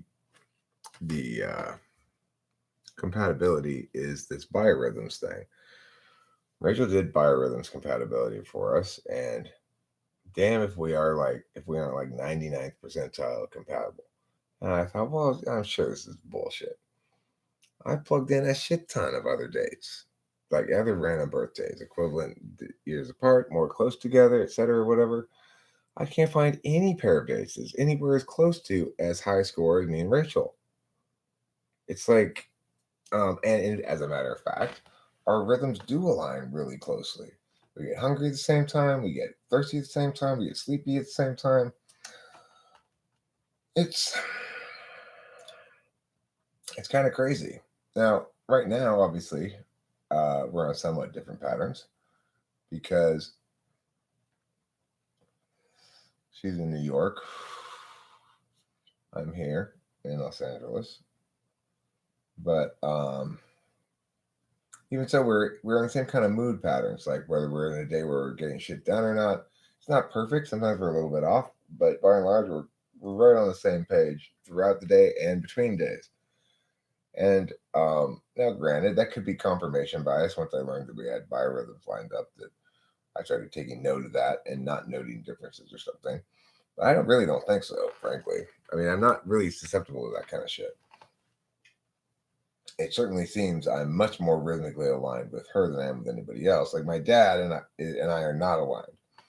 My dad has very regular rhythms for when he wants to eat. My patterns are very random. Rachel's are random like mine. They tend to be the same kind of random as mine. I'm very gassy tonight.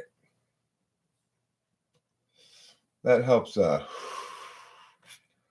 contribute to climate change. I really need to pay a carbon tax, I guess, with all this carbon I'm emitting into the atmosphere.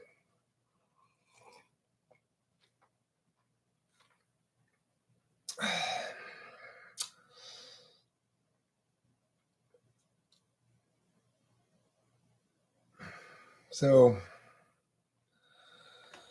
yeah, I like Candace too. She is very feisty and I guess you'd say volatile. But do ENFJs have regular rhythms for SI related stuff? I don't think so. I don't think at all. ESTJs, like my dad, certainly do, but ENFJs are even more irregular than INFJs and ENTPs. It is satisfying. I like ones that really make the butt cheeks flap, and you really know that you're getting something accomplished. You're doing real work, Okay, I'm gonna wrap this up now, and I gotta go in and poop now. I feel it coming. I'm also gonna take a bath before I come back out here and go to bed. And thanks everybody for being here. It's a pleasant little stretch of virus downtime that everybody seems to have, and it's kind of nice to feel as though, well, it's a good time to just be chilling and live streaming about nothing for hours and hours and hours because there's no sports on TV and everything's canceled. So thanks for being here. Hope you enjoyed it and talk to you soon enough. I'm sure I'll be live streaming in the morning again tomorrow.